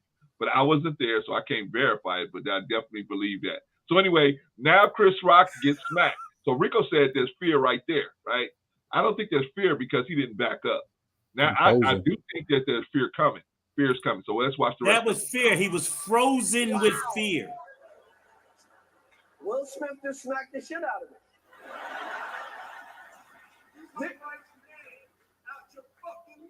See, now the fear comes in because now he sees I ain't done. I may come back up there, right? Wow, dude. It was a G.I. Jane joke. Right. It was a G.I. Jane joke. Yeah. Okay. Now what about he's mad at him. What about everybody else that was laughing and kick in? They ain't laughing no more. They ain't laughing no more, right? Nope. Lapita Right. like, oh, she see Lapita close enough to feel the energy. Yeah, she like, Yeah. maybe I shouldn't have And been let me laughing. tell you why I know it's fear, and I told you, because Chris started explaining. When a motherfucker slapped you so hard, you apologize. How you apologizing? You the one got slapped because you scared. Or it might be your homeboy. It might No, be your you scared. Homeboy, nigga ain't gonna smack me like that and still be my homeboy. No, We I'm fighting. saying maybe you feel like, hey, you misunderstood Nah. my position Nope. or something like that. These guys been rolling and catching flights for 20, 30 years. Bro, man. Clarence, real quick before you play the video. Yes, sir. There was somebody in a different YouTube channel. I can't remember their name. They posted saying how Will and Jada put a post on like Twitter or Instagram, and he took it down saying, "Hey, getting ready, dressed up for the Oscars to create chaos or some shit," and they took it down. Who had that? Who did that? Will and Jada. They did a post that said something about them choosing violence. It was them taking a selfie and what they have on that you see right there before they went to the Oscars. Yeah. Okay, let me shout out Be a Blessing. Thanks for coming in the building. Appreciate you. Appreciate everybody in the chat. I love the way y'all are having that discussion out there in the chat. Appreciate y'all. All right, y'all, let's see the end of it, because I agree with Rico at this point. Now, once he realizes, Chris Rock realizes that Will Smith may get back up out of that chair, he realizes that there's no security that's in between him and Will Smith. I think the fear comes in at this point. I'm going to, okay? Okay. That was greatest night in the history of television. Okay. Okay, so that's basically the video. So bring Brother Truth up, Clarence. Truth in the back. Truth in the back. Bring him up. Truth in the back. Oh, I didn't see him. So many people I didn't see him. All right, y'all. So there it is. There it is. Now, I agree with Rico. At a certain point, Chris Rock realized that this man may come back up here. I may have to really get into a scrap. I am totally not prepared for that. Maybe I need to maybe that's what he was thinking. I think we all agree, if somebody put their hands on you, you should try your best to make sure they don't never put their hand on nobody else, right? Facts! But I'm just trying to go through Chris Rock's mind. Now, what Rico's saying about him being scared is starting to make more sense to me as I watch the video and I see his reaction, his responses.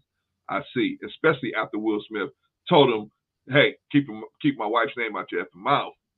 I'm starting to see that maybe he said, uh-oh, this dude may get back up out of his chair. I am totally not prepared for that situation. Maybe I better just keep my mouth shut and leave it alone and just move on, right? That man, what happened? Gentlemen, what do y'all think? It's obvious to me that Chris just felt like at that moment, let me diffuse this thing real fast and get on with the show. Because that's what he's there to do. He's there to, host that moment. He wasn't the host. No, I said he was there to host the moment. The moment. But why? Okay, why did he let Will Smith hit him and not respond? Well, first of all, you have to remember that Chris wasn't anticipating the slap because, Will could have gotten up there and he probably could have talked some shit and whatever and walked off. You see what I mean? So when you look at it, I mean, it's basically a sucker punch. Hey, it wasn't like, you know what I'm saying? Something he could have predicted. That that's unfair to say. What you got, True? Did you see after when he told the joke? And you said everybody was laughing, but everybody wasn't, because even he said, whoa, that was cool. That was cool, wasn't it? You didn't see that even he knew once he said it, it was a little off. But True, don't you feel that most people were laughing? Most of the people in the room were laughing. Maybe it was a couple of people that took it the wrong way because they knew the situation. Oh, but okay. Him not knowing the situation made that joke. Okay. Now, I agree with you. Now, Truth, you said one thing I do agree with. It don't matter whether you know or not. Sometimes you can catch it because you just said I wasn't talking about. I'm just talking about strictly about his response right after the joke. If you go to the video again, I watch everything. Once he told the joke, it was people laughing, but it was other ones like, oh, that might have been a little left. He was like, oh, you that was okay. That was light. That was light. That was cool. That was cool. But as you know, in comedy, it's very subjective. Some people are gonna laugh. Some people are not gonna laugh. It's It is what it is. I understand what you're saying about subjectivity. Listen to what I'm saying. If you go to other people's jokes, they don't make a concession to that unless they think it was something bad. They will say something. I've seen people roast people. Fellas, hold on. I got some shout outs real quick. Shout out to Shabby. Shout out to Car Scar. Shout out to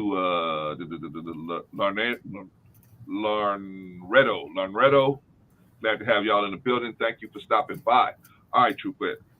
Yeah, I've seen enough comedy shows, man, and I've seen people say some of the harshest things to people where people found it funny, and the comedian never said, "Oh, dang, that it's okay." Like to try to convince people, "Hey, I said it, but it's funny."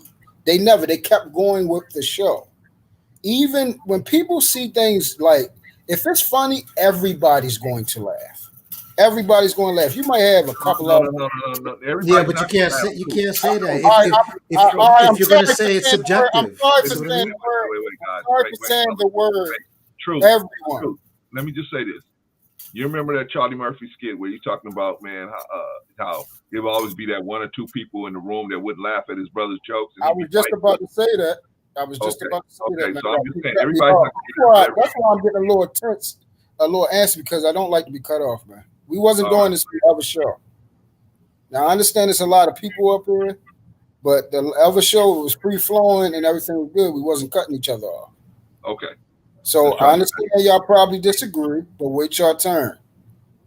So let me get through this, and that way it won't be long. Again, go back to the thing when he said it. Regardless, you might hear it a certain way. I'm telling you how I heard it. Okay. You heard it a certain way. That's cool. I'm not going to tell you how you heard it, but you're not going to tell me how I heard it. I'm presenting something to you to show you that the joke, even from what I seen, wasn't all that funny. I don't find him funny anyway. I don't think he's a top comedian. The joke wasn't, what's the name? The reference point to her being bald-headed. I understand the concept that the reason why he was using it, because on G.I. Jane, she was bald-headed. It wasn't that's not the funniest thing I ever heard. Again, the night was for Will Smith to gain an award. This was his night. So that's the reason why he took it upon himself to say something about them, because it was about him. The thing is, I wouldn't have slapped Chris if he'd have said something about me. I wouldn't have. I can take that. You just can't disrespect my wife. That's what you guys not understanding. This has nothing to do with going around slapping people and thinking it's okay for black men to slap other black men. Because if he said something about me, I'd have took it, whether I liked it or not. There's been a couple of people that said bad stuff about me, and I haven't hit everyone that has said something to me, because it's about me. Me. I can take that. I definitely said some bad stuff about you. Yeah. Well, and that'd be something different. You ain't gonna touch me. You ain't gonna put a hand on me. We playing, Brother Clarence. I see Brother Clarence's face. He's serious to the mud. No, that's my brother, bro. That's my brother. I'm messing with him, Brother Clarence. I'm messing with him. Truth is right when he say about that. I like Truth because Truth push. Truth don't just toe the line. If we bring Truth up here, Truth is going to push the line. I'm just again. Anybody up here disrespect me, I'm probably going to take it. I'm not going to haul off. Right. I'm saying for my family. That's just a different line for me. That's for sure. That's the only thing. Can I ask a question? The only thing I was getting at. Can I ask one question? How many people of everybody that's on the panel is either married or in a long-term relationship? I was 10 years. Rico, put your hand up. Rico gets so it's just four people on the panel that are either married. I wasn't married, but I was in a 10-year long relationship. Or a long-term relationship. Dr. Hood, he in a relationship, ain't you, bro? Yes, put your hand up. Oh yeah, for sure. Okay. All right. Oh, perfect. Rilla. Hold on one second. Shout out to Just Being Jazzy, Podcast Clips, and Crafty Ideas. Glad to have you in the building. Thank you for stopping by. All right, Rilla, go ahead. I couldn't get off mute quick enough. My bad. So my question is just honest question. Ain't no gotcha question or trying to trip you up. If you were sitting in Will Smith's seat, what's your response? My response is the following. Like I said, if I was in that position, I would not have gotten up there in front of millions of people, embarrassed not only my wife, but embarrassed myself. If anything, I would have done that behind closed doors. That's the difference. Right. Me too. I think that's what I'm trying I would to have say. took that, because if he would have said nothing, my point is, if Will wouldn't have never jumped up there, I don't think the whole headlines is gonna be Chris Rock those shots at Jada Pinkett at the Oscars. You know what I'm saying? Like, we're not talking about this. You feel me?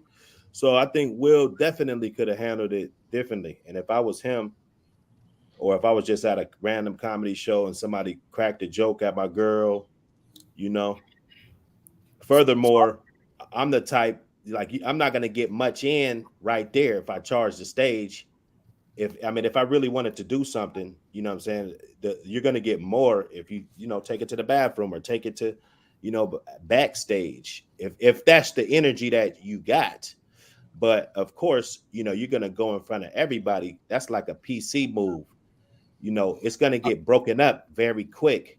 Very quick. It's not going to be no smoke, but take it to the side, go to the closet, go, catch that fade. I could respect that. Who that talking? You've been locked up before. Who was that? I definitely been locked up before. I'm just saying. So again, same thing. I've been locked up, but I haven't. When I got locked, ain't nobody told me let's go somewhere else and do something. Well, we're gonna go in. We're going back to the cell. Now we're going back to the cell. Yeah, in the day room. Let me talk about this, brothers. See, there's certain environment, like you said, it's the setting situation. You in an environment where you can't leave it till later or talk about it. You got to put up right now, okay? But that wasn't an environment like that, and then the offense wasn't that deep, in my opinion, for him to actually hit him. Absolutely, so, my opinion. But he did. Okay, he did. Now, Chris Rock should have responded in kind. Right? Absolutely. But he didn't. So he didn't. Why didn't he? I don't know. Because he hesitated, and then he was scared. It was already too late. Yeah, he was scared. Once he hesitated, Will Smith already 10 feet away. It's too late now. Why you think he hesitated? He wasn't. What made him hesitate? Well, that's how he is growing up. He didn't just turn into a chicken that night. You feel me? Right. I'm saying he might have been a chicken all his life, but I'm saying it was fear. Wait a minute, hold on, y'all. He wasn't scared until Will Smith demonstrated that I will come back on that stage. There's nobody between us, and you didn't do nothing the first time. The next time it's gonna be even worse. Now, once that happened, I believe he got scared. What do y'all say? So here's what I'm gonna say to that, right? Chris, now let's flip it a different way. What if Chris decided I'm gonna press charges, and not only him pressing charges would have made the situation even worse, but also the Oscars, as we all know, would have backed him up. So the fact that he's got the Oscars on his side as it is, because he's doing his job, and the man is going to press charges, then Will is not only at a loss in terms of the fight, millions of dollars, but he's also at a loss for his We're talking career. about millions of dollars that Will loses if he presses charges. Exactly. So this is why I'm saying that, I hear the sentiment you guys are saying, but I'm just trying to say at the same time that, sometimes you have to remember that when you're in a certain environment, unfortunately, you got to play a game of chess, okay? And this is not a game of checkers, all right? So he already knew that if he made the situation worse, that his career would have been done. I disagree. I disagree. Can I answer Rilla's question though? Go for it, Riggs. Okay, just real quick. With that question he had asked, I gotta kind of put what True said in there, because he's absolutely right, and that's exactly how I am. Like, I could take a lot of stuff myself. You can say what you want to say about me, but when it comes to basically my family and even my friends, it's a different ball game. It's out. Like, I don't know. That's just me. I take the disrespect a little bit different. So I completely agree with him on that. But when it comes to that situation that happened, I gotta still go with the setting. You know what I'm saying? Like, just where we're at, the type of environment, meaning it's a comedian. He could say some fucking slick shit. You know what I'm saying? I'm not gonna take it to heart like that. So I mean, that's kind of where I'm at with that. Like, I get what everybody's saying. I'm not against what anybody's saying. I mean, I'm actually with what everybody is saying. I'm just about the setting and how to do it. That's all I'm about. If we're in a setting like you said, a jail setting or whatever like that. Okay, let me Hey, ask Mike. you guys a question. Yes, Let me sir. ask you guys a question because we keep dancing around this one. How do you guys feel about a black man being attacked on live television and being able to go? I brought that up too. That's wrong. That's where I was going. Over now. I think that's the biggest picture. Wrong. Let me finish, guys. Let me finish. A black man being attacked on national television and being allowed to go back to his seat. Man. Yeah, let me. It's wrong. That's where I was getting. This is where I was going at, brother Clarence. All right, so you guys are all saying that y'all have a problem with another black man hitting another black man, right? On live television, on live, not me, Truth, not me. Okay, I don't have that problem, Truth. But let me I don't have that problem. The rest of them might, but I don't have that problem. Let me say my position. I'll say my position very clearly. Yes, I have a problem with a black man being attacked. I don't care what color the dude was that was coming at him. A black man being attacked on TV and being allowed to go back to his seat. Yes, because that shows that black people, it's okay to attack black men. We don't have no problem with that.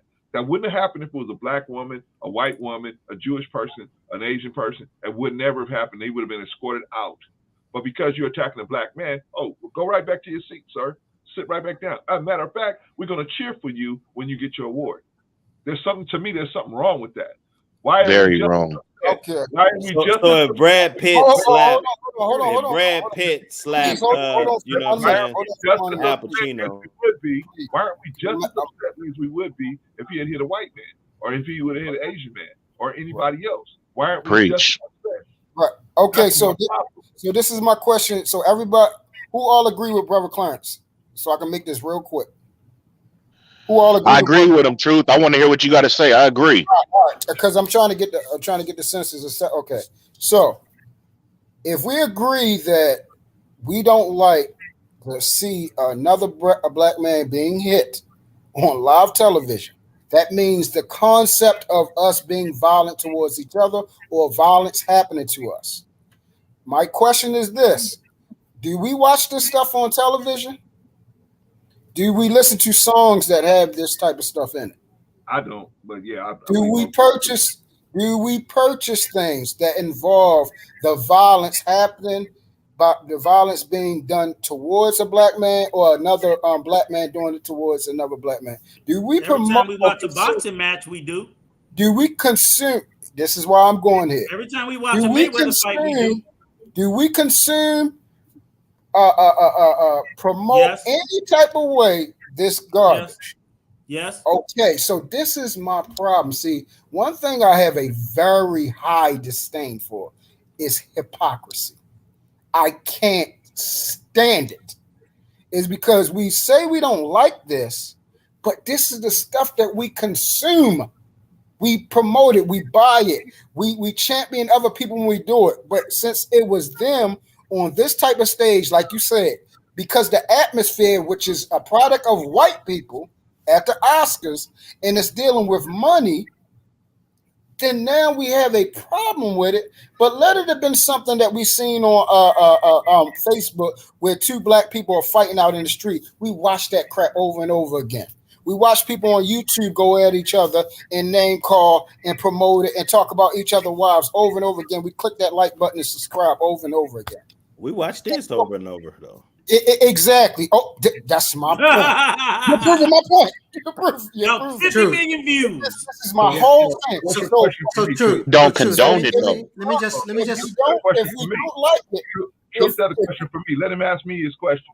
Yeah. So no, because this is for everybody that said it. If we don't like it, cut this shit off. Let's cut it off. Okay. Right? Let me say that. Truth, I got a question for you. Cut it off right now. Let me respond. Let me respond to that. If you purchasing that stuff, what is? I mean, if that's what you want to see, that's what you want to see. In my opinion, at the Oscars or any public event, if they supposedly have security there, nobody should be attacking nobody. That's my point. I'm not to equate, going to a boxing match to seeing two actors duke it out on the Oscar stage. I mean, to me, that's an extrapolation. I'm saying that nobody should attack nobody in a public forum unless they're defending themselves, unless something happening, right? But you watch it on television.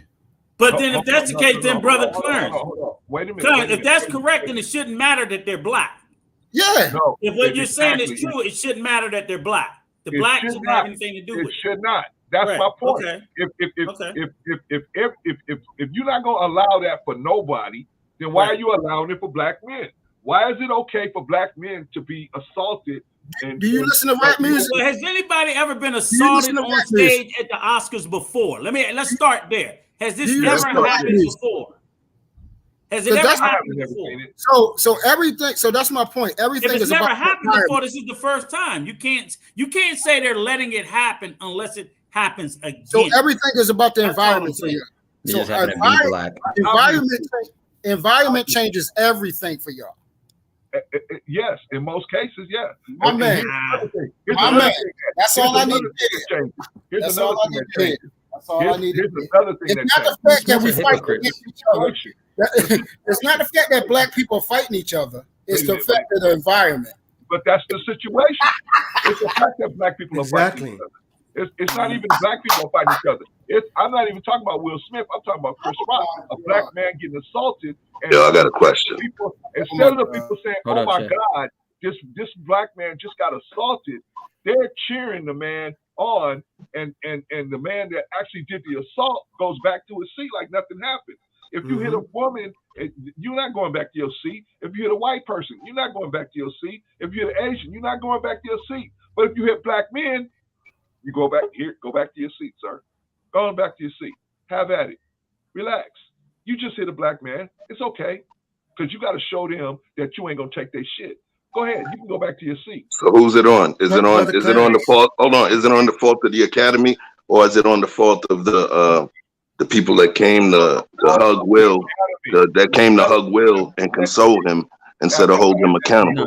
Denzel checked him. Denzel checked him. They should at least escorted Will Smith out of the building to show that we're not going to put up with violence against no one. Yeah. But they didn't. Why not? All of us. Because it's about ratings. We know that. Anybody else of any other race, he would have been out of there. Yo, and Will Smith assaulted Edward Norton in the bathroom too, a year or two prior to that. Right? But was that on stage? No. Was that on stage in front of everybody to see? No. We talk about on stage in front of everybody. When you out there by yourself, you in the bathroom, you got to tussle. You got to do what you got to do. But if it's an on-stage issue, this is the first time this has happened, Clarence. So we don't know what they would have done if it was somebody different. No, can you highlight OG Patrice's comment? I believe you, but I'm saying is we don't know until we see it happen. I'm just asking has it ever happened on stage before? Anyone else of any other race, he would not have went right back to his seat. I don't think he would have, but I don't know. I don't believe I know that. I'm very confident. I'm very confident he would have went back to his seat. That's my issue. He should have been dealt with like if he would have hit anybody else. But he wasn't. So what does that show? It's okay to abuse black men. It's okay. If a black man all that black man gotta do is say something you don't like, and you can go up and boom, right? All the black man gotta do is just say something. You ain't gotta have Chris Rock. Brother Clarence. Brother Clarence, I'm just asking for a little grace real quick because I've been watching for a minute. And there were certain things that Rico said. This is actually my first time addressing Rico in a long time. Even when we was on JP's show, I didn't address Rico. Okay. In terms of what Rico, I'm talking to you, brother. See? Yes, sir. In terms of the way that he's speaking, in terms of how retaliation should have taken place, and things that were said, and the power of words, right? Right. Now, knowing where I'm from, knowing where you from, understanding your status, right? Yeah. This gentleman, Mr. Rico, on a particular show that we were all on, went to calling me bitch ass niggas. Bitch made niggas, which is an indirect slight to a mother. Talked about my Haitian heritage as though the people that I came from were somehow in some sort of subservient role to him, right? Watch this. Nobody in my life called me that. killers. They never called me that. King, Darrell, nobody else. Also invited me to SMD, right? Okay. So now watch this. In terms of my life, in terms of what I know, in terms of what I understand, I've never been called that. Those kind of words, you understand the depth of those words, especially being spewed out to tons and tons of people, right? So in saying all of that, I exhibited grace. Some would say that little cartoon that I made, Camping with the Advisors, some would say that was passive aggressive, right? I'll take that. Estrogen. But what would you have preferred? Aggressive. So in terms of the power of words, and in terms of him speaking on how folks should respond, I believe that it's hyperbolic, and I believe it's inconsistent and hypocritical. You understand what I'm saying? I'm responding to you and saying that to you so that this gentleman can hear it, because I believe I'm owed an apology, but I'm not here to get no apology, right? That's for something else.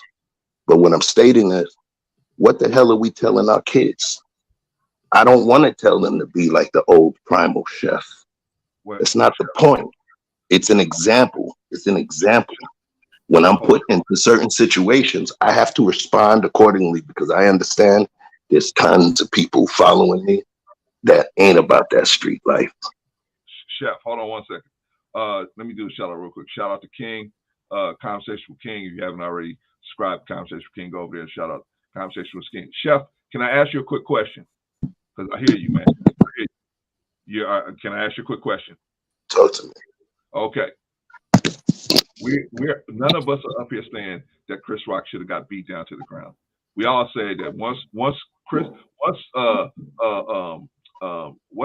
Smith put his hand on him, Chris Rock should have dealt with him. So none of us are saying that shouldn't have happened. Now we might be we're in our brain trying to figure out why he didn't. Some of us have different theories about that, but I would teach my children, and I taught my boys, if somebody put their hand on you, that's it. That's it. Try to break everything that's touching you, right? But that was, so I don't, because if you don't do that, then they're gonna get, typically, well, at least in Los Angeles, they're gonna get picked on. So and they're gonna call you shit like I call people, right, Clarence? That's what they're gonna do. And if anybody up here looking for something, they need to stop looking, because they ain't gonna fucking find it. Wait a minute, Rico, wait a minute. That's a fact. Now, I sat here and listened to this shit as a courtesy, but I don't have to listen to this shit. Rico, hold on. You're speaking to me? I was talking to you, Chef. Oh no, I was talking about the other voice. Oh, okay. No, man, y'all can handle that offline. We talking about right now this situation. Yeah, that's better. That's better. And I'm asking you, Chef, would you not teach your children to respond to some violence that's occurring to them? Yeah. I want to tell y'all about a story. I could tell you. I can answer it specifically. A guy named Rafael Pichardo. You can Google it. One of my best homies.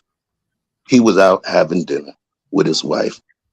Then they went to a club in Atlantic City. Somebody was trying to holler at his wife. It got disrespectful. The guy happened to be an off-duty cop in the security with his buddy.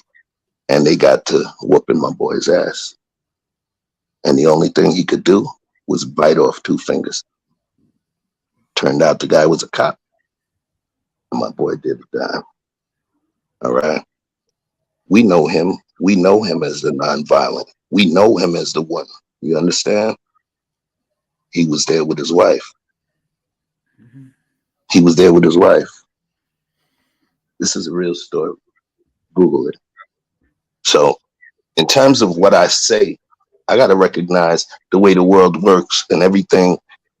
Like you said to me, your intent does not hit if somebody else takes it a different way.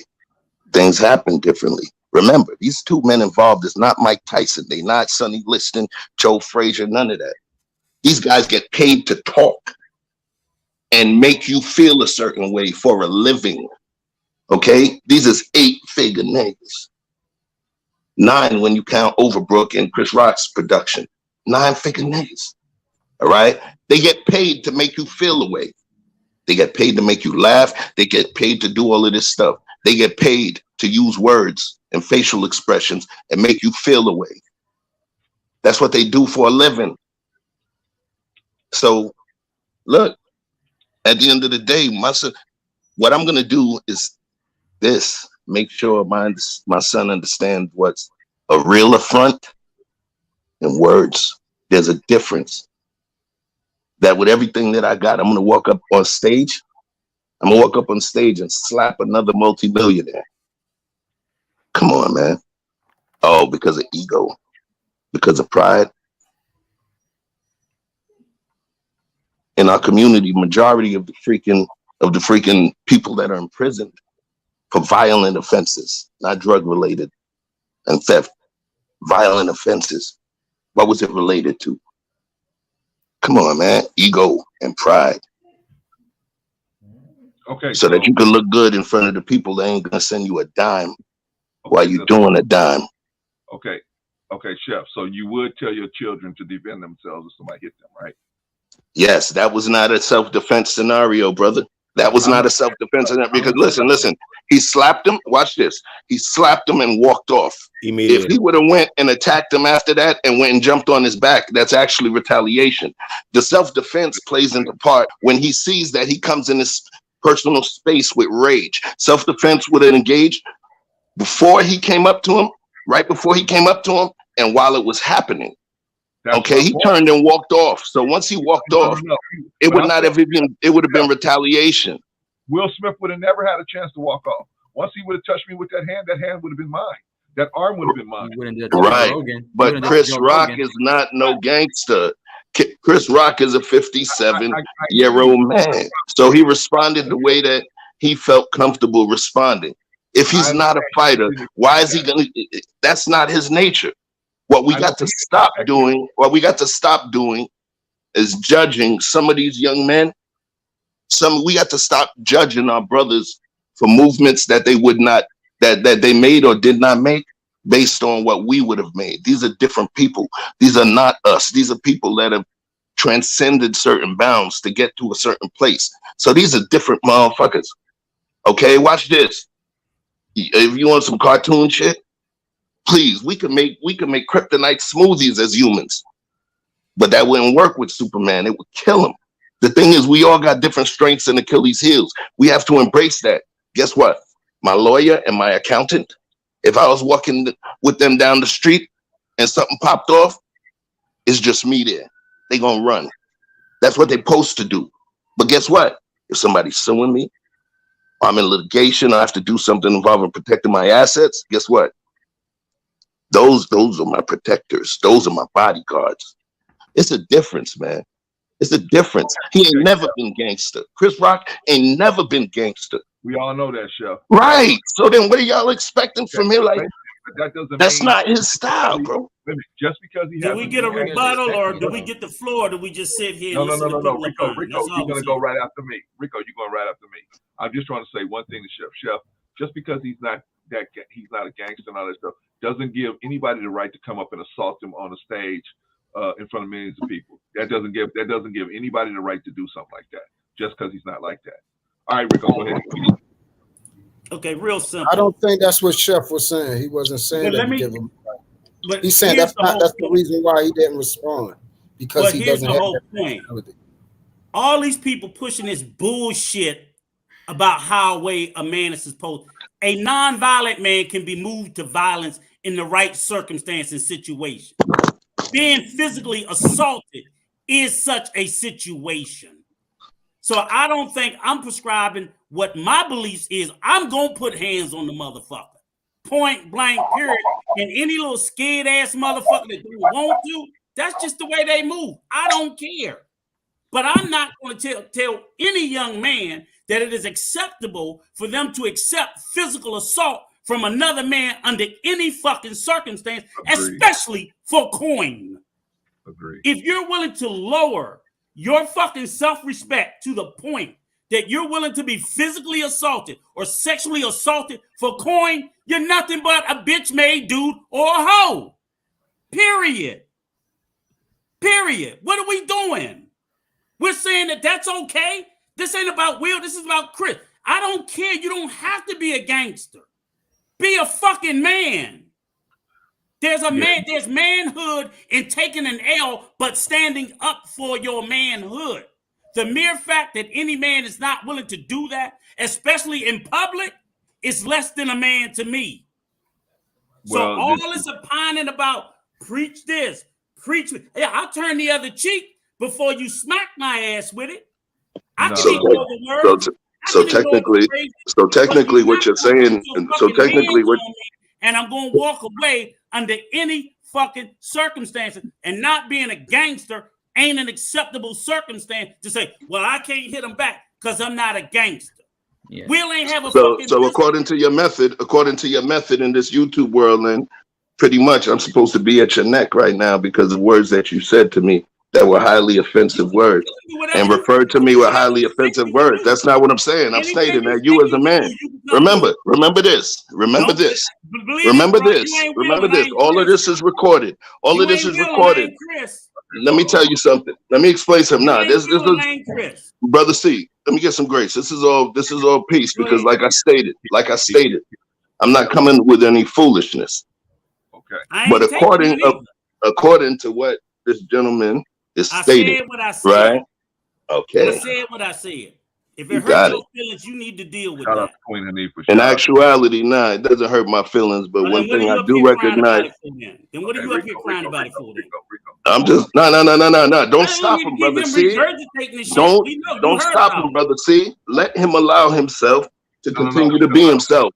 No, let him do it to himself. Chef, it's Brother Clarence show though. It's Brother Clarence show, so he's got to run his show. It's his I channel. got to put you guys down, man. But we can't. I came here to talk about Will Smith, not Chef and Rico. This ain't about both y'all. No disrespect. This ain't about both y'all. You guys could find another platform to handle it. I ain't asked for this shit, but I sure ain't gonna fucking run from it. Yeah, I know, and I know Rico, and I know you won't. That's why I got to put you down. Yes, sir. All right. So Chef, if you got a question that's pertains to the situation. Now, I don't mind you relaying it to this situation, but I don't want to push this. I don't want to exacerbate the situation between you and Rico already. I just, if you got something. There's no situation. Yes, sir. Yes, sir. For the record, so for the record, there was no situation. I made a statement. And what I did was respond to what I was hearing in terms of what we are stating to our youth and showing our youth. And if we state we want something positive within the community, but then we respond within a high level of emotion, lack stoicism, don't understand transcendentalism, which is understanding your strength and your weaknesses as a freaking human being, and we continue to propagate the same level of behavior, then we ourselves are the problem. Let me ask you a question. If we then this last piece, if we sit there and I spoke to the same, I'm going to speak to what you say, not what I say. I'm going to speak to what you say. Okay. And if you're stating all of these different things, but you're moving in a certain way, you teaching that. I never said an unkind word to the man, right? But then he's stating that unkind words are the things that should allow you the right to be able to go put hands on a person, right? No, yeah, me and him just Yes. So at this point, there's a high degree of unkind words that were leveled at me. You get what I'm saying? How do you defend that? Especially when I've never said a negative word about you. I don't talk about you in my content. I don't talk about you in my content. I don't talk about you with my family. I keep listening to this crybaby shit. Do I get to rebut it or not? Chef, hold on, Rico. Chef, I understand you got an issue with Rico, man, but I don't want to do it right here, right now. If you want to get on me with a private live stream and we can hash it out, cool. But I don't want to do it here. I don't want to do it now. I mean, I don't need a nigga coming at me with no week later courage. When the show was up, he could have said what the fuck he had to say then. You come in with this bullshit a week later? It is week later. Rico, hold on. Get the fuck out of here. Hold on. When I said what the fuck I said, you had a chance. You came up there to speak to JP. You ain't have shit to say to me then. You ain't got shit to say now. Look. We playing the Daryl and E Black game here. I don't want to play the Daryl and E Black game. Let's stay on topic. Let's stay on topic. Wait. Let's stay on topic. We playing the Daryl and E Black game. I don't want to play that game because when those guys come over here, that's what it turns into. That's why I don't want to let them up here because it turns into a personal thing between them and they take the whole show over. I don't want to do that, fellas. So you know what? Look, I'm gonna drop down. I'm gonna check it out. I'm gonna drop down. That's not what I came for. I came for the conversation, and I spoke on the conversation. I spoke on the conversation, and what I did was tie in specifically what this person was saying to the conversation. I understand that. I did not reference any fake stats. I didn't reference any assumption. What I did was reference their own actions and compared it to what they are stating. So now, remember, I didn't cuss nobody out. I didn't disrespect anybody. I don't. Okay. I get you, Chef. I got it, man. I got it. If you want to have this conversation with me and Rico, or with just you and Rico, whatever, get at me, man. I just don't want to exacerbate it no further. That's all. We have a topic here, and we want to stay on the topic. And so that's all I want to do, man. I don't think you came up here to do that, but I think you just kind of walked your way down that street. And of course, knowing Rico like I know Rico, he's not gonna let you come that way. He's not gonna let you come that way. So we just gonna have a standoff here, and I don't want to have no standoff for 4 or 5 hours. We'd be like Daryl and E Black. Everybody's hurling insults at each other. I don't want to get to that point. So let's just keep it moving. If you feel like you too injured to be on a panel with Rico, I understand. Like you said, just drop injured. And then I got you. Listen. I like that though. I like that, Brother Clarence. I respect you, but I like that little injured dig. But I'm gonna take it. Right? No, listen. It's all good. It's not about injured, sir. It's not about injured. I came up and I made certain statements. You know what I'm saying? This is your platform. Chef, whatever the issue is, I didn't mean to offend you by saying that. I just meant that you had an issue. Whatever the issue is, let's get together and let's talk about it. Yeah, like I tried to do with Daryl and E Black. So let's get together and talk about it. If not, King, I'm not gonna bring you up, brother. I'm not. And here's the reason why, King. I'm not gonna bring you up because you guys are still on that stuff about. All right. Well, let me tell you what. I'll bring you up and I'll ask you, and then you can tell me point blank whether you in this mess or not. Chef, I ain't got no issue with you, Chef. Yeah. What's up, brother? I gotta ask you a direct question. I have to ask you a direct question. Talk to me. Are you still beefing with all of these other people? If you are, I'm gonna have to pull you down, brother.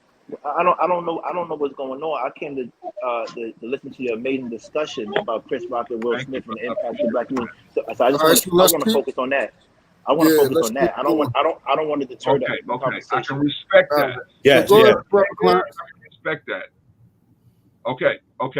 So now we see, hey, brother, as long as we be respectful to each other, we can have a good conversation.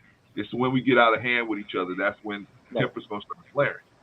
Right, Brother Clarence. Thank you. I just want to say one thing. But let me say this, Clarence. I'm going to restate my position before I was ever addressed. Chris Rock, under no fucking circumstance, should allow another man to put his fucking hands on him and not retaliate, because other than that, he's a bitch-made man. Period. We all agree to that, Rico. And that was my position all fucking day long. Right. So what I want to say, I ain't bring no other energy to this conversation, but I'm gonna deal with the bullshit if it's brought to me.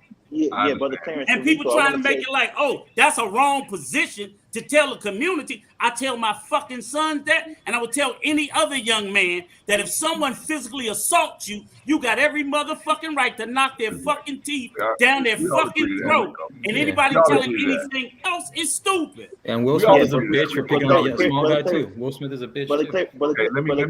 Absolutely, Will Smith is a bitch for doing it. But I'm saying Chris Rock was a bitch for taking it. Rico, hold on. Let me get King off because I want to make sure King's coming in here on the right. I feel his spirit is in the right place, but let me make sure by having him talk. Okay, King, what's going on? Yeah, I just want to say I came here for the conversation because it was going good and it got deterred. One thing we want to do is make sure that we listen to the message that Rico is saying as well as Brother Clarence, where is that being a man is different. It doesn't equate to being a gangster. Self-preservation is a manly thing. If someone violates you physically, you should protect yourself by all means. If you're an innocent person, whether you're a civil person or accountant or lawyer or YouTube content creator, if someone violates you, you should protect yourself. You should not be going looking for issues or problems. What I will say is this: we want to use this platform. That's why I came here for. If I wanted drama, I go on my platform. I came on this platform not to bring about old issues and talk about stuff like that. That's why I understand if you don't bring me up on the panel, I get it, because you think I'm going to bring out old issues. I didn't come here for that. I didn't come here to tell stories about old issues. I came here to listen and learn. And this is why I tell people all the time, people always reveal themselves. Always. Because if you have an issue with somebody, what does that have to do with Will Smith, Chris Rock, and the situation that happened yesterday and how they view black men in Hollywood? What does that have to do with anything? You feel me? Like, so we get it.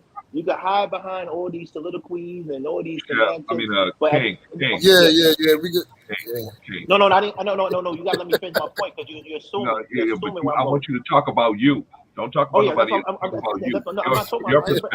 I didn't bring anybody else. I'm just saying me personally. I don't hide behind words. I hide behind my actions. So what I want to say is this. What I want to say is this: is that when you put your hands on someone that's disrespectful, that man went to go and defend his wife's honor. Cool, but there's other ways he could have done it without being physical, without lying. When you start doing that, then to me, and I say it in the most non-violent way, because a lot of informers are here. I say it in the most non-violent way. You are bitch made, and anybody that thinks like that is bitch made. That's it. All right, fellas, gentlemen. I got one more video for y'all, because they say that black men don't protect black women, and so I want to say that. But I want y'all to think about this. Why are we okay? Why are we okay with black men getting why are we okay with black men getting beat down? Why are we okay with that? Like, they can be assaulted, they can just be jumped on, and we're okay with that.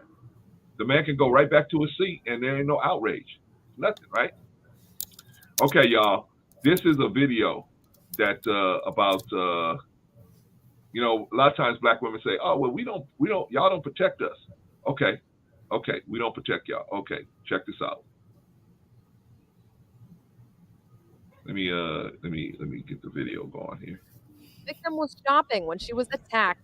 Police approached her from behind, pulled her dress up, and then pushed her to the ground and assaulted her. Two witnesses saw what was happening and pulled Harvey off of the woman. Read in Harvey. Harvey was in bond court Monday, the judge notably unsettled. This is pretty disturbing. While mentioning that Harvey was already on probation when this happened. No contact with the victim, either directly, indirectly, in person. Okay, this is a suspect that went into a Walmart, saw a sister in there, and caught her between the aisles or something, and just jumped on her and tried to arp her in right in the Walmart. In writing, that's really unsafe. Like, I would come into a Walmart to grocery shop. Do you guys see black men around? It's a white man too, but there's black men all around, right? Okay, because they say we don't defend them at all. This just happened in Florida, I think, a week ago.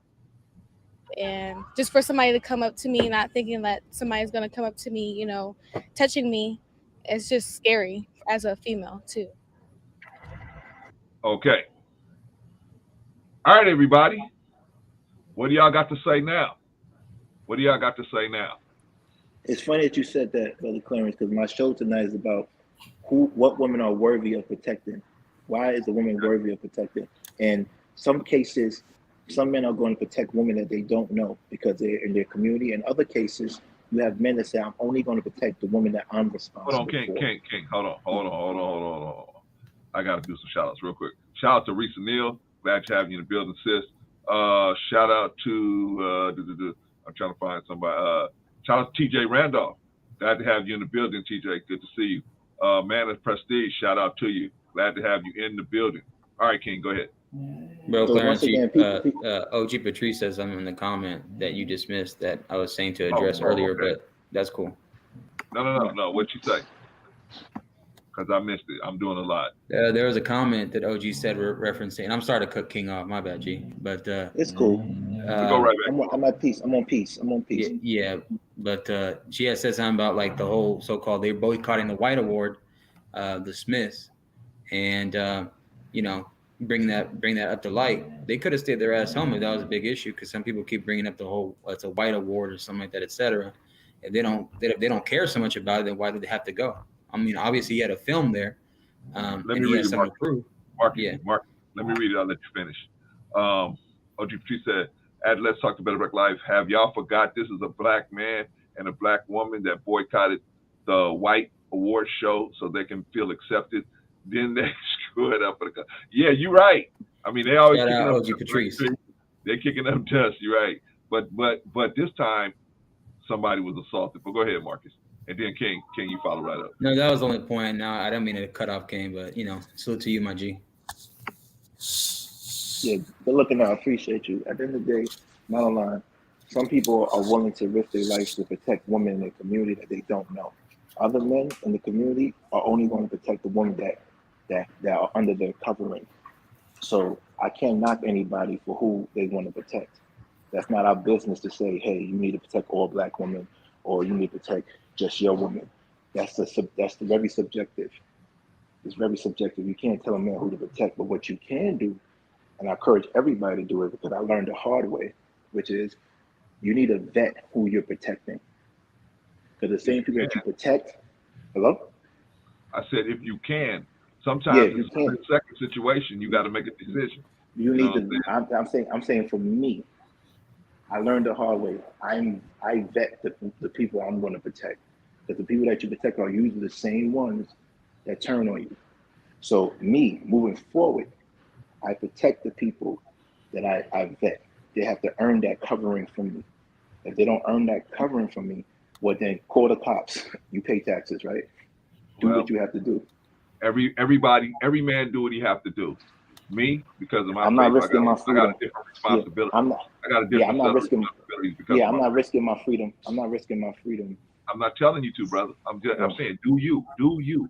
I'm saying, but if you see me moving a different way, look at me and don't look down on me because I'm moving a different way, because I have a faith that I have certain obligations to. So I may not have the time to vet somebody in a life or death situation. You know what I mean? I'm gonna have to ask questions later. That's all I'm saying. I feel you in that, but you know what? If everybody thought like you, we would have less black men. Tell you that now. Well, put it like this: if everybody thought like me, we'd have less ARPing, less people attacking each other. They would be more willing to sit down and discuss things civilly instead of attacking each other just because this person said this or that person said that. You know what I mean? The attacks would cease. And likewise, if people would just defend themselves if they do get attacked, like Rico was talking about, if somebody attack you, you send them to the hospital, that it would be less people getting attacked because they would know, hey, I don't know what this person might know something. I better not do that.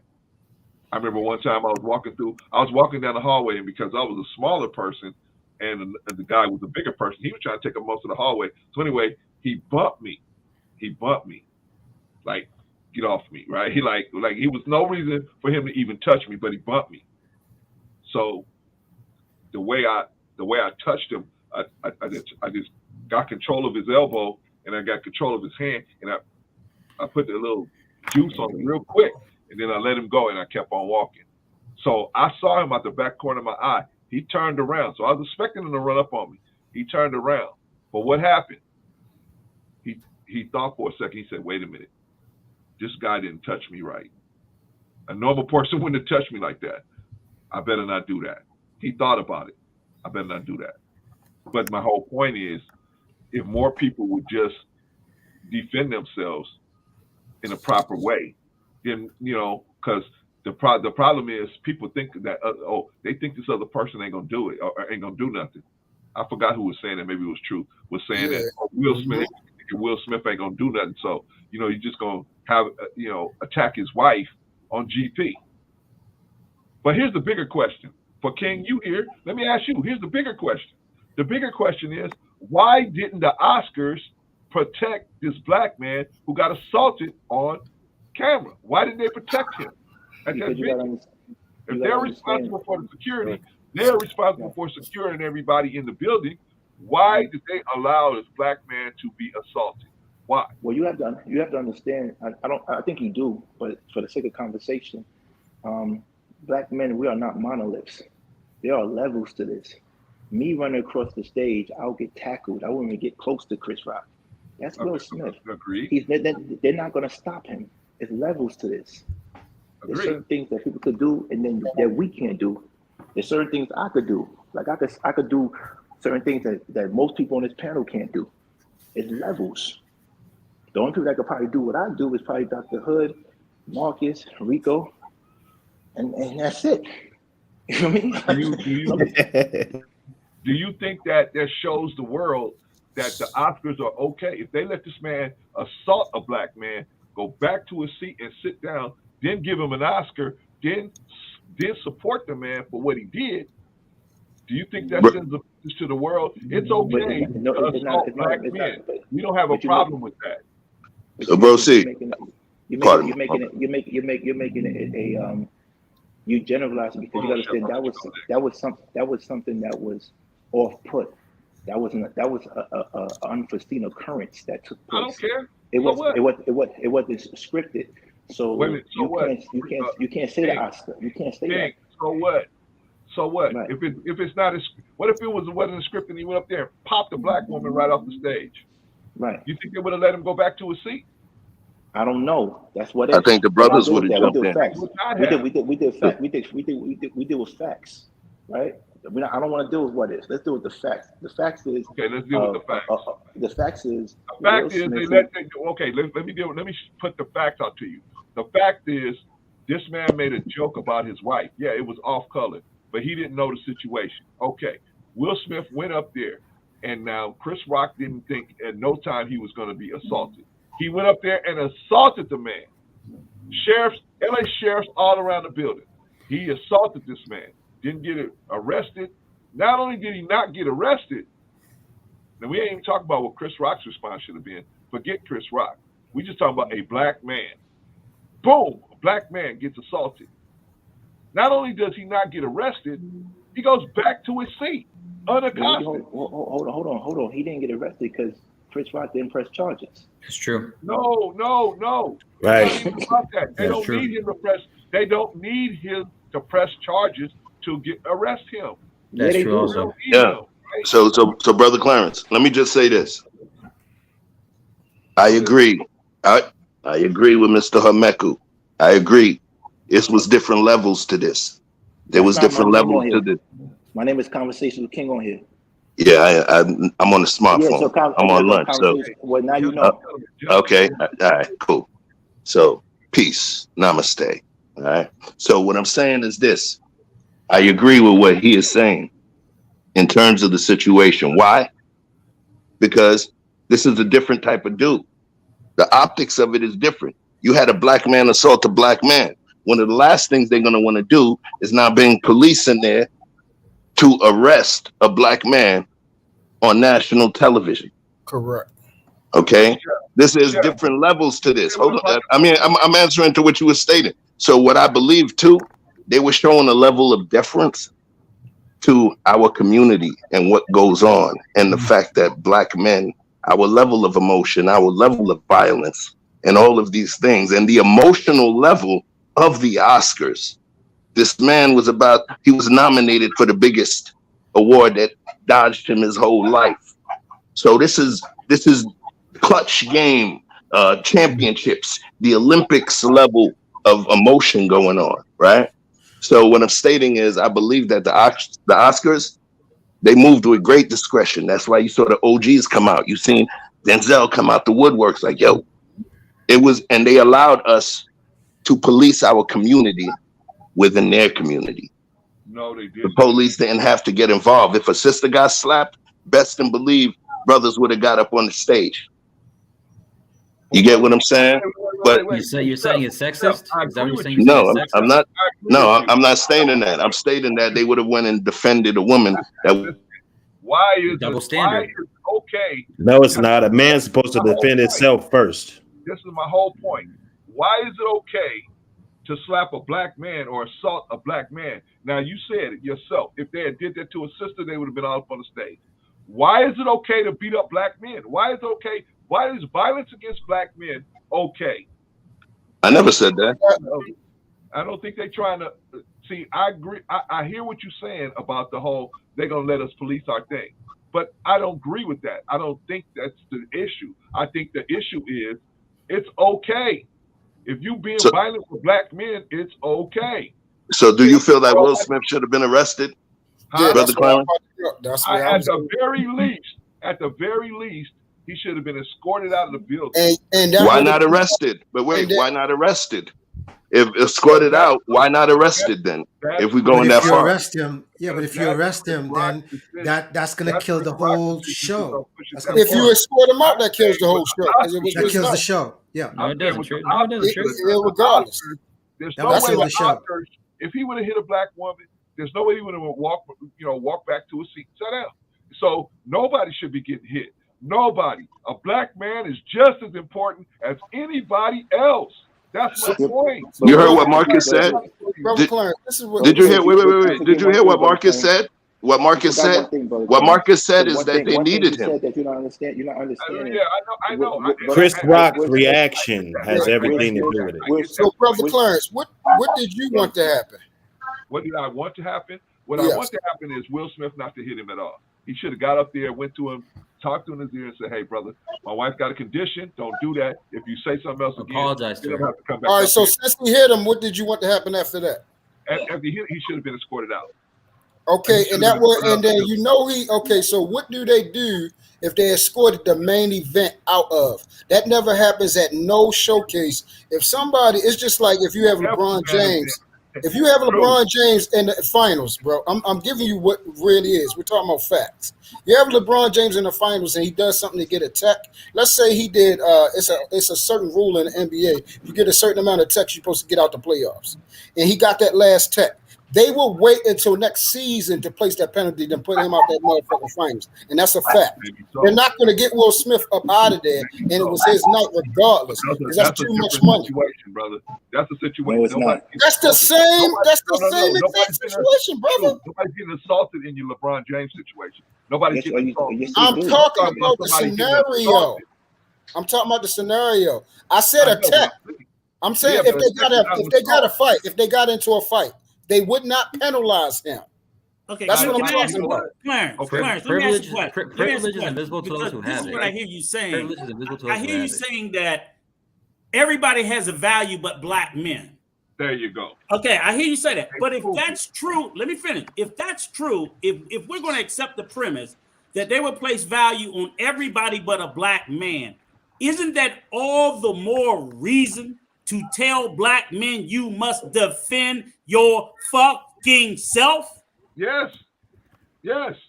So that's why I don't get this whole concept, all this bullshit for the bag, because I'm like, if they don't place value on Will Smith or Chris Rock, that's all the more reason why, as a black man, no matter what the day, what the time, or what the place, you should defend your fucking self.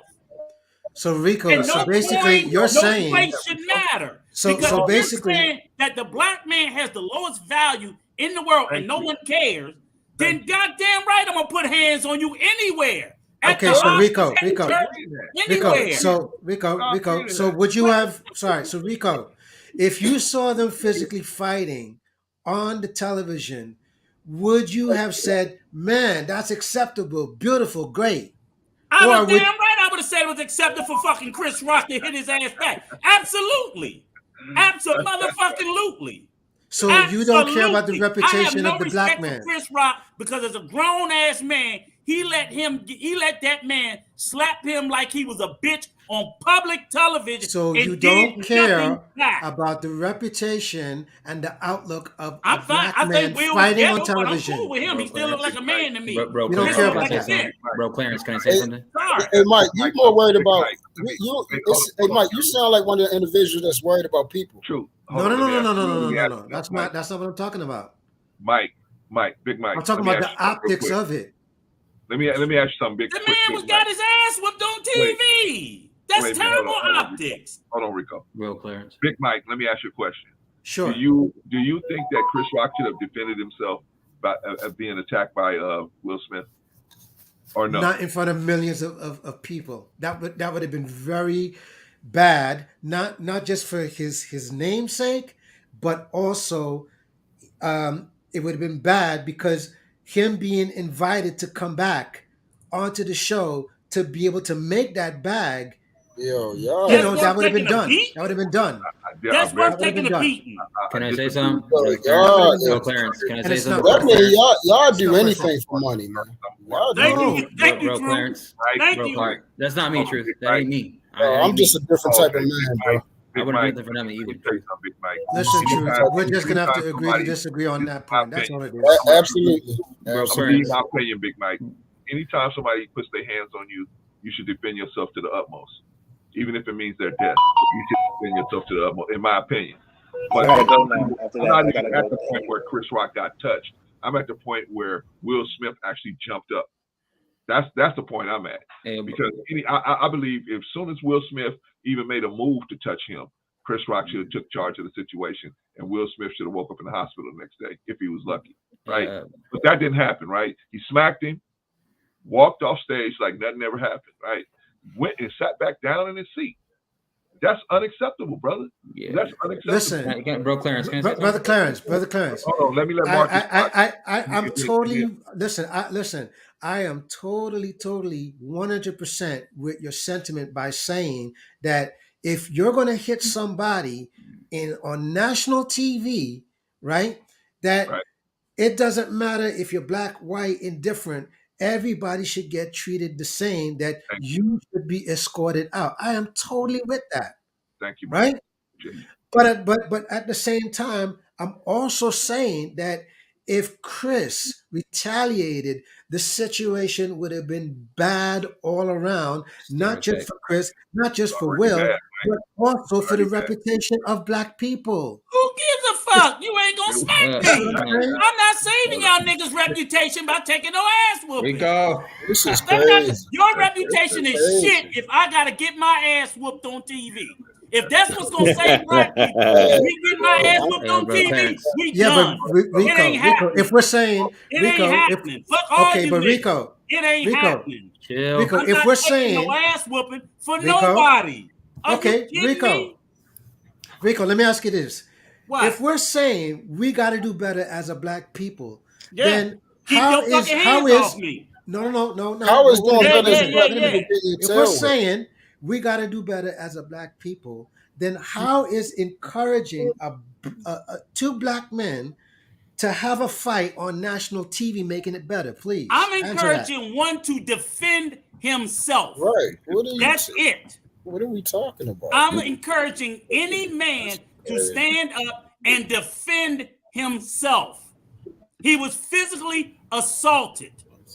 Can I say something real quick now? All right, we need to talk about the loose cannons.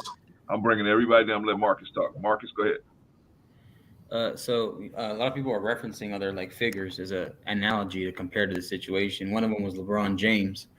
But LeBron James is the same person who cried to the NBA when Draymond Green called him a B word and had him suspended for a game or two. And he's the same guy who's the ambassador of the NBA, but they're kids in fucking China that are being enslaved. And he wants to talk about Black Lives Matter, the same Black Lives Matter who is being indicted by the FBI for scamming people and using the death of black people as martyrs. That same LeBron is a fucking... Ooh, holy smokes. Holy smokes. Somebody got Marcus a little hot there. I blame it on Rico. I blame that on Rico. Do the Rico dance. Do the Rico dance. This what happens. Truth was trying to explain something to Mike, so let me let Truth rock the mic real quick. Go ahead. I don't. You know what else? Like, why can't people just stay on topic? Like, do y'all have ADHD or something, man? Like, I do too. Okay. So hey, just be slow. honest. Just hey, if you're going to be honest, hey, because I'm starting to notice that probably is. I used to think that was a thing that was used so they could put black kids on drugs, but I'm starting to realize I think people really actually got things like that. I'm starting to it's starting to match up because people will hear one topic and then go off into space somewhere else. But what I was asking Mike is this, man. Yes. What? Okay, so were you in a lot of fights when you was young? What does that have to do with the topic, sir? I'm asking. Oh, we're talking about fighting, so it has a lot to do with the topic. I'm actually a legitimate question. I've been in fights. So what are you saying? Okay, so not a lot. I can say. Okay, so were you brought up with your father? Not all the time, but what does that have to do with the topic, sir? So again, so the topic is we're talking about men fighting each other. No, we're talking about Will Smith. Ain't he a man? Yes. Okay, so the topic is about men fighting each other. We're talking about Will Smith and daggone Chris Rock. Will hitting Chris. Ain't that what we're talking about? Yes. So what are you trying to say? That's what the fuck. Yo, what be wrong with y'all, man? Yeah, but it's like you're asking these questions, and I'm asking you a question because I'm not seeing what it's leading to. That's what I'm trying to figure out. Okay, so if you can be quiet, then you're going to see where it's leading. I'm trying to figure out how does an environment make you don't want to defend yourself? The rationale of it doesn't make sense. I'm trying to figure out where that comes from. Okay. If you have fought. Okay. So once again, there's a difference between, for example, right?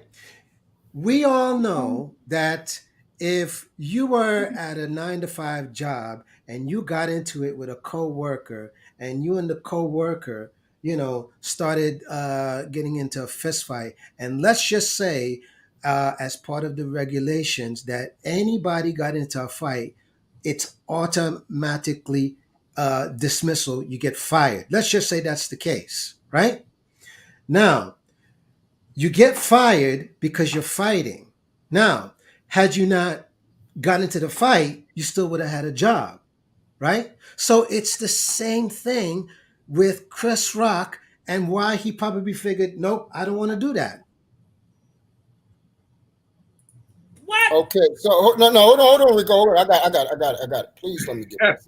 Please let me get this. Please. So you're telling me the analogy you gave us is working a 9-to-5 and two co-workers about to get into a fight. One says says something to the other, and the other one slaps him, and then they get fired. Well, the one that slaps get fired. So you're saying the one that gets slapped is the only one that's going to get fired, right? No, I said both. Both. Okay, so both get fired. Okay, right. So a guy that says something, he got penalized too, correct? Excuse me? So in this case, the person that said something got penalized. He got fired, right? Yes. Bingo. Okay. So you do understand there are consequences regardless of whether you are the person that first struck. So what penalty did Chris Rock suffer? That's the problem. That's where I was going at. So you do understand that the consequence he got, Oscar didn't apply. Will came from the consequence. I got a shout out. I got a couple shout outs real quick. OG Patrice says, "Let's talk about it." Latest news flash: Chris Rock and Will Smith have already made amends. I knew that was coming. Let me do some shout outs real quick. Let's shout out to. I already shouted you out, TJ, but I want you to come up, TJ, if you can. I'll put the link out there.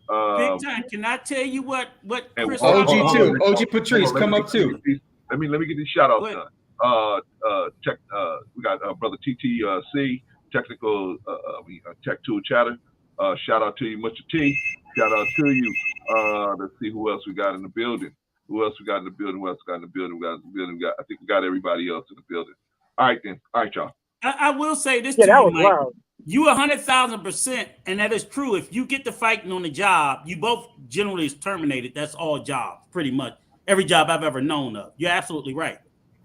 But you're content with a coworker kicking your ass on the floor and going back to work saying, well, at least I didn't fight back. I got my job. You're content with that. And he just said both of them got fired. No, but I'm saying even if you didn't fight back, no, that's what I'm saying. Back to that job, knowing you got your ass kicked and you didn't fight back. Both of them got fired, Rico. But let's pretend that he didn't get fired. You don't think you've lost the respect in the eyes of some of your peers?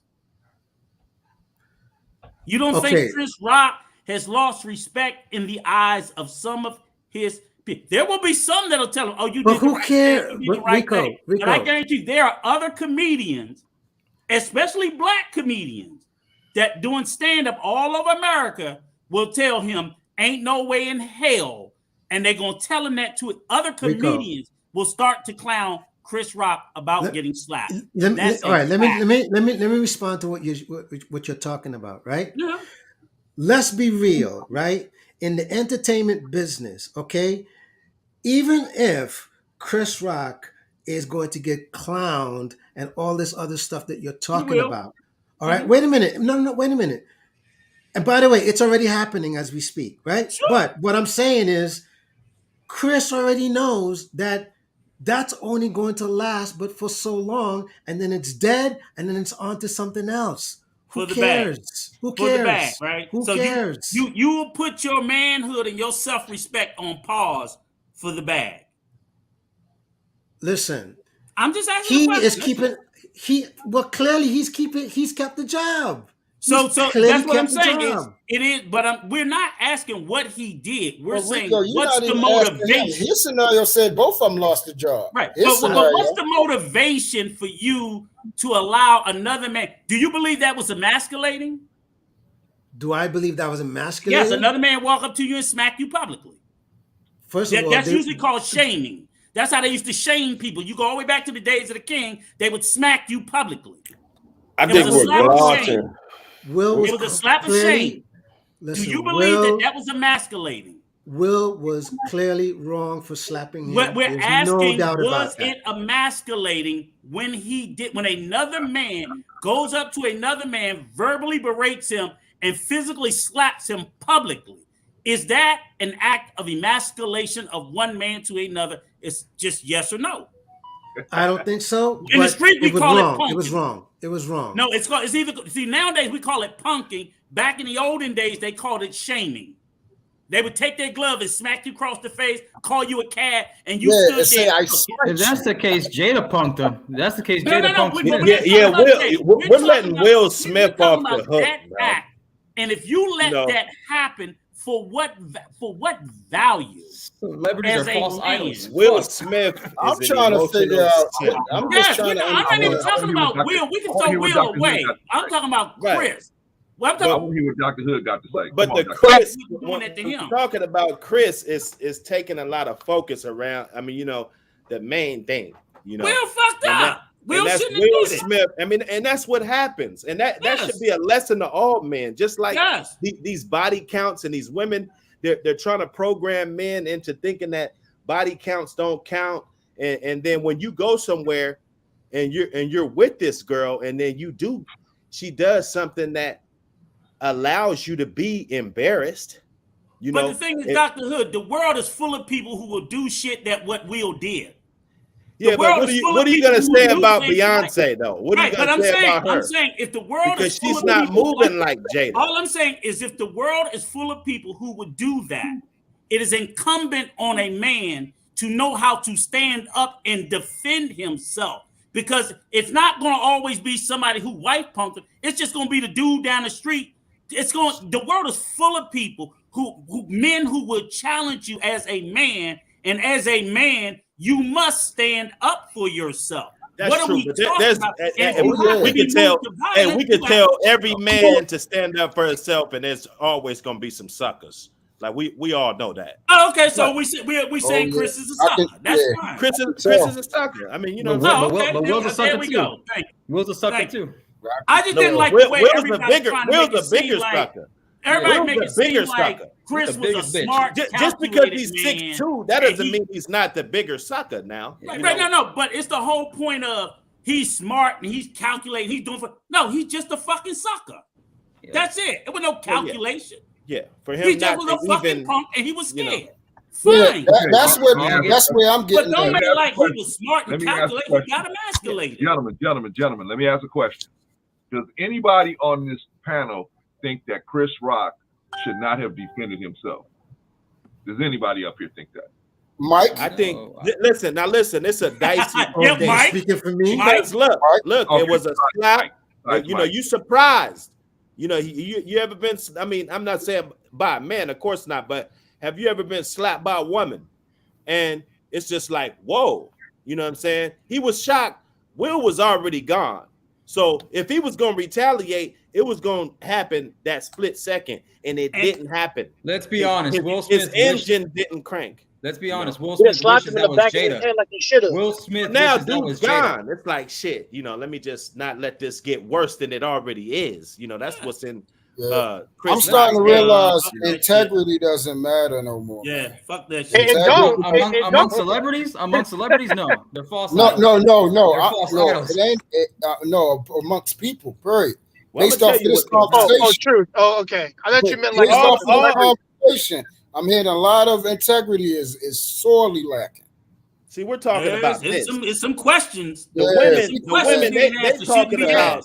I'm trying to figure out if niggas got nuts or something, man, because it's crazy, bro.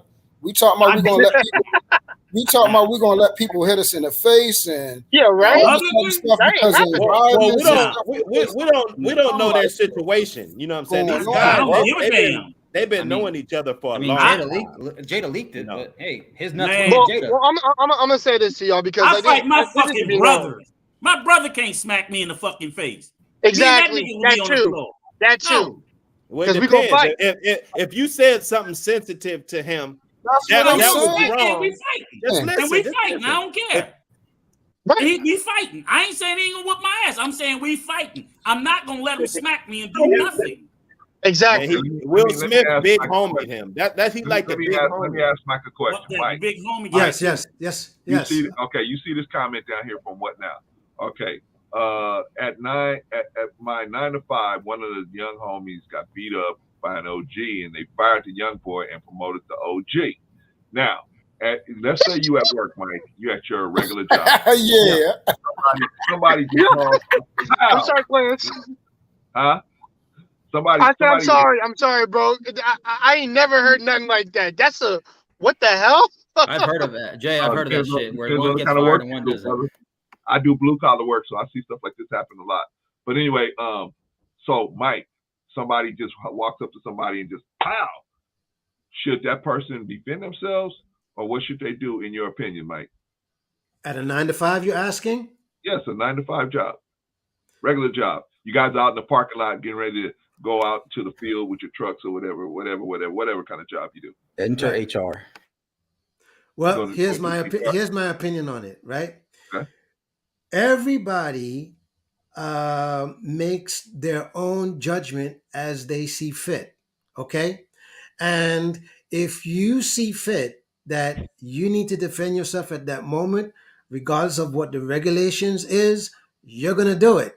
If you feel like, hey, I'm not going to do anything because I'm more concerned about my job and being able to pay my bills, then you're going to stand down on defending yourself and just keep the position because that's more important to you than the fight itself.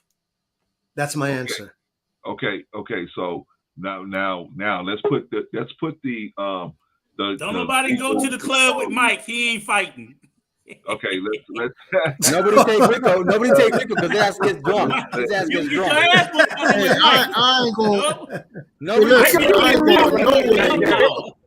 Hey, fellas. I don't want no parts of old boy. I don't want no parts. Fellas, we gotta watch our language. We got a lady on the panel here. Oh, I'm sorry. It's TJ. Apologies. We got a lady on the panel. Hello. And I'm gonna get to you, TJ, in just a second. But let me ask you a question. Okay, Mike. Go for it. So if somebody slaps you, you saying if you value your Mercedes in the parking lot and your nice house and everything, maybe you'll just walk away. You just let it go. But here's my question to you, Mike, is that you have laws that protect you. You have laws that protect you from people just walking up to you and doing something and assaulting you. So Right. why should your job be at risk from you defending yourself? It shouldn't be. So now that your job is not at risk, you have nothing to fear by defending yourself. So would you still not defend yourself? Well, if you put it that way, to say your job is not at risk, and it's just a matter of your decision if you want to defend yourself or not. That, again, me personally, I would have to assess the situation at that time and at that place, because I can't say a hard line, because anybody could easily say, well, I would do this and I would do this. I always like to be real and say I can't say until I'm put in that situation.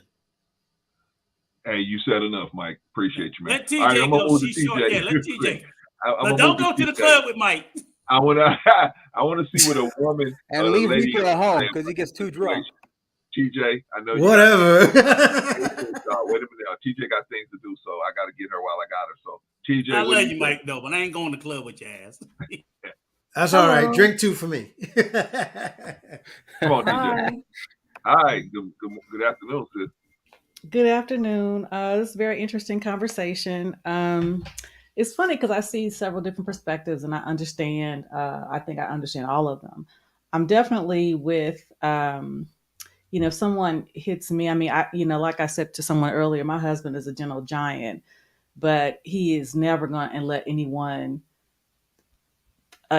physically attack him in any shape, form, or fashion. Even if it looks like it might be aggression, he's going to deal with it accordingly.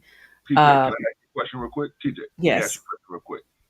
I see 2 avatars for you in the chat. Which one are you? You're TJ with Mosaic, right? Right. I did start another channel, and sometimes I forget which one I log in. Okay. Okay. Sure it's not a troll. Yeah. Okay. So you are the music vault also. Okay. Yeah, because Okay. I'm reviewing music of our days growing up, real music. But anyway, my husband, he's, like I said, he's a gentle giant, but there's no way, shape or form that he's going to allow someone to, even look like they might, assault him. And definitely if they do, he's going to deal with it. However, and maybe I look at it differently from a woman's perspective. TJ at 54 will handle things a lot differently than I would at 24, 34. And what I mean by that is, particularly growing up, raising my daughter at a certain time, I figured that I had too much to lose to engage in certain behaviors. So even though my first inclination may have been to just beat somebody down, the more mature version of myself would say, okay, well, you might hit me, but I'm going to sue you for everything. You're going to jail. Only because in those times I had to raise my daughter and I needed to make sure that I was free to do that. So again, me at 54 is different than the person that I was then, because I was a lot more hot-headed and I definitely would have reacted. And I think, like I said, particularly because I have a military career, all this kind of stuff, and I just couldn't afford to lose it. So if that meant that it was for the bag, then I'll go ahead and take that, because I had to make sure I could take care of my daughter. In order to take care of my daughter, I had to be free. Talk about it. So that's how I look at that. TJ, let me ask you another question. What is your opinion on, like I've been laying out the case that all human beings have a high value. We all have high value. But based on, and shout out to Sister Annie, based on what the Oscars showed us, is that black men don't have no value. You can go up and assault a black man and go right back to your seat. What is your feelings about that? Is that the way you see it, or do you see it a different way as a woman, or how do you see that? No, I absolutely see it that way. I mean, I think the fact of the matter is that I think that you know, and I'm not, well, in defense of Chris Rock, I'll just have to say, because, you know, I think everybody's examined this video to the nth degree. Right. I think he was freaking shocked. I mean, you know, and sometimes, you know, certain things happen. You can say, well, I'm going to do this until it happens, because there have been many a times that I would, you know, even in my military career, and people would say certain things. I say, I wish a motherfucker would, excuse me. I mean, I wish somebody would say that to me. And then I find got myself you on tape, TJ. I'm sorry. And then, Right. then something would happen, and it would happen in a setting that I wasn't prepared for. And then I'm like, I didn't respond the way I thought I would. Right. So I think that he probably was freaking in shock, because who would think that someone would have that kind of nerve to do it in that setting? So I'm thinking he probably was in shock, and that's why he didn't respond. But I think definitely by virtue of the fact that when he did do it, I don't know why the security didn't immediately get a hold of the situation and escort him out immediately. So, and then to allow him to sit there and still continue talking mess from his seat after he assaulted the man in front of millions of eyes, I didn't understand that. Right. Because TJ, now some of these guys don't agree with me, but do you think that if he would have slapped anybody else, he would have been immediately escorted out of there? What do you think about that? I do. Absolutely. I think the same thing. I do. Think especially if he would have hit a woman. Oh my God. Or elderly, or handicapped, or the ABC community. See, I think this is the message, though. But this is the message we're sending. It was another black man, so they ain't tripping. Get away with it. He went up there and smacked somebody in the ABC community. Pow!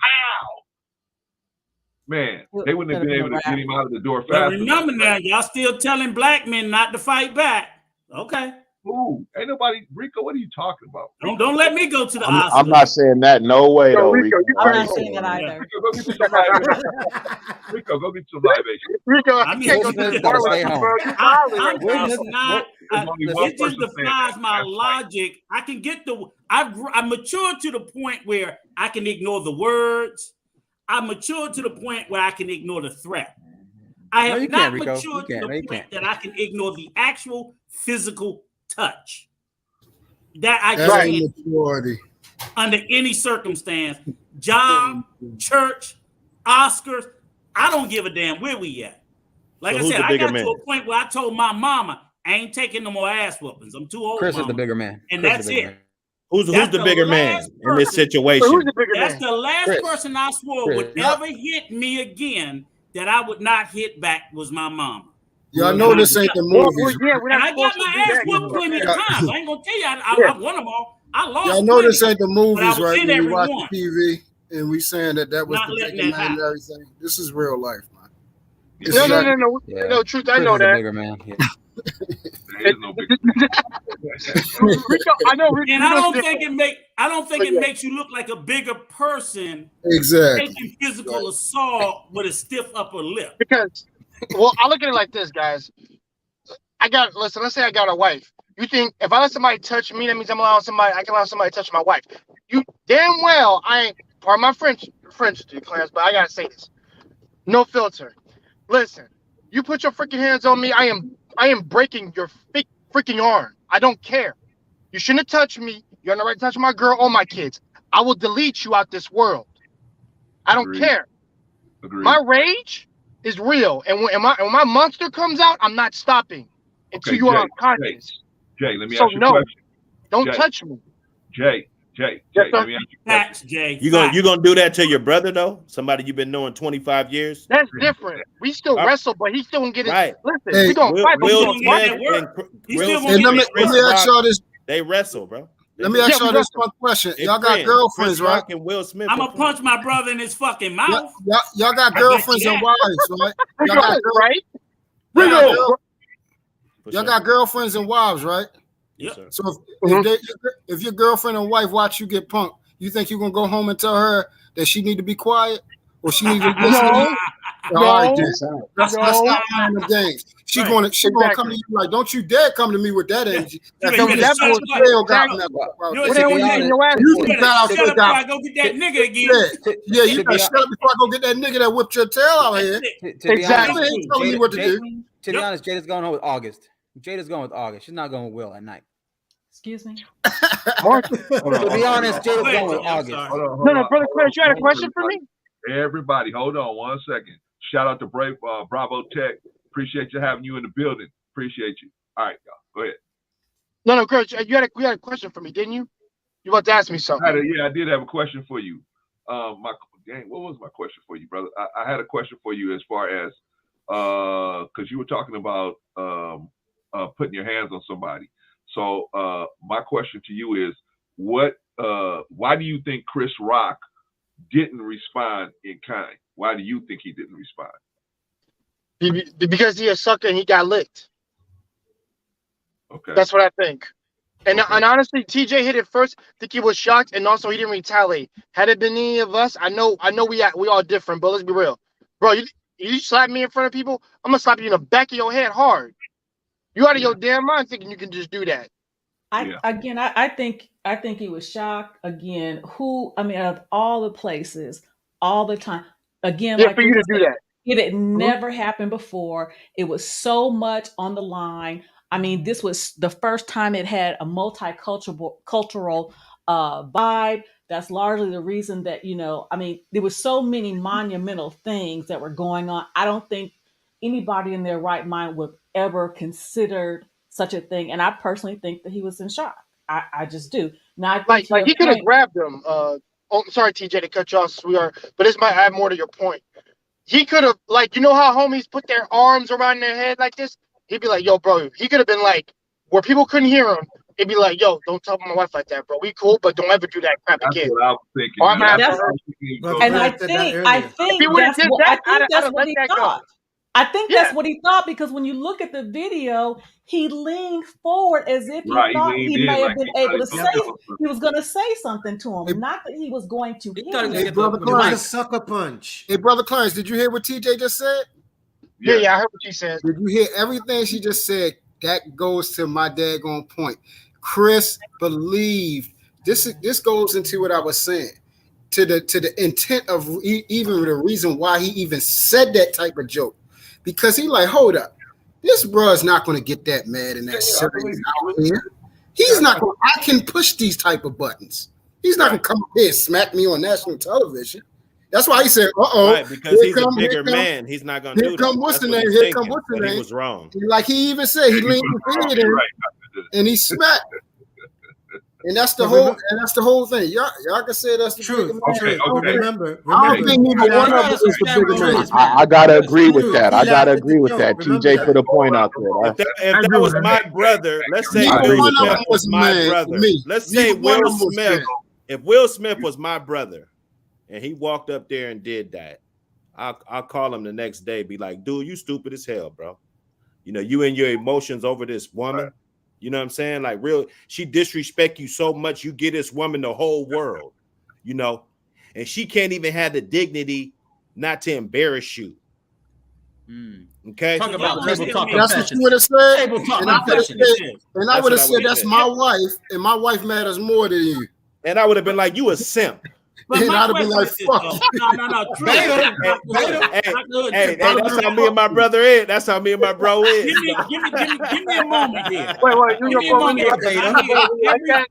But give me a moment. I hear everybody use every excuse in the world other than the fact that Chris was just fucking scared.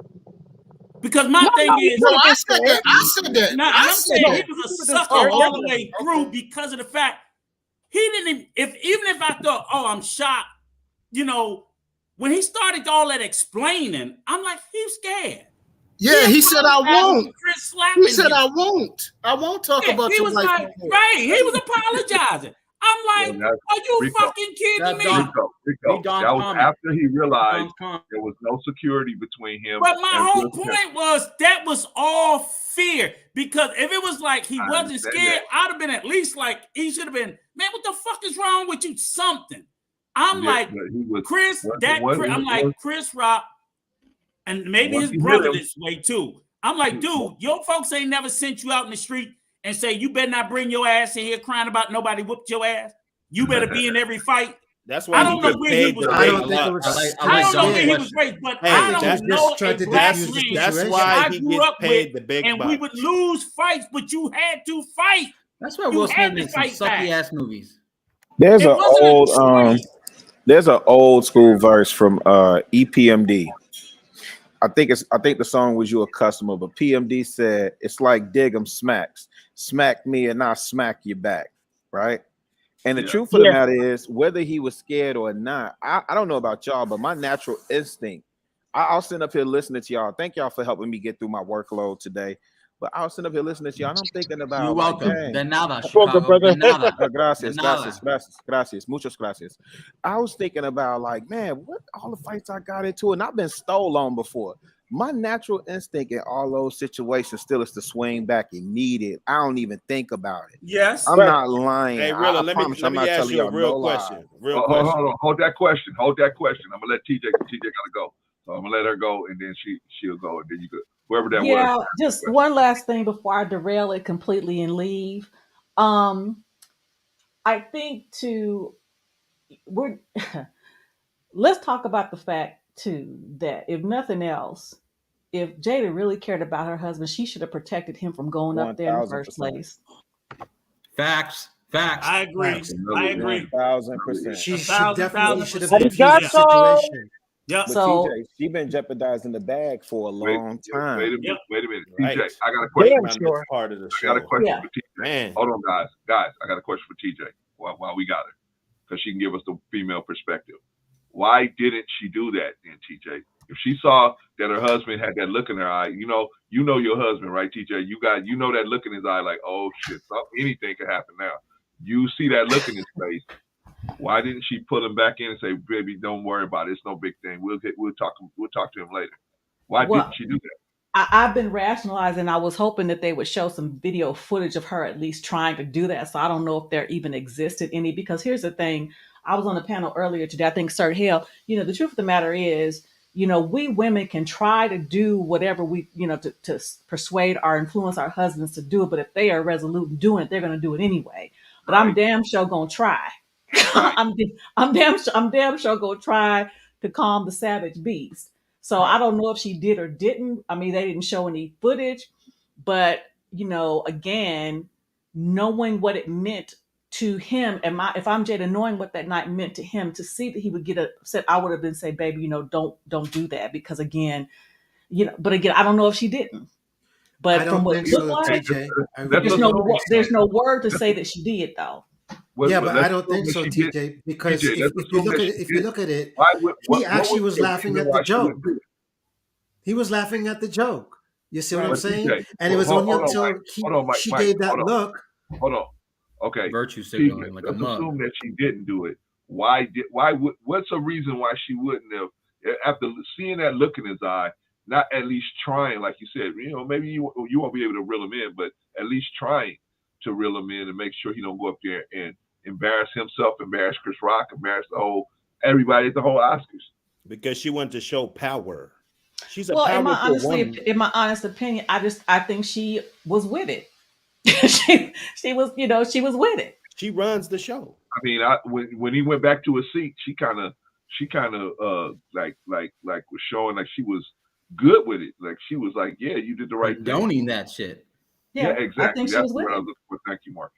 In my opinion, but again, I mean, that's the way I look at it, and there's no way out. There have been many times, and again, that's what we women are supposed to do for our husbands. Like I said, my husband, and so when you think about it, Will Smith, from what we've seen, he's calm and let things roll off his back. Okay, fine. Well, my husband, like I said, he's a gentle giant. He doesn't get offended easy, but in those moments when he does, it is my job, particularly if it's if I see things about to get derailed, to try to calm him, to redirect if necessary. But if it's sometimes that he like, hell no, then I know I'm going to be quiet and let him do what he do. But it's my job to try to calm him if I can. Well, TJ, I will say this. I think kind of like that's why we need like, you know, the significant other with us sometimes, because sometimes we could be getting mad over something. Let's be real. Sometimes things do get to us as dudes, but if you're a stern dude that stands on what he believes in, like a little comment ain't gonna get to you. Your woman will stop you if she knows like, yo, babe, you shouldn't do this. We in a public place right now. Like, all right, this ain't the right time. You're right, If sweetheart. she's the right one. Yeah, exactly. It depends. Like the right one was. I agree with Rilla because Rilla's married. He's got his woman. She would probably tell him, "Yo, babe, this ain't the right time to do this." And I'm like, okay, yeah, you're right. It ain't. And that's More when you would kind of importantly, back down. But That's a fact. But I'm not saying all of them will do that. But I guess you got to be able to understand the situation you're in, because guys, remember, we're the ones that are leading, and we got to understand that. Yo, listen, bro, I know what's about to happen, and if he does this, I'm going to pop off on him. It don't matter. It don't matter. And only I've if been he in those throws the situations first punch. before. Yeah, if he throws first, I ain't gonna let him hit me. I'm gonna dodge it and I'm gonna uppercut his ass. Yeah. Pardon my French. But yeah. And I'm like, yo, he started it. Hey, listen, I've always been told they put hands on you first. Don't let him hit you first. I'm But glad. dodge Hold on, that Jay. swing and you knock his teeth in. That's what my military Yeah. father always told me. And Hey, bro, Clarence. Bro, Clarence. And if he Yeah. touch you, then what, Jay? If he Hold touch on, you, his you teeth gonna do in. what? Hold on, Knock his everybody. teeth in. There you go. Hold on. Well, my dad said you don't have to start it, but you better finish it. Bro, Clarence. So Amen. let me go ahead and go. The G baby's calling. T- so y'all have T- a good evening. I was gonna say Okay, I was thank gonna you, reference TJ. All right, TJ TJ, too. you Have a too. good one, TJ. All right. What'd you say, Marcus? I was gonna say because we had TJ, we had Rico, and we have I don't know who else that was like of military or law enforcement service. Hold on one second, Mark. Hold on one second. Shout out to Don Harden. Thank you for being in the building. And Mr. B, the intellectual soapbox. Glad to see you, brother. Glad to have you guys in the building. Shout out to the KNR family over there. All right. Now, what'd you say, Brother Marcus? I was gonna say because there's people with military and law enforcement experience. Certain people here. TJ was one of them too that just left, but you know. Oh yeah, shout out to TJ. She's a vet too. Shout out to TJ. And so there's rules of engagement, right? And there's a way to subdue people without going overload and beating a person to death, right? To deletion. There's a difference. That is calling a blackout. That's called rage, right? That's called wrath, which is from the devil himself. You know, I'm doing a Bible reference. But you know, there's a difference between knocking someone unconscious and beating them and subduing them. You subdue the person that's going to assault you, because when the cops come, they can say, hey, they can charge you with first degree, second degree, manslaughter, murder, whether it's battering, whatever, etc. They can charge you. The DA can do it. The prosecution can do it. This could be a danger, a menace to society, right? A great example, what happened with Cain Velasquez. Even though he heard what was happening to his so-called loved one, he goes and gets the gun, ends up shooting the wrong person. I'm not trying to move it far from pedestal, but I'm saying, hey, there's a difference. People keep saying, oh, he should have beat him. He should have hit him. Obviously, we're not saying that he shouldn't take it. No, no person deserves to get their hands put on them. No one does, especially if it's just a joke and it's coming from comedy. All right. A comedian, there's a difference. Comedians, you know, they find humor in all things. They find humor to make sure to alleviate the room, to not make it so serious. We already face serious things as it is in the world. The world is much worse and much darker than it is. To find some comedic laughter and joy, there's issue with that. She's just mad because she let Pandora's box run open. The Niagara Falls run loose with her table talk confessions. Come on now. Let's be honest about it. That's why Will was pissed. Since we're talking about it, let's look at the elephant in the room. Now, he has been disrespected probably since this marriage began.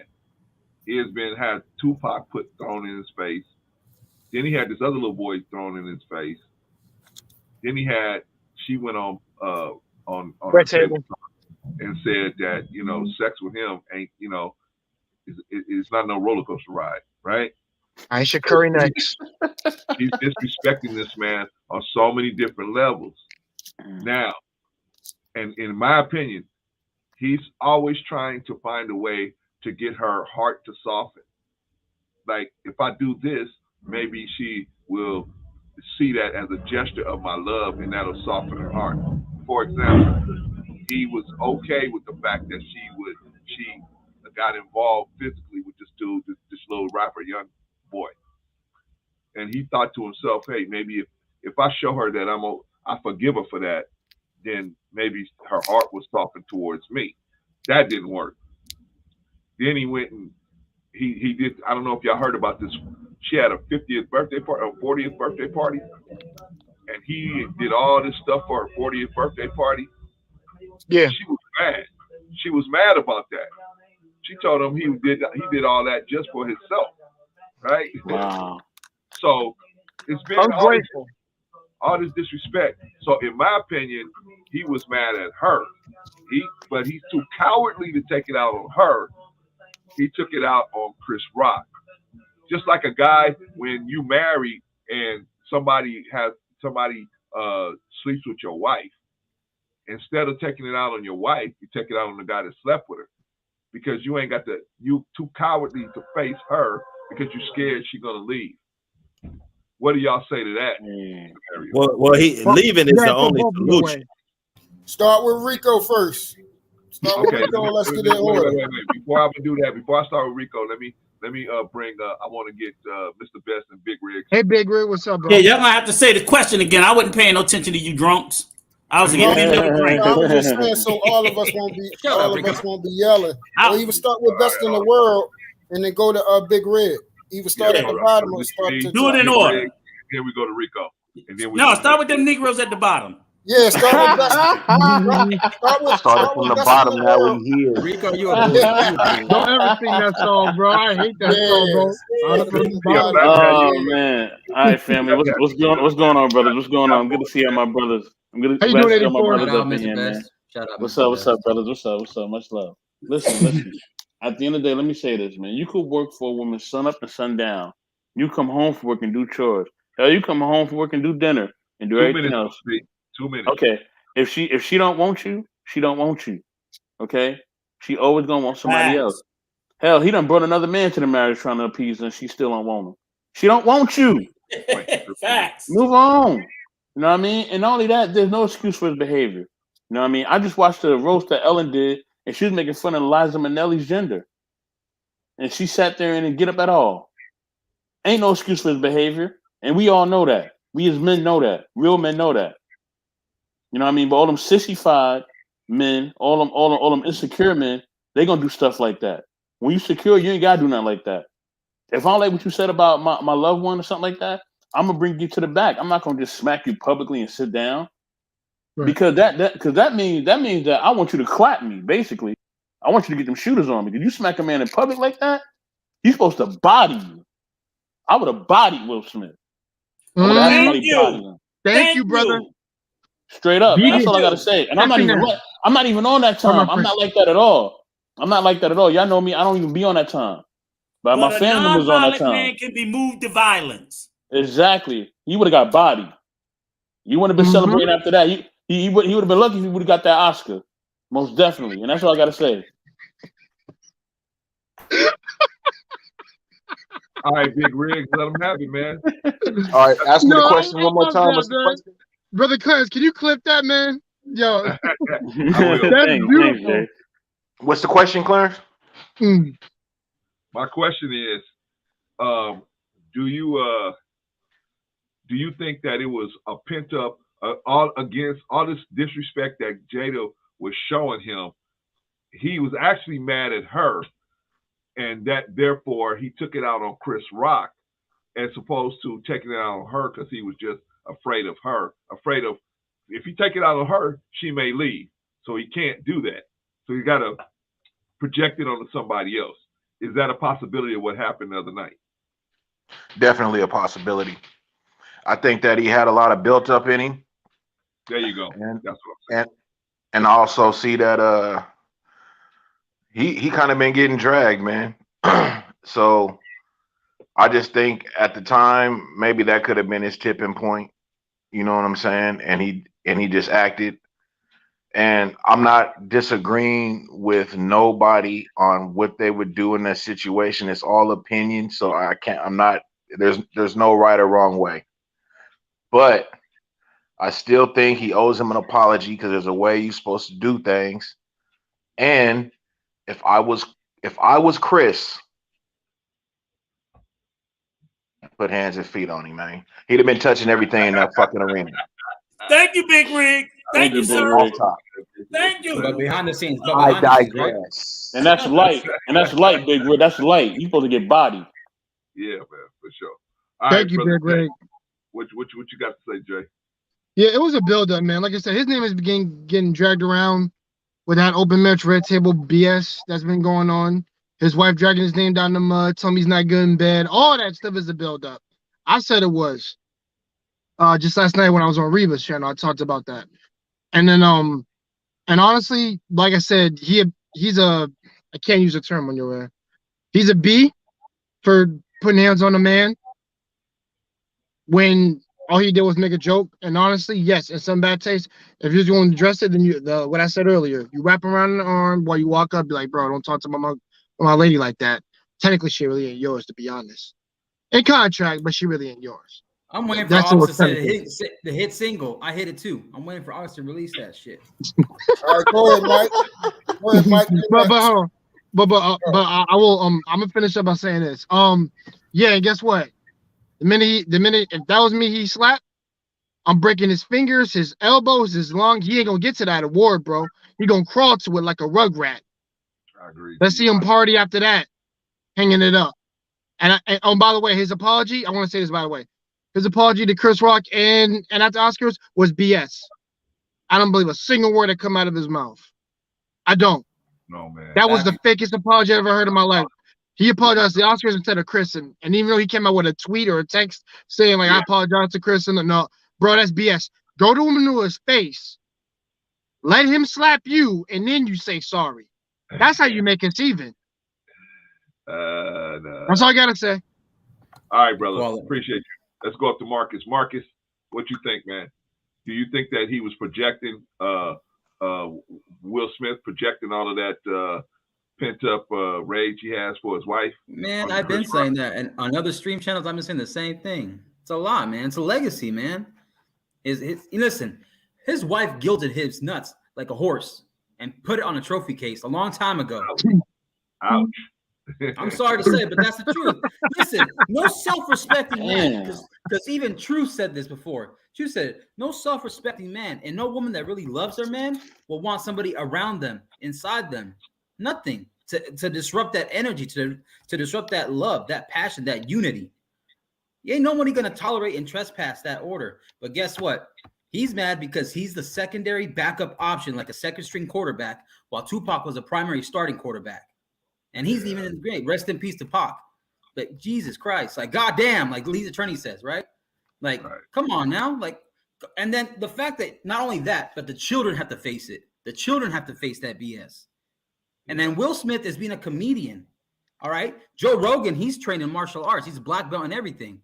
You damn right he's not gonna let Joe Rogan's not gonna allow that. But at the same time, Joe Rogan's still gonna be a professional and be like, hey man.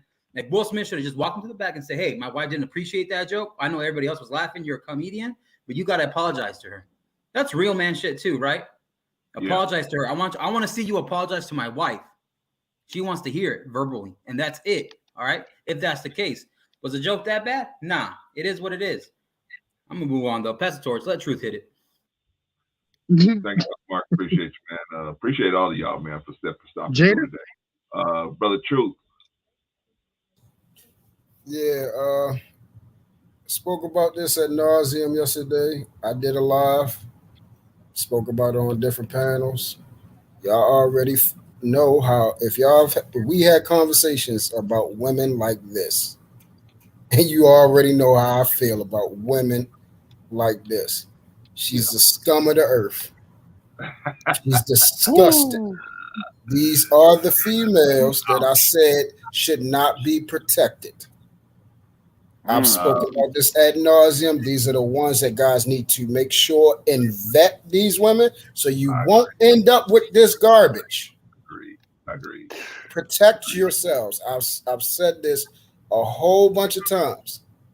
Now, to get back to the situation, I've said this. Will himself, because of what he allowed this woman to do, to drag his name through the mud, all the things that he has accomplished, we already know the biggest trophy in your closet should be your wife.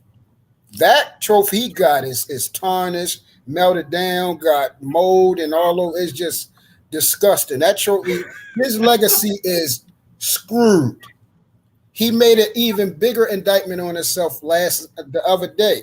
His legacy is messed up. He's going to have memes all over the place, which he already got. He already had that crying meme when he was at the table. Now he got this smack meme. He's destroyed, and it's all because of that female. I've said it several times. I said it several times, bro. The greatest downfall to a great man will be the woman behind him. She has the power to bring him into desolation. And she did that. But when it comes back to the situation about the altercation, if we're not advocating for black on black violence at all, we should need to stop supporting it altogether. Now, for me, this is again, and I heard what 84 say, and I told him I'm gonna have to be 65, bro. And because I grew up a different way. I grew up watching men fight. I grew up learning to fight. I grew up learning what to do with my hands, to work, to take care of my family, and to put weak ass niggas together. Those who disrespect me, and also those who disrespect my family.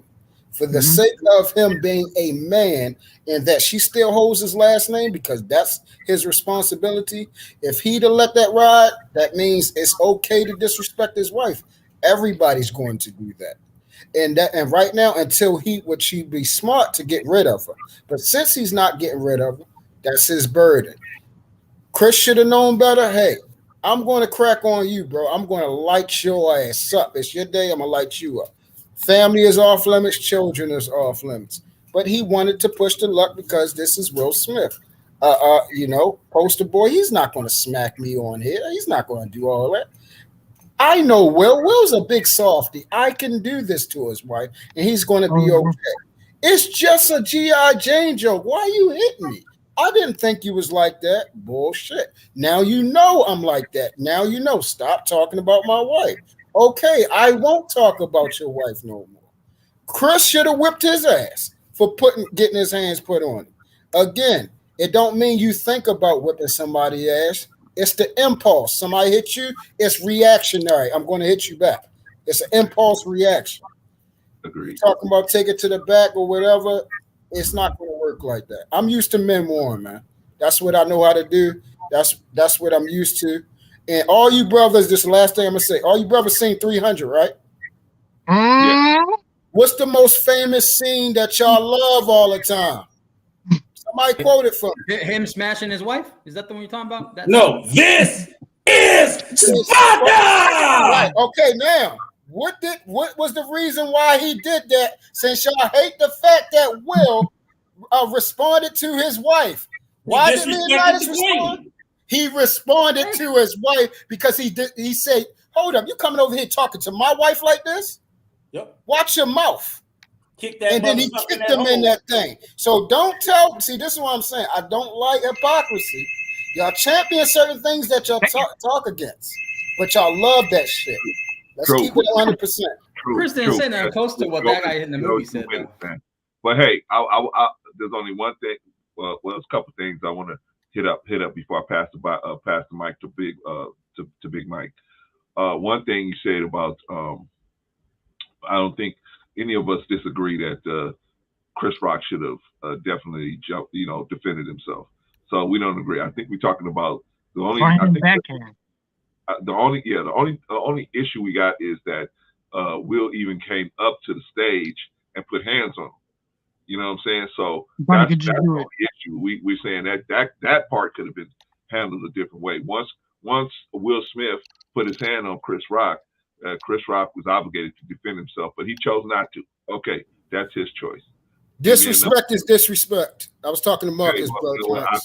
I understand that. I wasn't talking to you. I was talking to Marcus, brother Clarence. Oh, okay. Yeah, and then, disrespect is disrespect. Outside of the context of the movie. Next thing, truth is, if I pay to see two fighters fight, whether they black, white, red, or yellow, I paid to see that. If I'm watching TV, I'm looking to see that.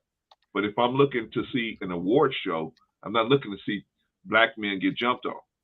I mean, that's most, unless I'm watching the Source Awards, right? That's a And given. even at the Source Awards, they got everybody out of the building. So I'm saying that so it's a different thing to say, well, if I'm watching regular TV and there's violence on TV, then I should be okay with a black man getting his behind kicked on the Oscars. I don't think that's the same, well, at least the way my mind works. That's not the same extrapolation. So that's the only pushback I got for you, Truth. But I know you'll tell me about it in a minute. All right, let me push the ball mic back over to Big Mike. Big Mike, what you got? No man? pushback, brother Clarence. That's how you feel. That's how you feel. Okay, thank you, brother. Appreciate you, man. All right, Big Mike. Come on, Big Mike. Everybody's mad at you, man. Come on, you gotta. I'm not mad at my man, Big Mike. He cool. He cool.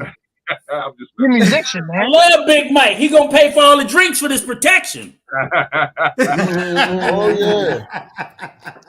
Don't do my man like that. Come on, Mike. Pay for all the drinks, yo. You know, it's always one. I don't start no fight. All right, the drinks on this nigga. Hey, listen, that might save us from fighting in the club, man. We gotta protect his ass. Hey, Rico. No, Rico, I need you on high alert, Rico. I don't need you drinking, Rico. I need you on high alert. Rico's the guy you bring to the club, and right when you find the girl you looking for, you trying to talk to her, he hanging on the side of you. You're like, go away, dude, go away. Hey, he just hanging like this, like, yeah, what's up? If it's Big Booty Judy or Big Booty Trudy, it's like Big Booty Judy or Trudy, either one. But when somebody step on your shoe, you're gonna be looking around like, is Rico still here? You'll be the bulldog shit, baby. Bust your We foot. roll together, we roll in together, we roll out together. We together always. All right, Big Mike, what you got for us, man? All right, so I'm just gonna give y'all my closing remarks on this, and then I'm gonna step. Okay, step let me down. do All that because we got to get out of here. 5 hours. No problem. I got to start shutting this stuff down. All right, I got you. So my closing remarks is the following. From my perception of what I saw is the following. It is clear to me that Will did not have a problem with Chris giving the joke because it was more than evident. He was laughing pretty much at everything that he was saying, so there was no issue there. Obviously, the issue became when Jada, gave a look. And unfortunately, because the camera didn't show what had happened, we can only speculate what was said at that moment for him to even get up. But the point is, he obviously got up because of Jada, and he didn't get up, because he had a problem. Because if you really think about it, if the joke was a problem, then he wouldn't have been laughing, and he would have gotten up there on his own and probably did the same thing. So clearly, to me, Jada was the issue. Now let's flip it a different way. Now, if the joke was so bad and he didn't even laugh, well, and he he smacked Chris. My thing is this: where was that same energy for August? Okay, where's that same energy for the rest of the comedians who made the jokes, who came for you? In other words, where is the same energy? So clearly, as we could see, he wasn't feeling that way. He wasn't, right? And so all I could say is that, unfortunately, this was just what was supposed to be a night of Black excellence. Totally, it went wrong. And I said it before and I say it again.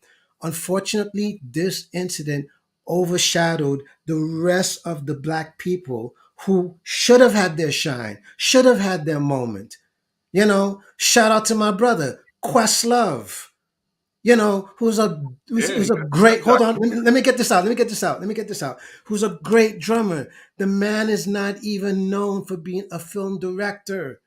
That should have been a pivotal, shining moment that should have gone viral. And unfortunately, this incident overshadowed it. Okay, there's a couple of pivotal moments. You had two black men who were conductors, great musicians, Derek Hodge, you know,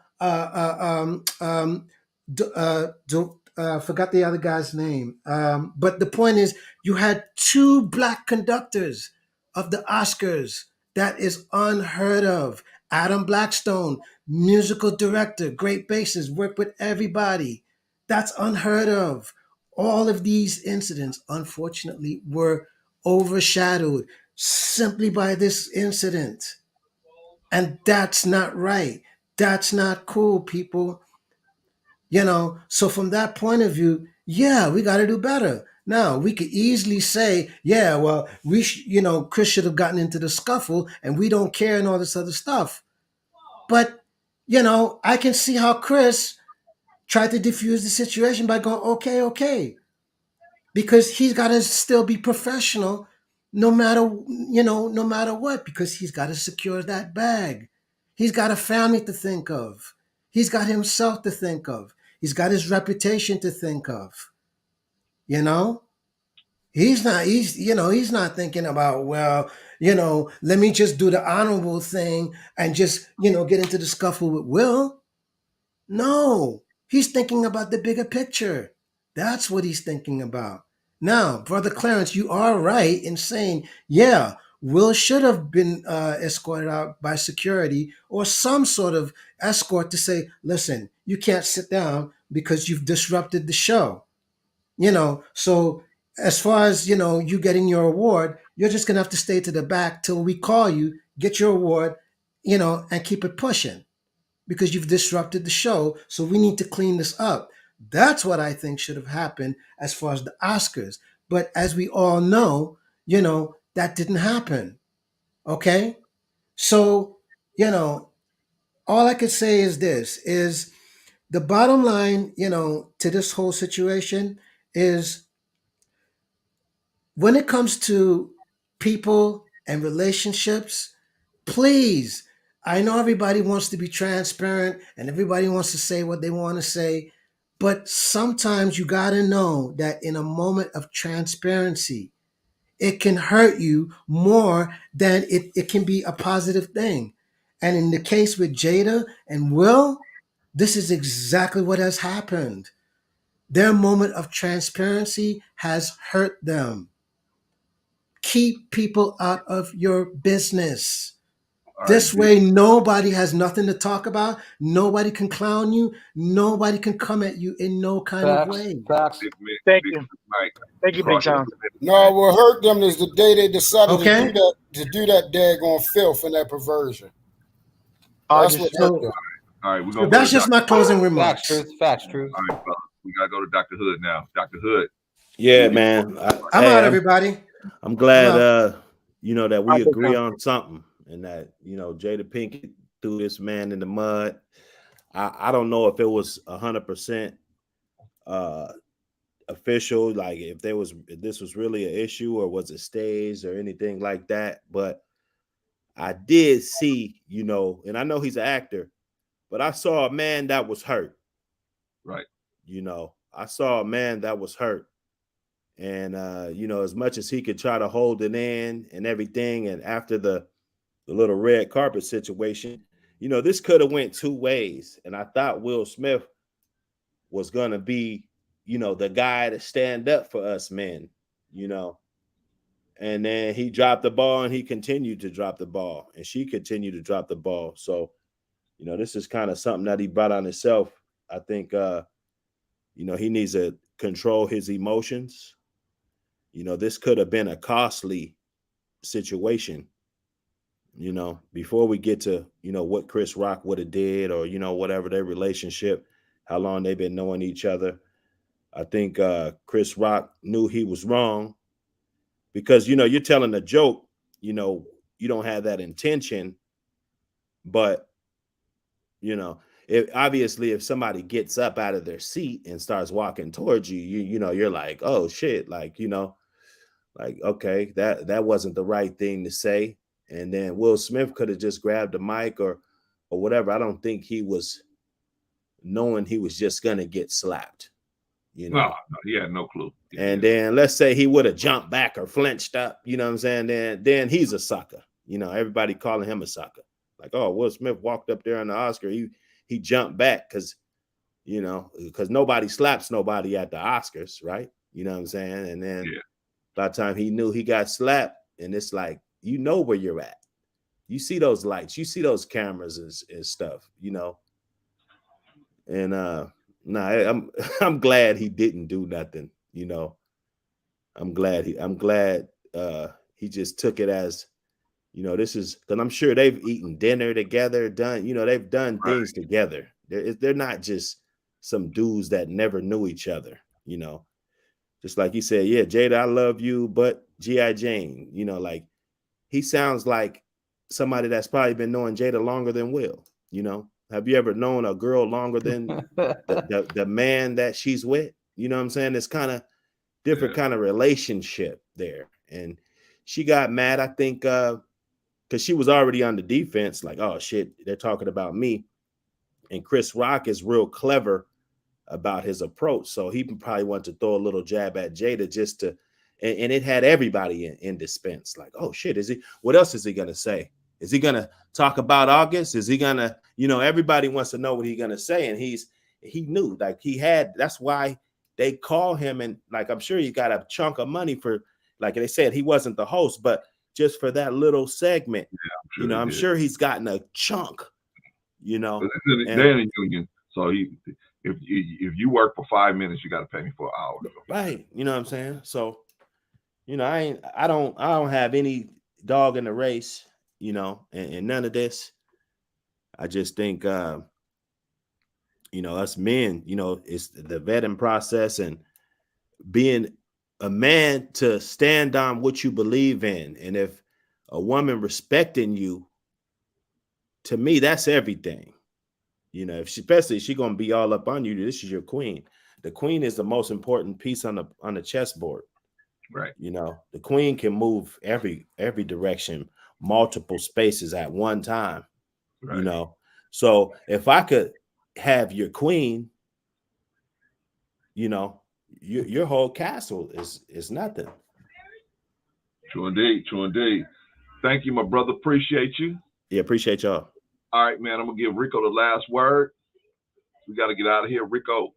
Yes, sir. Yes, sir. Great stream like always. I'm not gonna be long with it. I'm just gonna say this. I do agree that as a people, we need to become less violent and more understanding and sympathetic towards each other.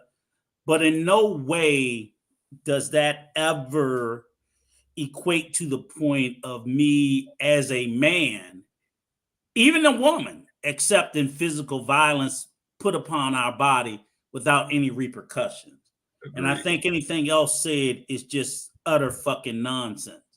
You know, I think you have a right. As a matter of fact, I know lawfully and legally, you have a right to defend yourself in all 50 states in this country and all its territories. So anybody else that tell you any other fucking nonsense that once you're assaulted and the person turn and walk away, that you cannot respond, they're full of shit. They don't know what the hell they talking about, okay? It's just that plain and simple. So I'm not a proponent of violence, but I certainly am a proponent of self-defense. There's a reason why there's approximately 3 to 5 handguns in this country for every person. Right. For every fucking American, there's 3 to 5 firearms. Okay? People are not playing with just fighting. They're out here shooting and killing people in the name of fucking self-defense. So this utter nonsense, slap somebody in Texas and see if they can't lawfully blast a hole in your ass. You ain't even gonna get the chance. But even if you do, see if they don't have to sit there and retreat. And no, that's utter nonsense and bullshit. Do it in the state of Florida. That's utter nonsense and bullshit. Over half the states in this country have stand your ground laws that if the person just advances on you in a threatening or aggressive manner, that's what I'm saying. and we're telling people they can't fight in self-defense. We're not even saying fight. We're literally saying he shouldn't have defended himself because it makes black people look bad. Fuck black people. How do you think it makes him look? I, as a person, have to take on the weight of my entire community so that they don't look bad. I have to sacrifice my self-respect, my dignity. Yeah. I would never ask another black man to do that. Yeah. I would refuse to ask another black man to kneel, bow down, humiliate, emasculate, or demean himself for the benefit of me or the rest of the community. And none of the rest of us should either. Yeah. That is utter nonsense if that's the argument we're saying. We're gotten so struck on this money, capitalistic bullshit. That doesn't matter. None of that money, prestige here in this world, or anything else is going to take you to a better place. When you're called to account for your deeds on this earth, you will be called for them individually, for what you did do and what you did not do. So all of this utter nonsense, Will Smith was wrong to go up on the stage and assault that man. I didn't find the joke wildly offensive, but I understand why Will Smith did. So I think, he had a right to take umbrage with it. However, you should never, and the mere concept that we're actually telling people, we as a black people, we said that our bodies could not be bought. We said that we could not be bought, but in 2022, we're saying we're for sale. I don't get it. If we couldn't be bought in 1622, why the fuck are we for sale for 2022 that I'm willing to give up my soul for coin? I'm going to give up my dignity, my self-respect. There's no way in hell. The black collective look good. Chris Rock, you look like less than a man. And here, guess what? To all you manosphere motherfuckers, he's high value. He's a high value black man. And he got the shit smacked out of him by another high value black man. And they both look fucking stupid. All the money in the world. All the prestige. High value blue pill. All the prestige and privilege that they have, high value by all steps and standards. They go to the Met Gala and all these prestigious events that they go to. And look at these motherfuckers. Ain't a woman worth a shit want to have anything to do with either one of those motherfuckers. Other than their money. Other than their coin, they have nothing else of value to a woman of integrity and character.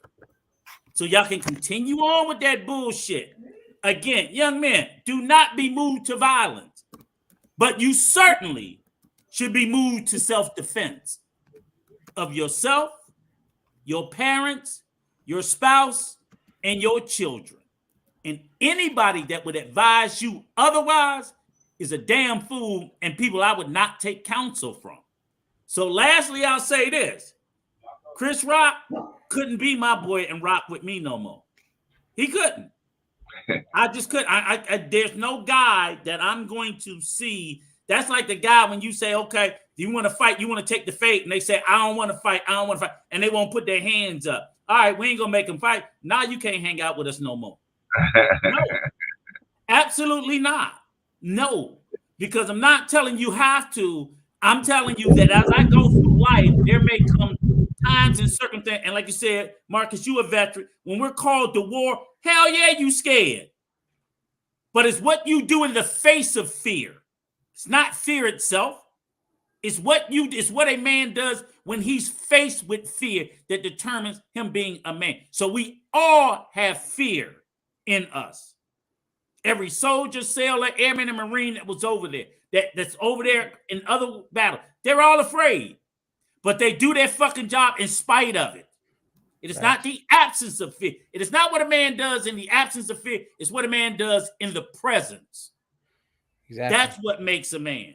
Will Smith was afraid that Jada was going to smash somebody else if he didn't go up there and slap Chris. And Chris Rock was just afraid. Yeah, but hey, even OG Patrice said it. That show that he made, it even showed that he was afraid to fight because all the dudes are obviously always bigger than him. Right. Well, that's all well and fine, but the whole fucking point is then you can't claim yourself as a man because somebody's always bigger than you. But Somebody's always bigger. But Chris never pretends to be a gangster. Chris never pretends to be a I'm not hard talking about guy. being a gangster. We're just talking about if you're fucking cornered in an alley, Marcus, and somebody determined to kick your ass and there's nowhere for you to run, what are you going to do? Well, obviously fight back. Thank you. That's it. And you don't have to be a gangster for that. And that's all I'm saying. I just wish he would have kept the same energy for Pac and all those guys. He should have kept agree the same with that. energy. But see, my thing is, I can throw Will completely away. I can throw him and Jada in the garbage and just say they're fucking completely useless because they got a fucked up life. I didn't think that way about Chris until I saw that. That's what I'm saying. Up until then, I thought, well, Chris Rock, he's a man. He gonna fight. Of course, any man gonna fight back. Yeah. And I expected him to lose. Well, this is what I'm expecting. Gonna lose. Will Smith gonna whoop my ass. But I'm gonna get me a couple of shots in. I bet you that. Yeah, okay. That's you gonna see me going down swinging. I expect Will Smith to stay his ass home, drink his estrogen milk, sit down and shut up, and get that award via email or via mail. That's what he should get through Amazon. Oh, put up OG Patrice. You man, you just got me. I'm just shutting it down, brother. No, put up the last quote OG Patrice just put about Chris Rock. Okay. Yeah, it is. Sister OG Patrice said, and I quote, "I let people walk over me since I was a child because I was so scared of my anger. From that day on, as my shrink puts it to me, I've been scared and angry ever since." Chris Rock. Ouch. You better let that fucking anger out. Ouch. But see, I hope he sees now. I'm like, okay, Chris, now go talk to your fucking shrink and ask him why did he talk you into getting the shit smacked out of you? Because your shrink should have told you there are going to be people who walk this earth who will do shit like Will Smith does, and you better learn how to deal with them. Catch us early next time we on live. Catch us early next time. That's all I'm saying. 5 hours, I'm done. That's all I'm saying. I'm not promoting. I don't want to see Chris Rock, Will Smith fight, but I don't want to see another black man allow anybody, much less another black man, a black woman, a white man, a white woman, smack him and publicly emasculate him the way he was done. Because as bad as Will made us look as black men, the fuck y'all think Chris ain't make us look bad too? Well, let me ask you a question. They were both black. Would it have been a worse look? Would it have been a worse look? I think he should have defended himself. Right. It's a worse look because he didn't defend himself. It would not have been worse if he defended himself. Rico, do you think it would have been a worse look for them to be rolling around on the stage? No, not for Chris. It would have made black people look bad, wouldn't it? Wouldn't it make black people look bad even worse on the stage? No, that's a win for Chris. That's a win for Chris. It might be I don't give a fuck how I make black. Let me simply put. I don't care how it make. Here's the thing. He had to defend himself. Clarence, when somebody walk up and smack the living shit out of you, are you thinking about black people? No. You think about that motherfucker that hit you, right? I'm thinking about making sure that he don't slap me ever again. There you go. There you go. If it was Latinos rolling down there, I'd be ashamed of Latinos. If it was Latinos down there. If I walk up to you and smack the shit out of you, are you thinking about all Mexicans? No. Oh yeah, I'm a sweep. I'm a leg sweepy. I'm a double leg takedown. Right, but you ain't thinking. But look. But you're not thinking about your people. You thinking about this motherfucker smacked me. I'm gonna kill him. Right? I'm not gonna kill him, but I'm gonna subdue him. But you're not thinking about the community. You're thinking about the person who just did it. And if you let me do it, you know what it is? All the homeboys back home gonna tell you, you better not bring your ass back home. You let that motherfucker smack you like that, Marcus. Right? You got a point there too. Thank you. You can't go home. You can't go home. All right, gentlemen. I'm gonna shut it down, man. I thank you, Brother Rico. I thank you, Brother Marcus. I appreciate you. Shout out to these two dudes. When you see them in the streets, just give them a salute. Tell them thank you for your service. We appreciate it. Oh, and TJ Randolph, if you see her, give her a salute too. Thank you for your service. We always try to shout out the vets. And thank you, gentlemen, for helping me have a great show, man. This was a great show. We had great back and forth. It was real good, man. Appreciate y'all. Yeah, definitely good to hear all the different perspectives. Excellent Yeah, topic man. as always. Rico, I'm not taking you out to the club, Rico. I'm taking you to the bar. You might just fight.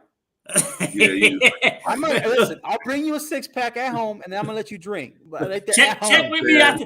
When I get about 5 or 6 in me, be like, all right, we better check on this whole Negro, get him out of here. Oh my, he's gonna start swinging. He's gonna start. There goes the neighborhood. Pull you guys down, usually they put me in the corner. Usually they put me in the corner with a chaperone. Keep an eye on him. All right, I appreciate y'all, man. Thank y'all. Brought y'all down. Okay, what do y'all think? Shout out to OG Patrice said, "Better." Let's talk to Better Black Life now. Everyone is on an apology tour for Jada. What? Rapper Uncle Murda apologizes to Will Smith for dissing Jada in the rap song. Holy smokes! Holy smokes! Karskar, thank you, Clarence, Rico, guest and panel. Respect to all. Respect to you too, Karskar. Appreciate you stopping through. Appreciate everybody. We on lock. You just missed us, brother. I just shut it down, man. Brother Clarence ain't young like he used to be, man. You see all this gray hair up in his head. I could. Let me don't even say that. But put it like this: I used to 5 hours was nothing for me, but now, woo, yeah, especially on an empty stomach. I was gonna eat something earlier, but I was trying to put the show together, so I didn't have time to give me something to eat. So now I'm feeling it. Big time drum, Big Mike. Let's talk about it. Like, thanks for having me on your panel. Anytime, brother. Anytime. Anybody in the chat, y'all know. Be easy. Now you come. Now you come. Be easy. Holy smokes! All of you guys, all you heavy hitters coming in at the end, man. But I can't handle y'all today, man. I gotta go get me something to eat, man. But I appreciate y'all for coming through. Appreciate y'all, man. We probably gonna do the same thing Thursday. We'll figure out a topic. I thank all of y'all for coming. And what do y'all think? We had so many different people on the panel. We had, oh my gosh, who do we have? We had Rico, of course. We had Dr. Hood, strong performance. Dr. Hood, strong performance. Rico, Brother Marcus, strong performance as always. Truth is favorite, comes in strong as always. Big Mike made his first debut. What do you think about Big Mike? Big Mike came through, strong performance. He held his line. They were trying to get at him. They pushed him and pushed him and pushed him. Big Mike held his line. Who else was in here? Jay Takashi. You know Jay Takashi always push a hard line. Who else? Who else came through? We already said T.J. Randolph came through. Who else? Big Riggs. Big Riggs came through, as always. I think Big Rig got a channel, but I keep telling him to put his channel out here. He won't do it, so I'm going to have to do it for myself. But Big Riggs came through, strong performance as always. Who else? Who else came in? Who else came in the building? Oh, Mr. Best in the West. Best in the world, excuse me. Intellectual Soapbox. He came through, strong performance. Got in a couple quick jabs. Strong performance. Strong performance. Who else? Did anybody else come in? Anybody else come in? I'm forgetting. If I forget that you came in, I'm sorry. I'll look back and I'll put it in the description. I appreciate you. I appreciate everybody that came through. Yeah, we had a full house, brother. We had 10 people, man. That's the biggest my stage has ever been. Shout out to all the panelists. Shout out to everybody in the chat, man. It was a good chat. It was a good panel. We pushed each other back. Oh, Chef came through. That's right. Chef came through. Conversation with King came through. They tried, they always try to take it a little left. I had to pull them back on and say, hey, let's stay back on topic. But shout out to Chicago Rilla came through. Chicago Rilla came through. Shout out to Chicago. Appreciate you, man. Still waiting on that phone call, Rilla. But Rilla said he's gonna give me a phone call. We still waiting on him. Let's see. Yeah, Rico said, call out that King, call out King and that crybaby chef. All right, Rico, I hit you up, man. I hit you up. Rico, crazy. Ay. What am I gonna do with Rico, y'all? What am I gonna do with Rico? Holy smoke. Yeah, man. Yeah, so everybody came through. You guys did good in the chat. What do you guys think? Does the Oscars say it's okay to assault black men? Obviously, I mean, they didn't escort, they let the man go right back to his seat, and everybody in the Oscars, you know, gave him a standing ovation, and they let him cry on the stage, and they let him get it all off, right? If he had hit anybody else, the man would have never been able. He wouldn't have been allowed back in the building, right? Are black men really that low of a value where you can assault a black man and it's okay? No steps are going to be taken to do anything. We got to think about the real question here. We got to think about the real question. Yes, Will Smith should never have gone on stage and assaulted Chris Rock. Yes, Chris Rock should not have allowed himself to be attacked. He should have defended himself by any means. I don't mean he should have ran up and jumped on Will Smith's back as he was walking away. I mean, at the time he was being attacked, he should have presumed the attack was going to continue and handle Will Smith accordingly. But he didn't do that for whatever reason. You know, I felt like he was definitely surprised. He was confused, and then once Will Smith started talking to him from his seat, he really got scared. I think he was scared at that point because he felt like this man is going to get back up here, and nobody's going to defend me. He's gonna he's gonna be all over me like white on rice. Anyway, Kashkar says close to my ex body count. Holy smokes! Holy smokes! Yeah, we had a lot of people on the panel. Got to watch that body count, Kashkar.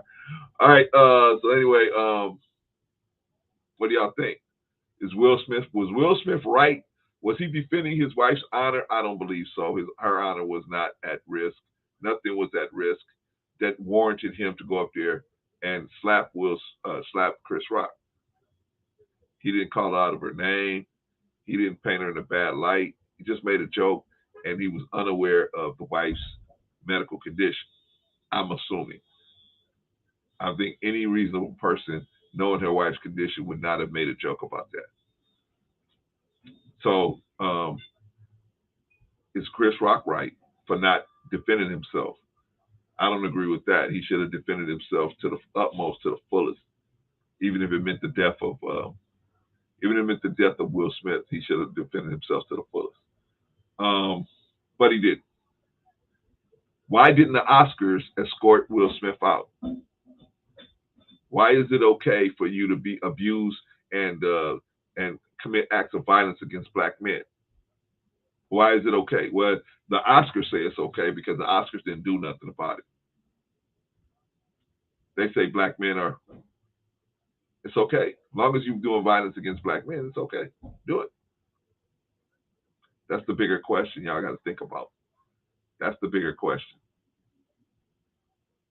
And ultimately, why did Will Smith feel the need to walk up on stage and smack a man that wasn't even insulting didn't insult her, and he's just making jokes. He's making jokes about everybody in the room. It wasn't just her. Why did he feel the need to, he who was laughing at the joke at first, now he feels like he got to go up there and slap Chris Rock? We need to take a good look at all these questions and ask ourselves, what's going on? Why are we okay with a black man being assaulted? Why are we okay with that? Why are we saying Chris Rock is, why are we talking about these other issues when the bigger issue is a black person got assaulted, a black man got assaulted, and nobody did anything? The Oscars didn't do nothing. The LA sheriffs didn't do nothing. Nobody did nothing. He was allowed to assault this man and go right back to his seat. Why is that? Why are we not asking the question? What's going on with that? I'm just saying. But Kashkar, not to mention what transpired between Jada and Will appearing as to the moods. All of that stuff is between them two. I'm talking about what actually happened to Chris Rock. That was inexcusable. And what are we teaching our children? Don't just hit somebody because of what they say, right? Remember when we used to say sticks and stones break my bones, but words can never hurt me? I guess not, right? Anybody say something to you, bang, right? You take off on them as soon as they say something to you now, right? Right? You walking with your girlfriend, or no more of your mama jokes, right? Your mama jokes are gone now. Because your mama said, "Wow," right? Your mama said, "Wow." Mama so fat, "Wow," right? Ay. Just something for y'all to think about. Anyway, appreciate all of y'all. I'm gonna close it down. 5.5 hours. The old man's gotta get something to eat. Appreciate y'all, and we'll see y'all on Tuesday. Peace.